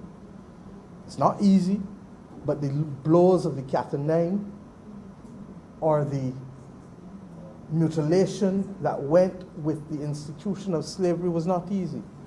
The economic deprivation that takes place either domestically or internationally is not easy. And therefore the conversations that must inevitably come are equally not easy. Are we up to the task? I do believe so. Are we on board for the mission? I trust and pray so. And will we make it? It's up to us. But if enough of us get on the train to make the journey and to undertake the mission, then I believe that there are those who will stand in this, not here, probably the next place, but in this chamber 50 years or 100 years from now. And in the same way we reflect on what the 1930s riots did as an expression of a determination of a people to claim their destiny, I trust and pray that those who in the future will look back at this moment in time and say, in spite of the risk of retaliation for simply speaking your mind and for simply embracing a philosophy, the people in the Parliament of Barbados stood up and took a stand. I'm obliged to you, sir.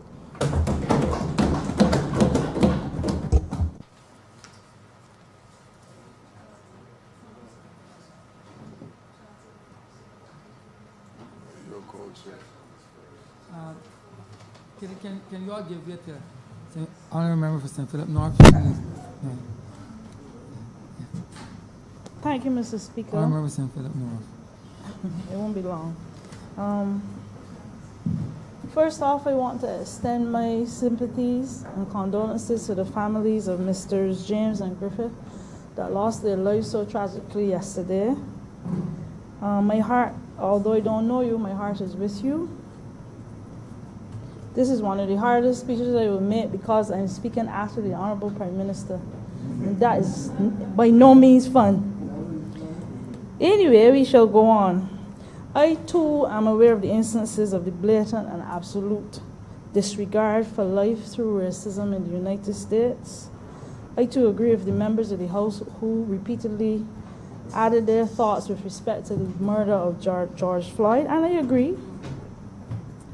I too am aware of instances in our very Barbados where I met a lady once that she took a dip in her employer's pool, black lady. The next day the pool was drained because of the color of her skin. I know of instances where staff in Barbados of hotels and restaurants would have been called nigger by white guests. I have witnessed myself people of the lighter color than I am, instead of waiting in a waiting room, they choose to sit in their cars till the black people would have gone.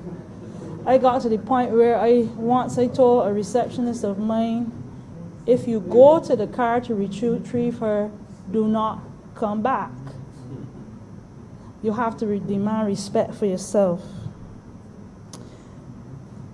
I, like everyone here, sympathize, but maybe to a lesser extent empathize with the march that was held outside of the U.S. Embassy recently. I understand it, I support it to some extent, but there are deeper issues there. Maybe I would have chosen another day when the staff would have been at work. maybe I would have dealt with issues that would have been confronting Barbadians and the rest of the Caribbean. In applying for a visa, I never had the problems, fortunately. In applying for a visa in an open room, being embarrassed by the questions you would have been asked, being rejected after paying money, sometimes a plane ticket to come here to ask for a visa, and being refused because of the thought of your not wanting to come home back to Barbados and instead choosing to stay in the USA. I, for one, believe that any person coming out of the US should ask for a visa to come to Barbados and not the other way around.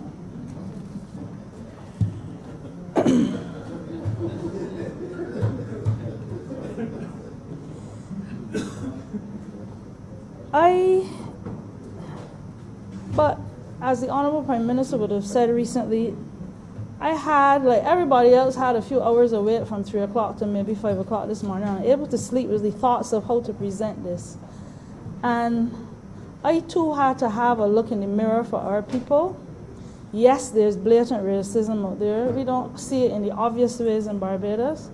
But at the same time, I had to ask myself, what are the black people of Barbados doing for themselves with respect to correcting the atrocity of racism? I had to ask, Black Lives Matter to who? Do Black Lives Matter to us Barbadians? Black Lives Matter to whom? The opposition leader spoke earlier about our attitude. The attitude of the people have to change, and I have to agree. We still have people in Barbados that are somehow subservient to white people, for want of a better word, somehow feeling diminished being in their presence. I've watched people actually shake speaking to Caucasian people. I've met a lady once, I think I spoke about it here, a patient of mine. She had a light son and a darker son, but the darker son she considered ugly. She grew up in the plantocracy. And I would have asked her, why do you think your son was ugly? And she said to me, because he's dark, white people are much prettier. That kind of attitude has to leave our psyche. And this is one of the reasons that we are being held back by the burden and the weight of racism. We have to look at ourselves. We have to look inward. I'm speaking about places, things like agriculture, where, and I've spoken to this and I'm very disappointed by it, but where the farmers in St. Philip have to put up with a white landowner damming a stream against all the laws, old laws by the way, but still valid laws, against all the laws in Barbados which outlines the ways to dam and how many hours we have people up there suffering for water because one landowner decided to block a stream to have a recreational lake. It's beyond a pond, it's a lake. I think these are issues that we need to band together. Black people do not need to stand for it, but for some reason we do. A group of black farmers should have been able to fix this problem with the help of our ministers. We need to band together and look at ourselves. They're asking why are the powers that be are not acting when the laws are written. These are serious issues. Many small farmers have problems with predial larceny, and guess what? The thieves look like me. The thieves, the people who steal from landowners, black, small, and sometimes large farmers look like me. Why do we have to be like that towards ourselves, Mr. Speaker? Black Lives Matter to who? Yes, some of us might say some of the larger landowners, farm owners are white and they're stealing from them. But who works with the larger landowners? Who won't get that bonus because, and they know for a fact, $40,000 in produce was stolen? It hurts us. So, Black Lives Matter to who? We are riddled with crimes. Luckily, the COVID stopped some of it. I hope we could blame it on that. But we are riddled with crimes of black against black. Black Lives Matter to who? Do we, the black people, think about these things when somebody that looks like me break into somebody else's house that look like me? When somebody rapes their daughter, usually looking like me too.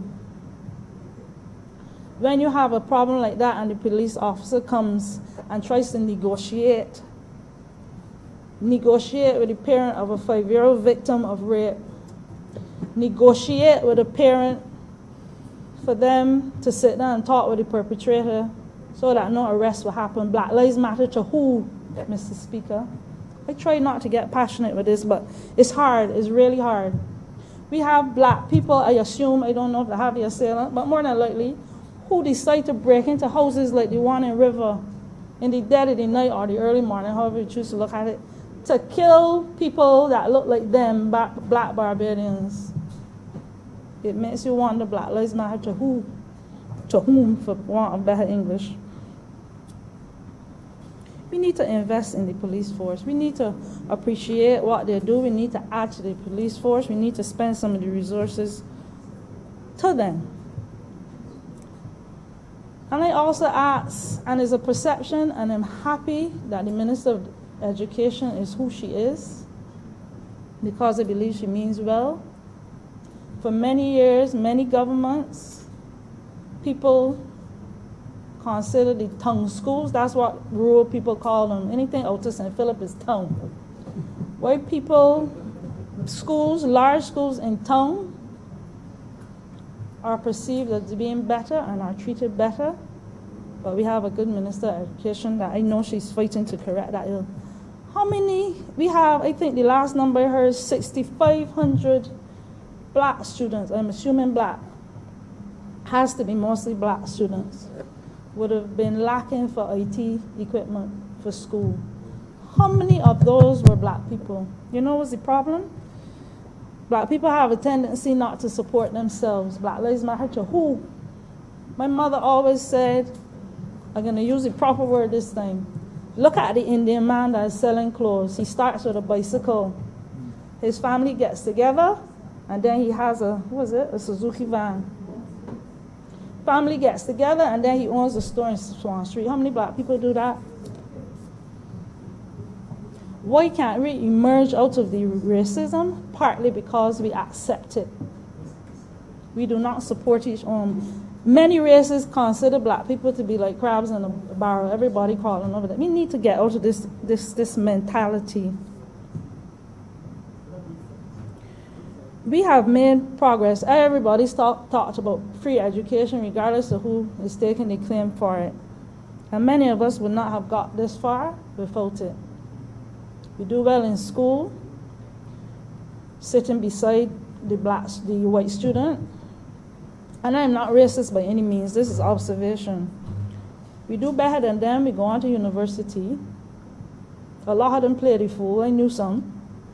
But at the end of the day, a friend of mine used to say, their bread is buttered with ham. We go away with scholarships or whatever, get an education, a good education. Come back here, not a job in sight. But yeah, the best job you could get is something under your qualifications, and the man above you is the manager, white, because that's daddy's company. Why can't black people own more companies and hire our own? Black Lives Matter to who? To whom? The impact is looking down on me, so I have to be correct. I remember, I will admit it, I was never brought up in a home where I felt it, where I felt that I was beneath anybody.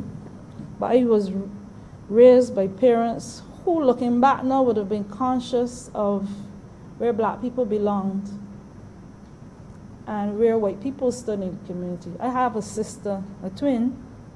We went in two different directions with education. She was adamant. I think that was the first quarrel I heard between her and my parents. She was adamant. She had a scholarship too.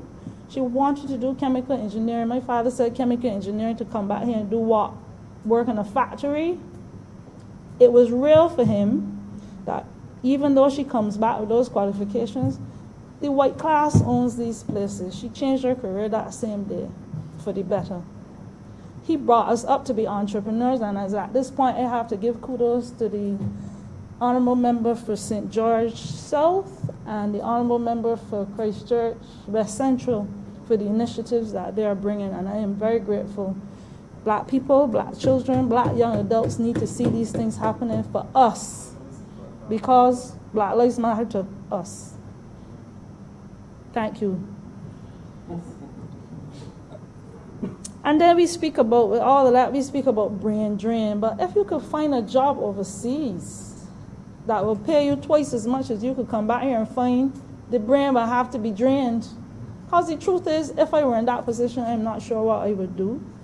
If I could study nursing and then can't get a job and have to work at a gas station or be a cashier. I have people that did accounting and are cashiers in supermarkets. Because Black Lives Matter. I'm going to take my time. I don't want to miss anything I wrote. Then we have businesses here, black-owned businesses, white-owned businesses. But at the end of the day, we saw COVID. COVID brought many small businesses down to the ground nearly. And many large businesses also. The market was opened up. Some of the small vendors, food vendors, vegetable vendors did well, but you know where the rush was? Chefette supermarket, restaurants. Non-black owned establishments we are willing to patronize rather than our own. Black Lives Matter to whom? These are the things that are in the mirror when you're looking at the other people behind me. We have establishments, I don't want to call the names again, maybe, that treat their black staff badly. How could you, in good conscience, prefer to throw? I know all the health regulations. I know it. How could you, in good conscience, opt to throw away good food at the end of the day rather than giving a single mother the leftovers to take home? I have known people who have been fired for this. Believe it or not, food that will end up in the toilet the next day. Funny but true. Think about it, it's true, food for thought. Sir, I run a breakfast program. Truth is, I do most of the cooking myself every morning, 5 days a week for entire terms, a year and a half now. I reached out to the black business owners in St. Philip North, in town. I think I got a favorable response for one. I am feeding black children in this country, and I cannot get a donation from black business owners in Barbados to help feed my black children. But the white man might give me one. Black Lives Matter to whom? If we do not respect and appreciate our own, what is the fight about? How long will the fight last? Because it seems this happens every, 2 decades? I was not present for Martin Luther King and had Malcolm X. Every few years this is happening. We got George Floyd now. Barbados is getting on board. I agree with we need to support our own. But we need to support our own black people as black people.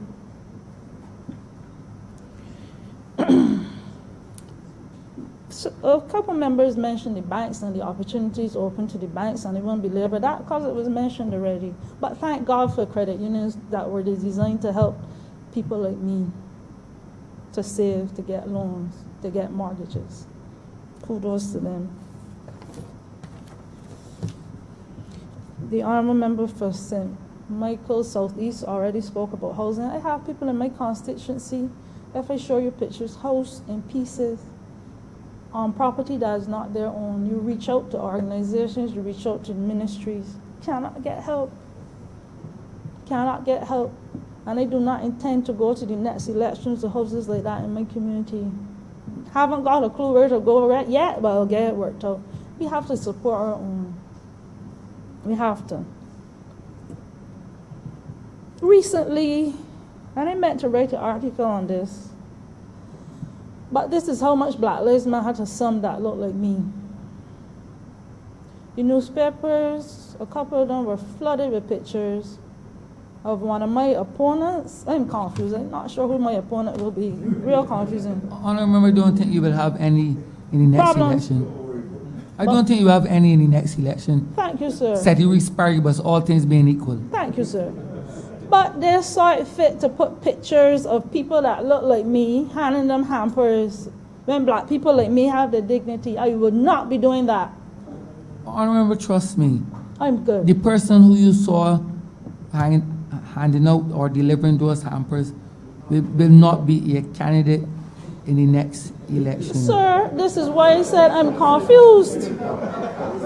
I'm very confused. Because next week it might be another one. Nevertheless, that's using my black people. That is using my black people. How many white people you saw giving out hampers and taking pictures of their family? How many Indians doing it? Not one. Our black people cannot be sacrificed for votes. Our black people we have to move them out of the mindset that they need to contact the representative, political representative, to get a job somewhere, to write a letter to even apply. I am sick of complaining about this. A person with the qualifications do not need me or should not need me to apply for a job in any ministry.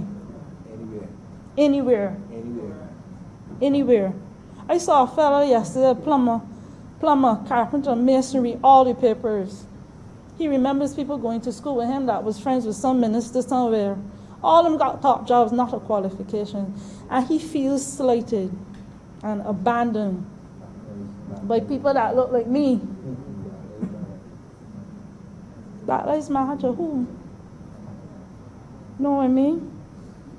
And I can take the opportunity for God, I will reveal back to the donations with the media. I saw, and I was so disappointed, the Nation newspapers recently, 2 families in St. Philip constituencies, they saw it fit to put in a newspaper, and it was obviously a mental problem, where a house was, the person was a hoarder. Mentioned her name. Mentioned that she had 2 children. Good God, Mr. Speaker. One of them was 13 years old. He has to go to school. He has to face the public. But it's better to sell papers by sacrificing my black people. Because it works. It took a newspaper article to get a woman to be helped. And I'm not blaming the administration, but their neighbors, their people around us, you don't really know her story. But it took that for people to understand where she's living. And pretty pictures of the children that have to face other children. Have you ever been teased by a child as a child? You can't do this to my black people. They should know better. And that was burning me to say I'm glad I had the opportunity today. Not much longer, Mr. Speaker. But I want to close up more or less by saying that black people need to support each other. I have been to once, a couple years back, when I was building my house and went to buy tiles. Walked around the room like an idiot, can't get help. White woman walk in. How many tiles you want? I walked out. I'm not putting up with foolishness. My father didn't raise me so. But Black Lives Matter to whom? We still have that innate sense of slavery that I don't know how the member for St. Michael East gonna get it out. But that needs to go. But all that being said, when we leave and hear what is next, I will admit this to the House. Never admit it to anybody but my family. The first time I walked up the steps of Parliament, and I'm not ungrateful to get here. I'm happy that the people voted me in to get here. But I felt little. I did not feel the flutter in my chest like some of the other members felt, because I felt like I was walking into a colonial. The Minister of Culture will have to help me. A colonial. It had too many vibes of that sense. And you know, I went home that day.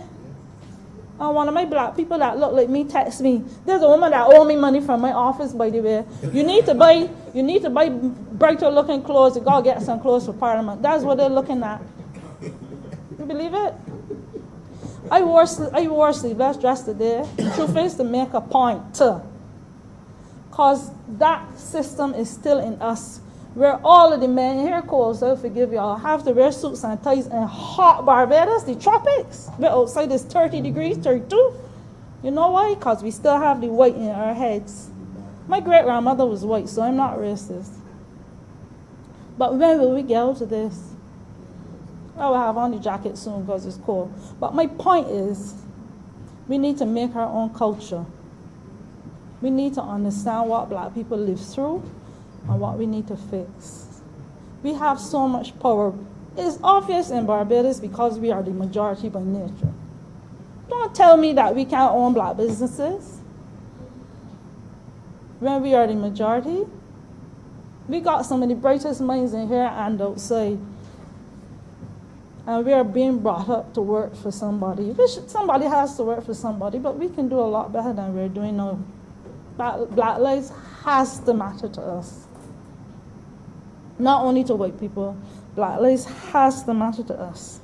But I want to end by saying each person is unique, a unique expression of God, regardless of color, creed, shape, size. Each person is sacred. Each person is worthy and worth it. Thank you, Mr. Speaker.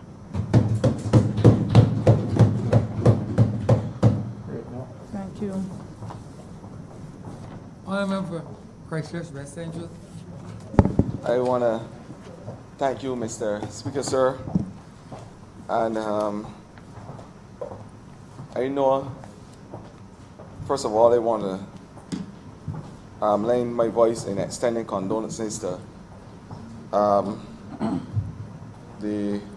my good friend, the reporter, photographer, Christoph Griffith, and Mr. Glenroy James, who were involved in a travesty of sorts yesterday.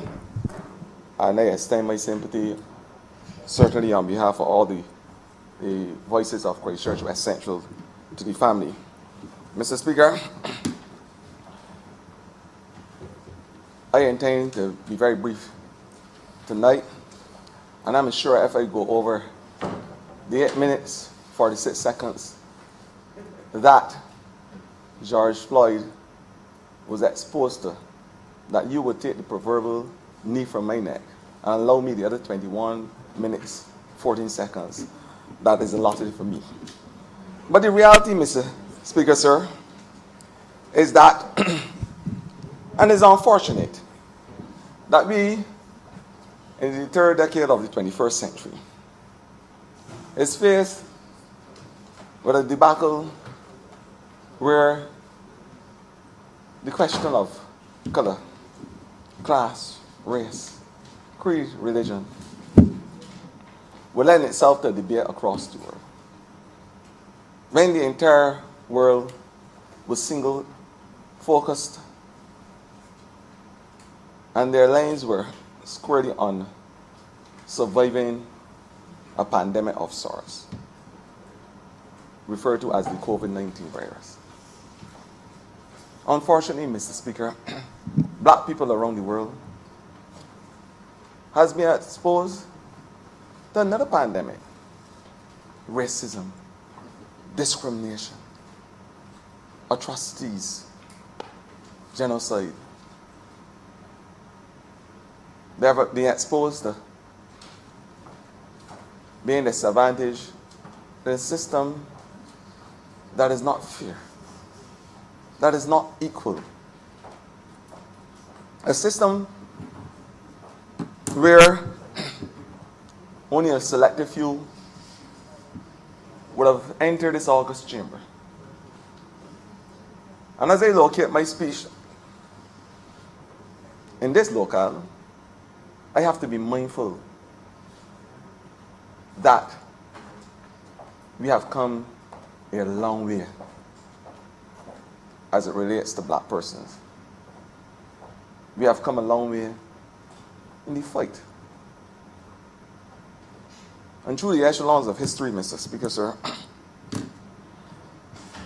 the reason why this conversation has become so worldwide is because one particular color and race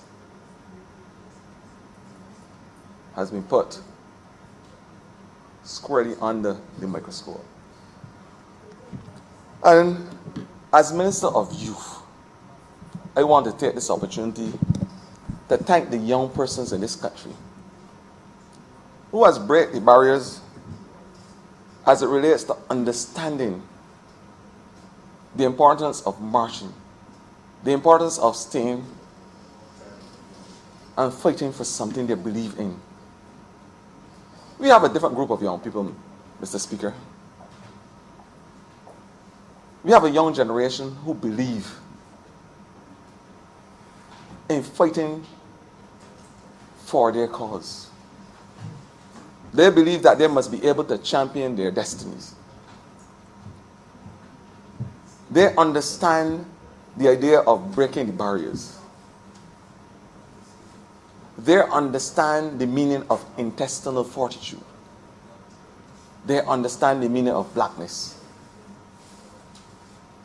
And the reason why they have to redouble their efforts and fight the extra fight and go the extra mile. We have a group of young people who understand that in order for Barbados to be able to live beyond the horizon as we know it, that line which has significance as it relates to our history books, and as the Member of Parliament for Christchurch South alluded to earlier, a line that Christopher Columbus claimed that he discovered the countries in the Western Hemisphere. And I say claim, because as the member rightfully alluded to, and he's correct, when he elucidated to say that you can't discover something that was already there. So when we revisit history, we must understand that our young people must not see this line as a barrier. The line that separates the sea as we know it from the sky must not be seen as a barrier for them to explore the world. And we must provide equal opportunities for all our people, irrespective of race, color, class, or creed. So my simple message today, Mr. Speaker, is not only that Black lives matter, Mr. Speaker, all lives matter. All lives. And it's my clarion call to ensure that all Barbadians understand that whether black, blue, brown, or white, that we are fighting for the single existence for Barbados. And Barbados will not be defined and should not be defined by race, by classism, by economic ability. The only way we are going to survive as a country is if Barbados is defined by the collective efforts of every single Barbadian. That is the only way. And so to this extent, we now have to protect, Mr. Speaker, the unborn child, those who will lead the charge for Barbados over the next 100 years and beyond.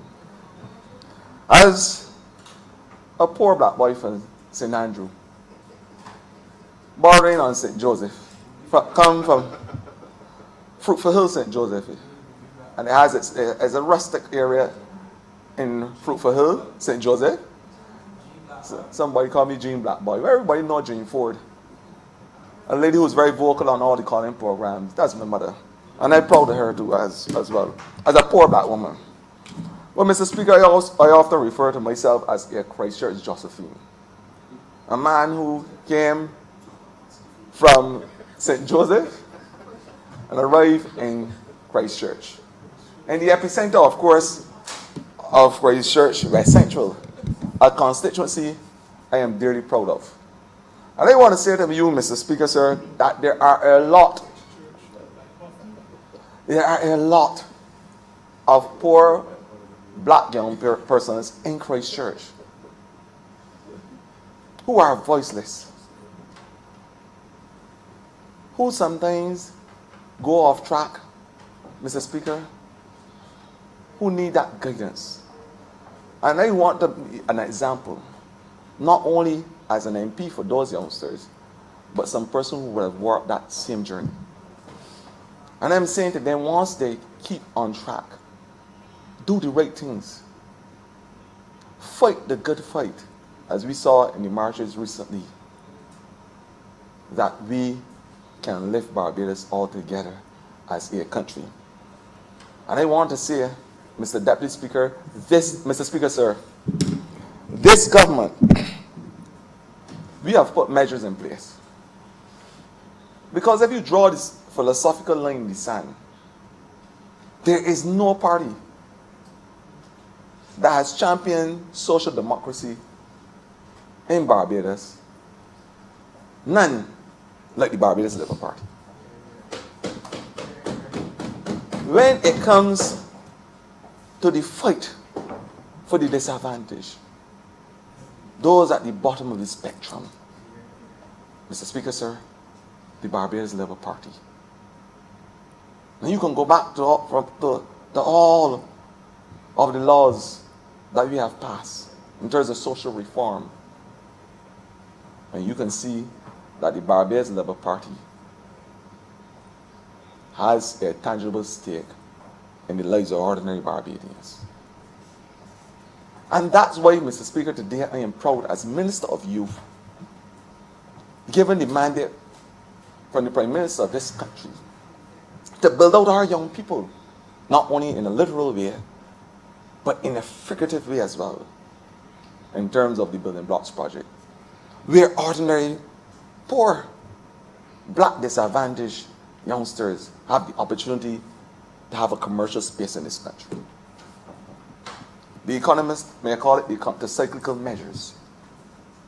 I say today, in this August chamber, it is the only measure that I know in terms of empowering our young people, allowing them to put down the weapons of destruction and picking up the tools of empowerment. And that must be the message that is sent to every single black young Barbadian in this country. That we are going to engage them as a government. We are going to give them the opportunity to have a tangible stake in this country. And if you are serious about black person and about Black Lives Matter, we have to be serious about giving young persons the opportunity to shine. I know there's an August gentleman here who's saying about black is beautiful. And when black ain't beautiful, when black ain't beautiful is when we seek to destroy our own. That is when black is not beautiful. It is not beautiful when we ostracize those young people. That is when black is not beautiful. It is beautiful when you have some sexagenarians and septuagenarians in here that I am fond of. That I'm fond of when they make their contribution. That's an aside. Pay no attention to that aside. When they make their contribution, Mr. W. But when black is not beautiful, is when, Mr. Speaker, we stop our young people from having the opportunity to live the Barbadian dream. That is what when black is not beautiful. Black is not beautiful, Mr. Speaker, when black persons cannot sit down in university and have the opportunity for free tertiary education. That is when black is not beautiful. And over the last 10 years, black was ugly. Some people may call it inartistic. I don't know the fancy words. I'm not a logo for like you. But black was not beautiful when you had an albatross around the necks of ordinary black Barbadians who were aspiring for a tertiary level education so they can climb the proverbial ladder. That is when black was not beautiful. But under this government and under my ministry, I have a mandate to make sure that black is beautiful. And that any color is beautiful, for the matter of fact, once you are a young Barbadian aspiring in this country. That is a simple message. But there has always been a fight with this particular race. A fight. A fight in the morning, a fight in the noon, a fight in the night. A fight. We had a lady, again in the beautiful constituency of Christchurch West Central, and the member of parliament for St. Michael South Eastport, about her earlier, by the name of Shirley Chisholm, a congresswoman who in the 60s fought hard and ran in America for black persons and ran for president as the first black woman in 1972. A woman who was nurtured in Vauxhall, Christchurch, whose roots in Naval Stream was buried in Vauxhall, certainly in the epicenter of Christchurch. And Christchurch West Central. And they have made a commitment in the not too distant future to honor her legacy. To honor her legacy, Mr. Speaker.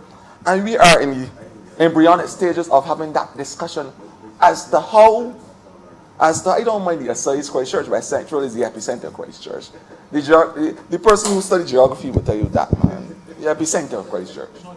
And I'm sure the 20,000 people who live in the constituency will say that the member of parliament is correct. We will honor Shirley Chisholm. We will give her her right in this geographical space in Christchurch and Vauxhall, Christchurch. Because she has made a significant contribution. She has been a fighter, an advocate for black persons when racism was at its worst in America. And her words, we've never given up the fight. And we will overcome. And I'm bought and I'm boss. Those are the words that must resonate in every single young Barbadian. And the elderly too, those in the twilight of their years. They know not being bought or boss. I surely member of Parliament for St. Thomas will tell you so. Like Shirley Chisholm, she is a teacher of sorts as well.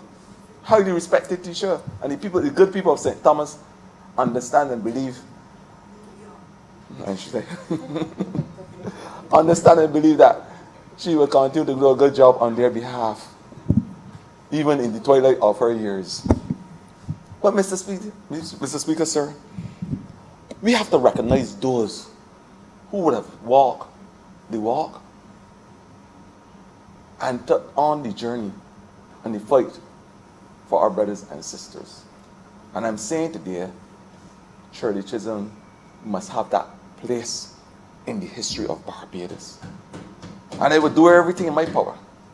I will work with every collective senior of my being to ensure that her name is on the mouthpiece of every single young Barbadian in this country. And it's according to the Member of Parliament for St. Thomas, enshrined in the echelons of history. Yeah, that's what she said. You know, you can always learn from the elderly, Mr. Speaker. And I love the elderly. So I'm willing to learn from them.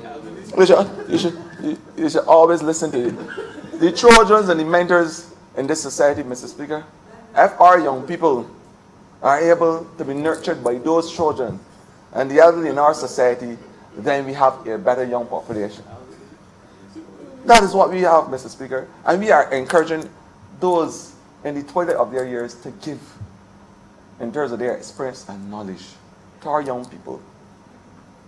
Because black is not beautiful when you have young black men. And you are a lawyer, Mr. Speaker. You understand what I'm saying. To solve disputes resorting to violence. Black is not beautiful then. It is not beautiful when domestic abuse is primarily amongst one race in this country. Black is not beautiful. We have to set an example for our people. We have to bring them to a level of consciousness where they understand that what they're doing in this country is a reflection of Barbados. And how they react to circumstances shape the way how this country is seen in the international space. We have a country that I'm certainly proud of. And I can say, without a shadow of a doubt, Mr. Speaker, that the levels of racism in this country is absolutely low, if there is any at all. Because we have always had good leadership.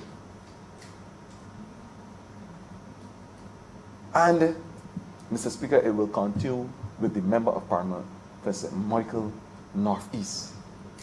Good astute leadership, fair leadership, a leadership that cares about every single person in this country, irrespective of race, color, religion, or creed.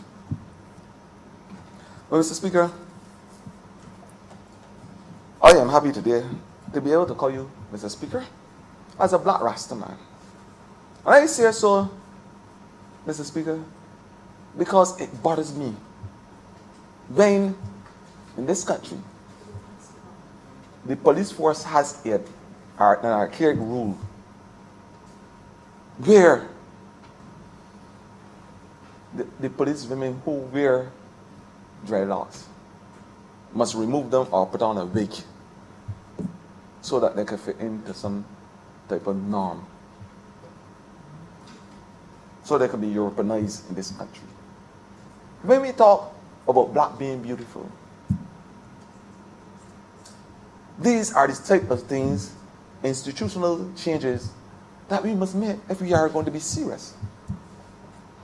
Because black is beautiful when a young lady is able to wear her hair in its natural way, Mr. Speaker. And if the same rule had applied to this August chamber, probably the third oldest parliament in the Commonwealth, Mr. Speaker, I would not be able to address you today. I say it's wrong. I say so without apology. And I hope that we move with a pace to get this rule changed. Because when I see police women carrying out the duties in Barbados with a wig on because they can't show the natural hair, it hurts me to the core. Black is not beautiful, Mr. Speaker. So unless we are prepared for institutional change, where we recognize that the system must change, if there must be fairness across the board. And as I said just now, the discrimination that happened in the last decade, where ordinary black young men and women, white young men and women, who aspire to have a university degree so they can have social upliftment, help support themselves and their family.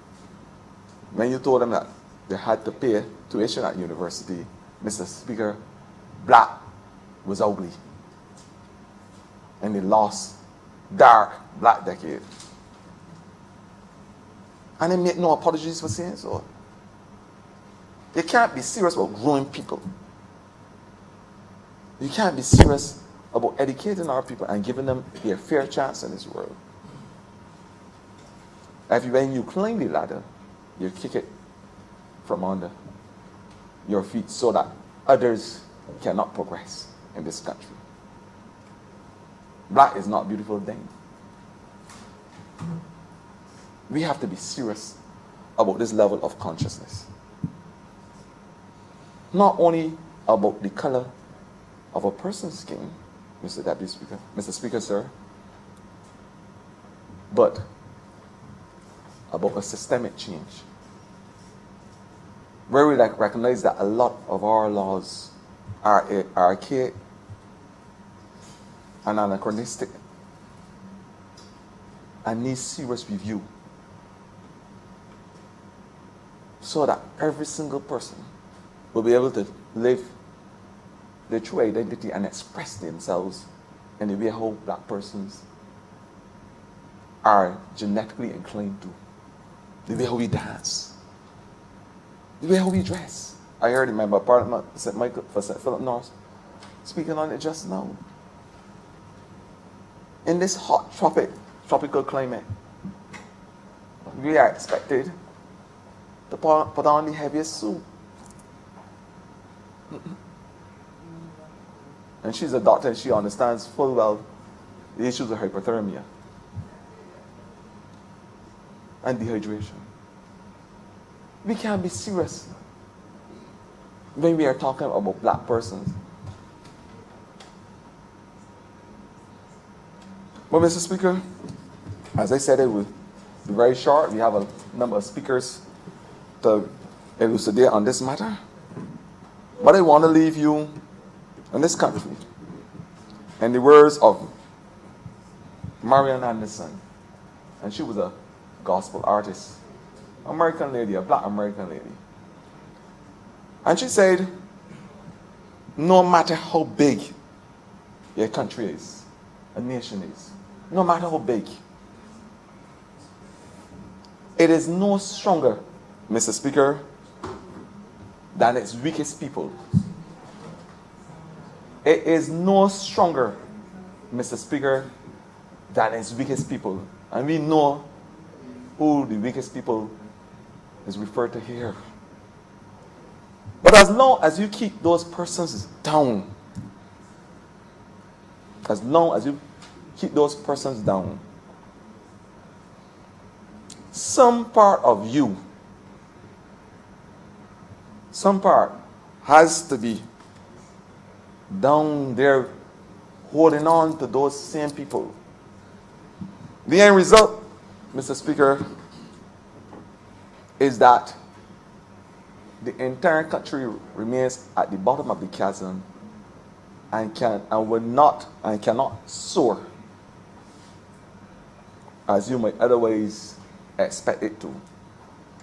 It basically means, Mr. Speaker, that when you keep a race down, you keep an entire country down. And Mr. Speaker, by extension, you keep an entire world at the bottom of the chasm. Thank you, Mr. Speaker. Honourable member for St. James South. Thank you, Mr. Speaker. I stand to join my colleagues in speaking on this matter of Black Lives Matter, and I want to congratulate the persons who have spoken before, because people have spoken from the heart, people have spoken with passion, and people have outlined how they feel about Black Lives Matter.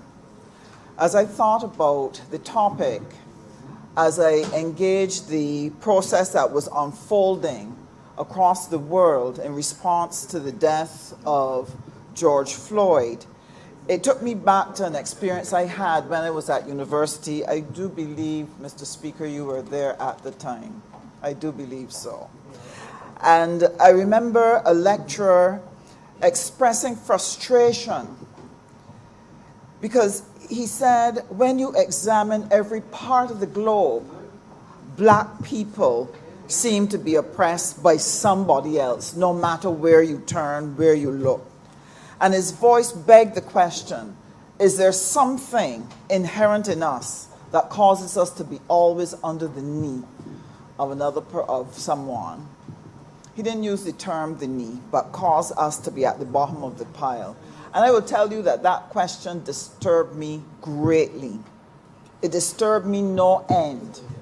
And I remember purposing in my heart that one of the things I would do with my life was to dedicate myself to helping people to break free, to thrive, to prosper, to have opportunity, and to have a space in which they can be all that they can be. Because, Mr. Speaker, at the bottom of the problem that faces this world, the problem of racism, is the inability of the human to understand the importance of difference, the role that difference plays in human life and human existence, and we fall short in how we respond to it. Indeed, difference in the earth design is not an accident, but a very deliberate program designed to assist humans to be their best self. One, to create a place for each one of us to be needed because there's something we can bring nobody else can. And when we work cooperatively with each other, we're able to create new opportunities, create new growth, come up with new things, bring innovation. And what this would bring to the world is endless possibilities. And endless possibilities will help us to craft a new economics. We can shift from an economics of scarcity to an economics of abundance that recognizes that if we can develop the potential of every single human being, humans would always be innovating and creating, and that we would all be able to benefit from that which we create. But unfortunately, Mr. Speaker, some of us as humans were never able to rise beyond making the difference between ourselves and others an evil in them, a defect that gave them license to treat that other person differently, to treat that person badly and still go into church and praise God. And Mr. Speaker, it is the work of generations sometimes to break these strongholds. And it's work that our generation has, because it's the inability to deal with difference that has given rise to fanaticism, sexism, ageism, and racism. Now, how do we change this? Martin Luther King Jr. famously said, "You will not solve the problem of begging by throwing a few coins in a beggar's cup, but rather you must address the system which consistently produces the beggar." And that is the work of our generation. Whether we are dealing here in Barbados with our health systems, how do we change how people eat so that they live healthy lives? This is one of the reasons why our ministry is not just the Ministry of Health, it's the Ministry of Health and Wellness. What are the changes we're going to bring to education? Because until we help people change how they're thinking, we cannot get them to prosper as we would. The question we have to ask each system is, how best can you serve the humans that you have been designed to serve? How can we best adjust what we're doing in the civil service, for example? How can we build systems that serve the people of Barbados, that help them to prosper and thrive and be their best self? This is the same question we have to ask in business. How can we shape business to help the consumer to prosper? So a new Barbados is going to require that our administration stay focused on our course of action, which is to bring empowerment to the people of Barbados, to look at those systems and bring change to those systems so that those systems begin to serve and free up Barbadians. One of the things that I think has captured my mind as I pondered and watched the video of the policeman with his knee on the neck of George Floyd, the casual, indifferent way in which it was done, as though this was an everyday occurrence. To me, it took my mind back to the work which is assigned to me. That is the work in the Ministry of Foreign Affairs and Foreign Trade.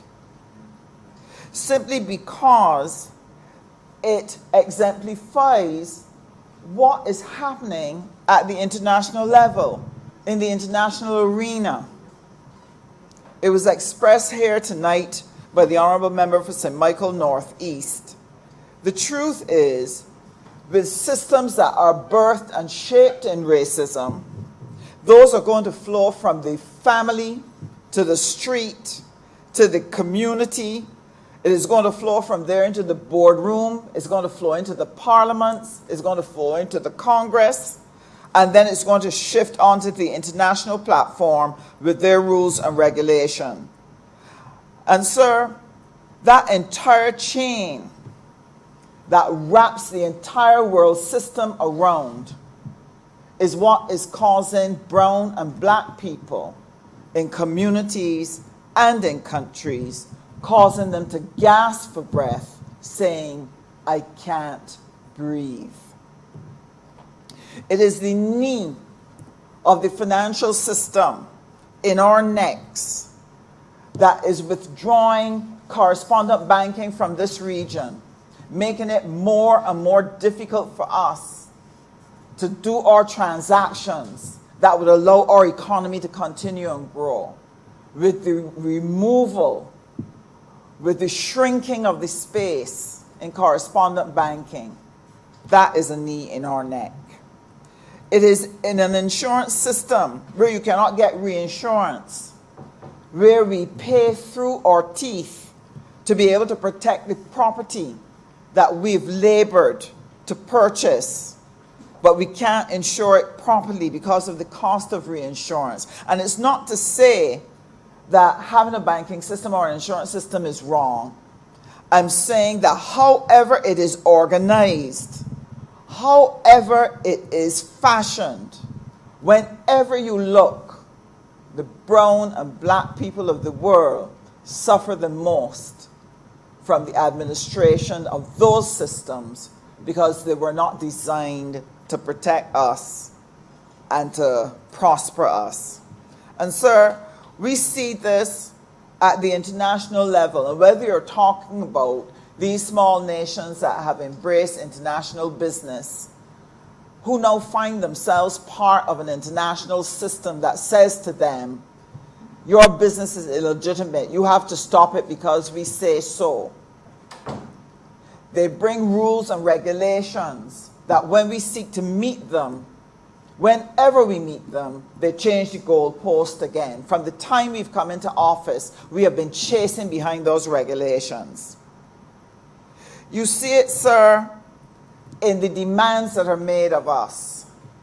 Whether they're standards that they insist we must meet, regardless of whether we have the resources, regardless of whether we have the technical capability, and we must meet it in specific time frames, Mr. Speaker. So whether it's about our airport, that if it doesn't meet a standard, they're going to blacklist it. Whether it is about our port, whether it's about our tax system, everybody now wants to dictate and narrow our space for sovereignty, where we cannot choose how we're going to deploy our resources to benefit the people of a country, but we have to keep responding to these demands that no matter how fast you meet it, they change the goalposts and we're back in trouble again. That knee is constantly in our neck and we can't breathe. So, Mr. Speaker, it makes it extremely hard. For example, we are now looking at 2 schemes that we've established to support the formation of enterprises, to enable them to export. But there's a concern that these 2 schemes might not be compliant with international requirements. And our division in foreign trade is examining to see whether or not this is compliant, because without these schemes, it's going to be impossible for our enterprises to have sufficient capital, to have sufficient guaranteed credit, to be able to borrow that they can grow and export. So while we work hard with the Youth Entrepreneurship Scheme, with the Block Entrepreneurship Program, with the trust funds, with the Financial Literacy Bureau, without the capacity to give support to businesses and business people who, because of the same racism in history that shaped the economic landscape, that prevented us from participating in the wealth and benefiting from the hard work which we put in to build these nations, when we try to equalize the foundation that they can compete by offering credit guarantee, the international system says no, because it is not compliant. On the matter of subsidies, again, Mr. Speaker, you see the same problem. That countries are not supposed to subsidize various sectors because they say it would distort trade, it will unfair other entrepreneurs elsewhere. But that rule in practice is a rule only for developing countries, because when we put in subsidies, we are deemed not compliant, they haul us before the various agencies, and we find ourselves in problems. Yet developed countries across this globe, the big and the powerful, offer subsidies to their entrepreneurs, Mr. Speaker, and distort trade in a major way that makes it impossible. I think some of the most egregious are the agricultural subsidies, which make it impossible for farmers in developing countries to be able to compete with goods that are going to be so much cheaper than theirs, so that they not only cannot export, they have difficulty holding their own domestic market. And what does that do? It makes it impossible for these small nations to create food security, which is what we've been pursuing, recognizing how important it is that every country has food security. But according to The Economist, agricultural subsidies undermine the capacity of these small nations to be able so to do. In the writing of Peter Shelton, it consigns thousands to poverty and hunger. I think one of the most painful things for me this week was to read an article which has stated that in 2015, Britain finished paying off the £20 million loan that it took out in 1833 to compensate plantation owners for the loss of their slaves. So when in this chamber we talk about a parliament being used as an instrument of oppression, there was nothing more grievous to us than that. That here we were, the oppressed, the beaten, the tortured, the mutilated, the imprisoned, suffering for hundreds of years.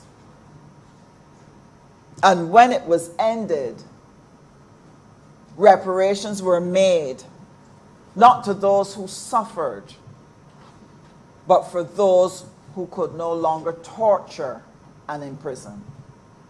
And by 2015 of this century, they finished the loan. Now, Mr. Speaker, I'll be honest. When I thought of that, it did upset me.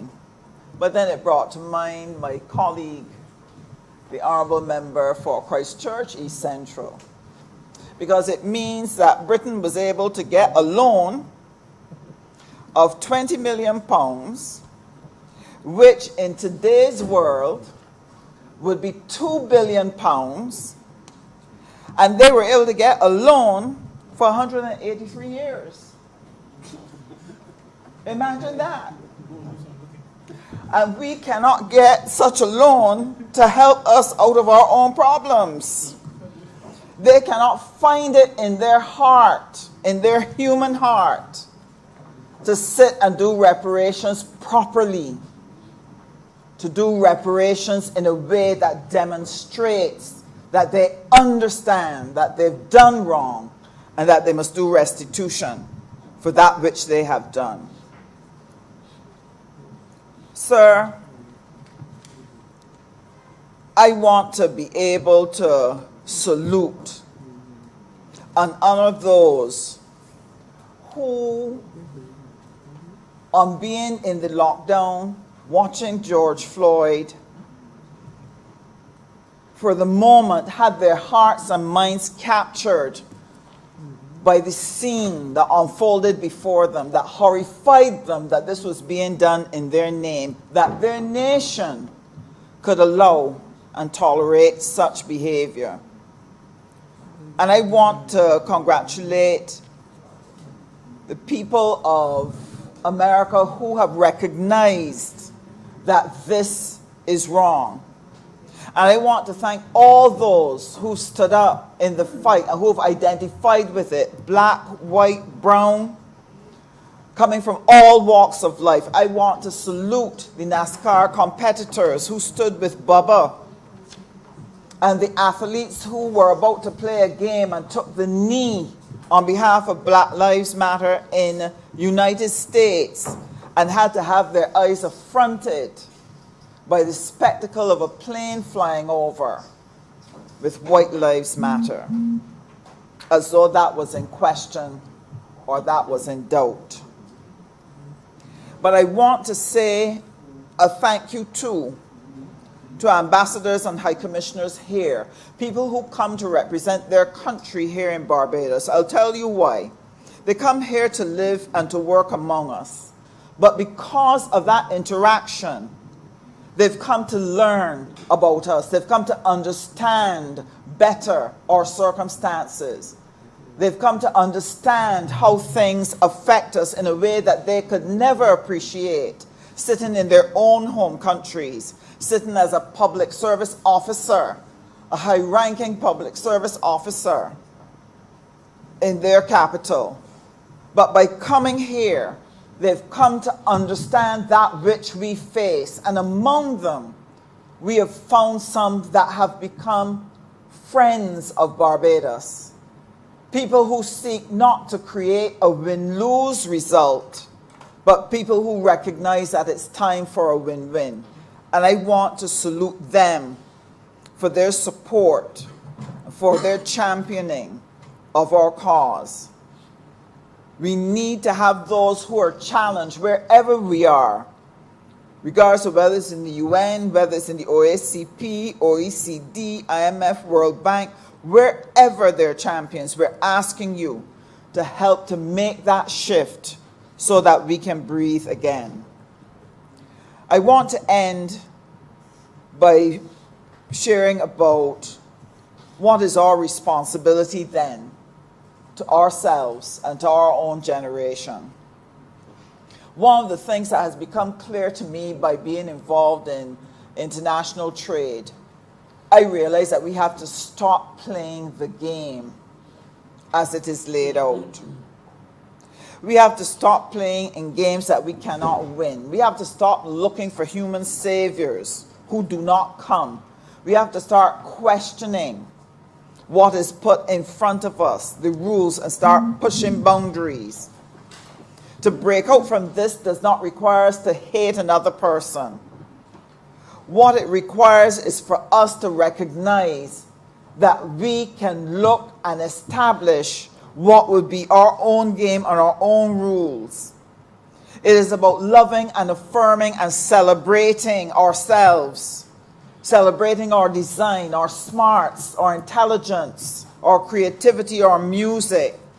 And that can only happen as we keep changing education, as we keep lifting up what is beautiful about ourselves. It is about the work that the Honourable Member for St. Philip West has been tasked to do, that culture must go beyond our music and our arts, but it must be about our values and the type of Barbadian that we want to shape. Sir, it's about telling our story loudly, proudly, carrying it across the world while enjoying the stories of others. It is the only way we're going to change our economic fortunes. Because if you do not celebrate that which comes from out of you, how can you offer it to the world? How can you stand behind it and fight for it to give it a place at the global table?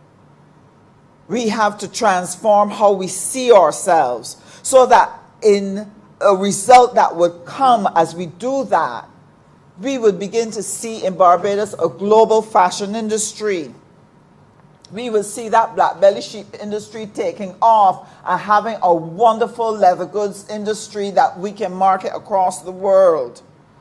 We will be producing tropical healthy foods that we can entice others with. And we can have an educational system that will help us produce people who will globalize our proud heritage. I want to commend CBC, Mr. Speaker, for that Sunday evening program called My Community. Well designed, well packaged, pulling out the gems that we can celebrate about ourselves. We have to become the solution. And there are a number of things that we need to do to be a part of our own solution. One of the first things we have to do is to make our money work for us. And the financial literacy program will assist in going a long way in teaching us the things we need to do with our money. But I want to encourage Barbadians.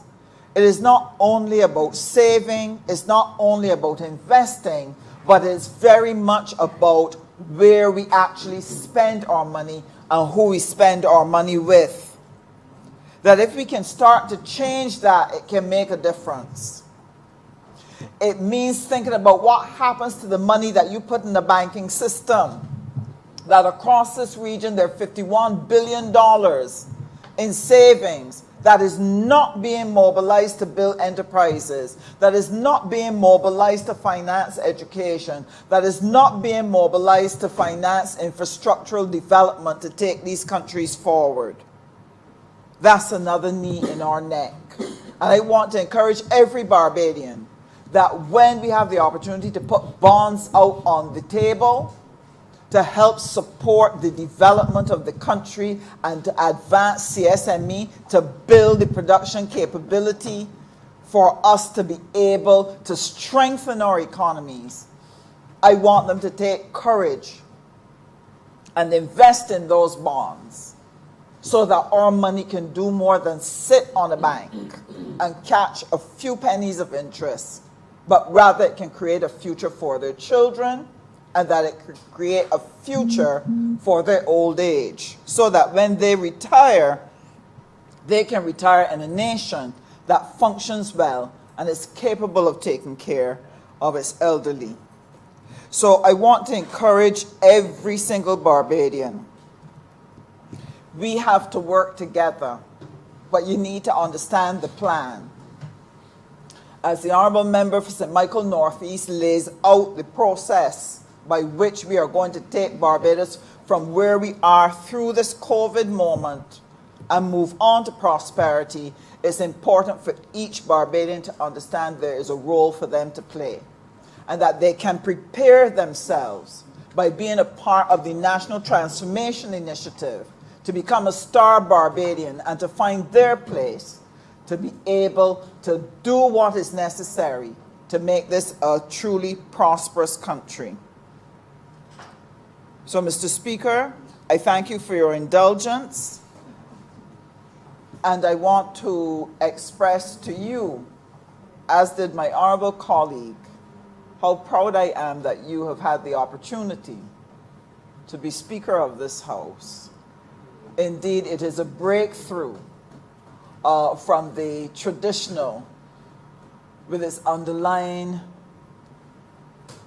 racist tendencies, to allow you and give you the opportunity to be one of the best Speakers of the House that Barbados will have. I thank you.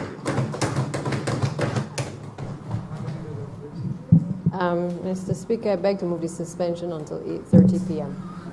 8:30. Honorable Chamber stands suspended until 8:30 p.m. All those honorable members in favor, please say aye. Those against, please say no. Meeting the ayes have it. This honorable chamber stands suspended until 8:30 p.m.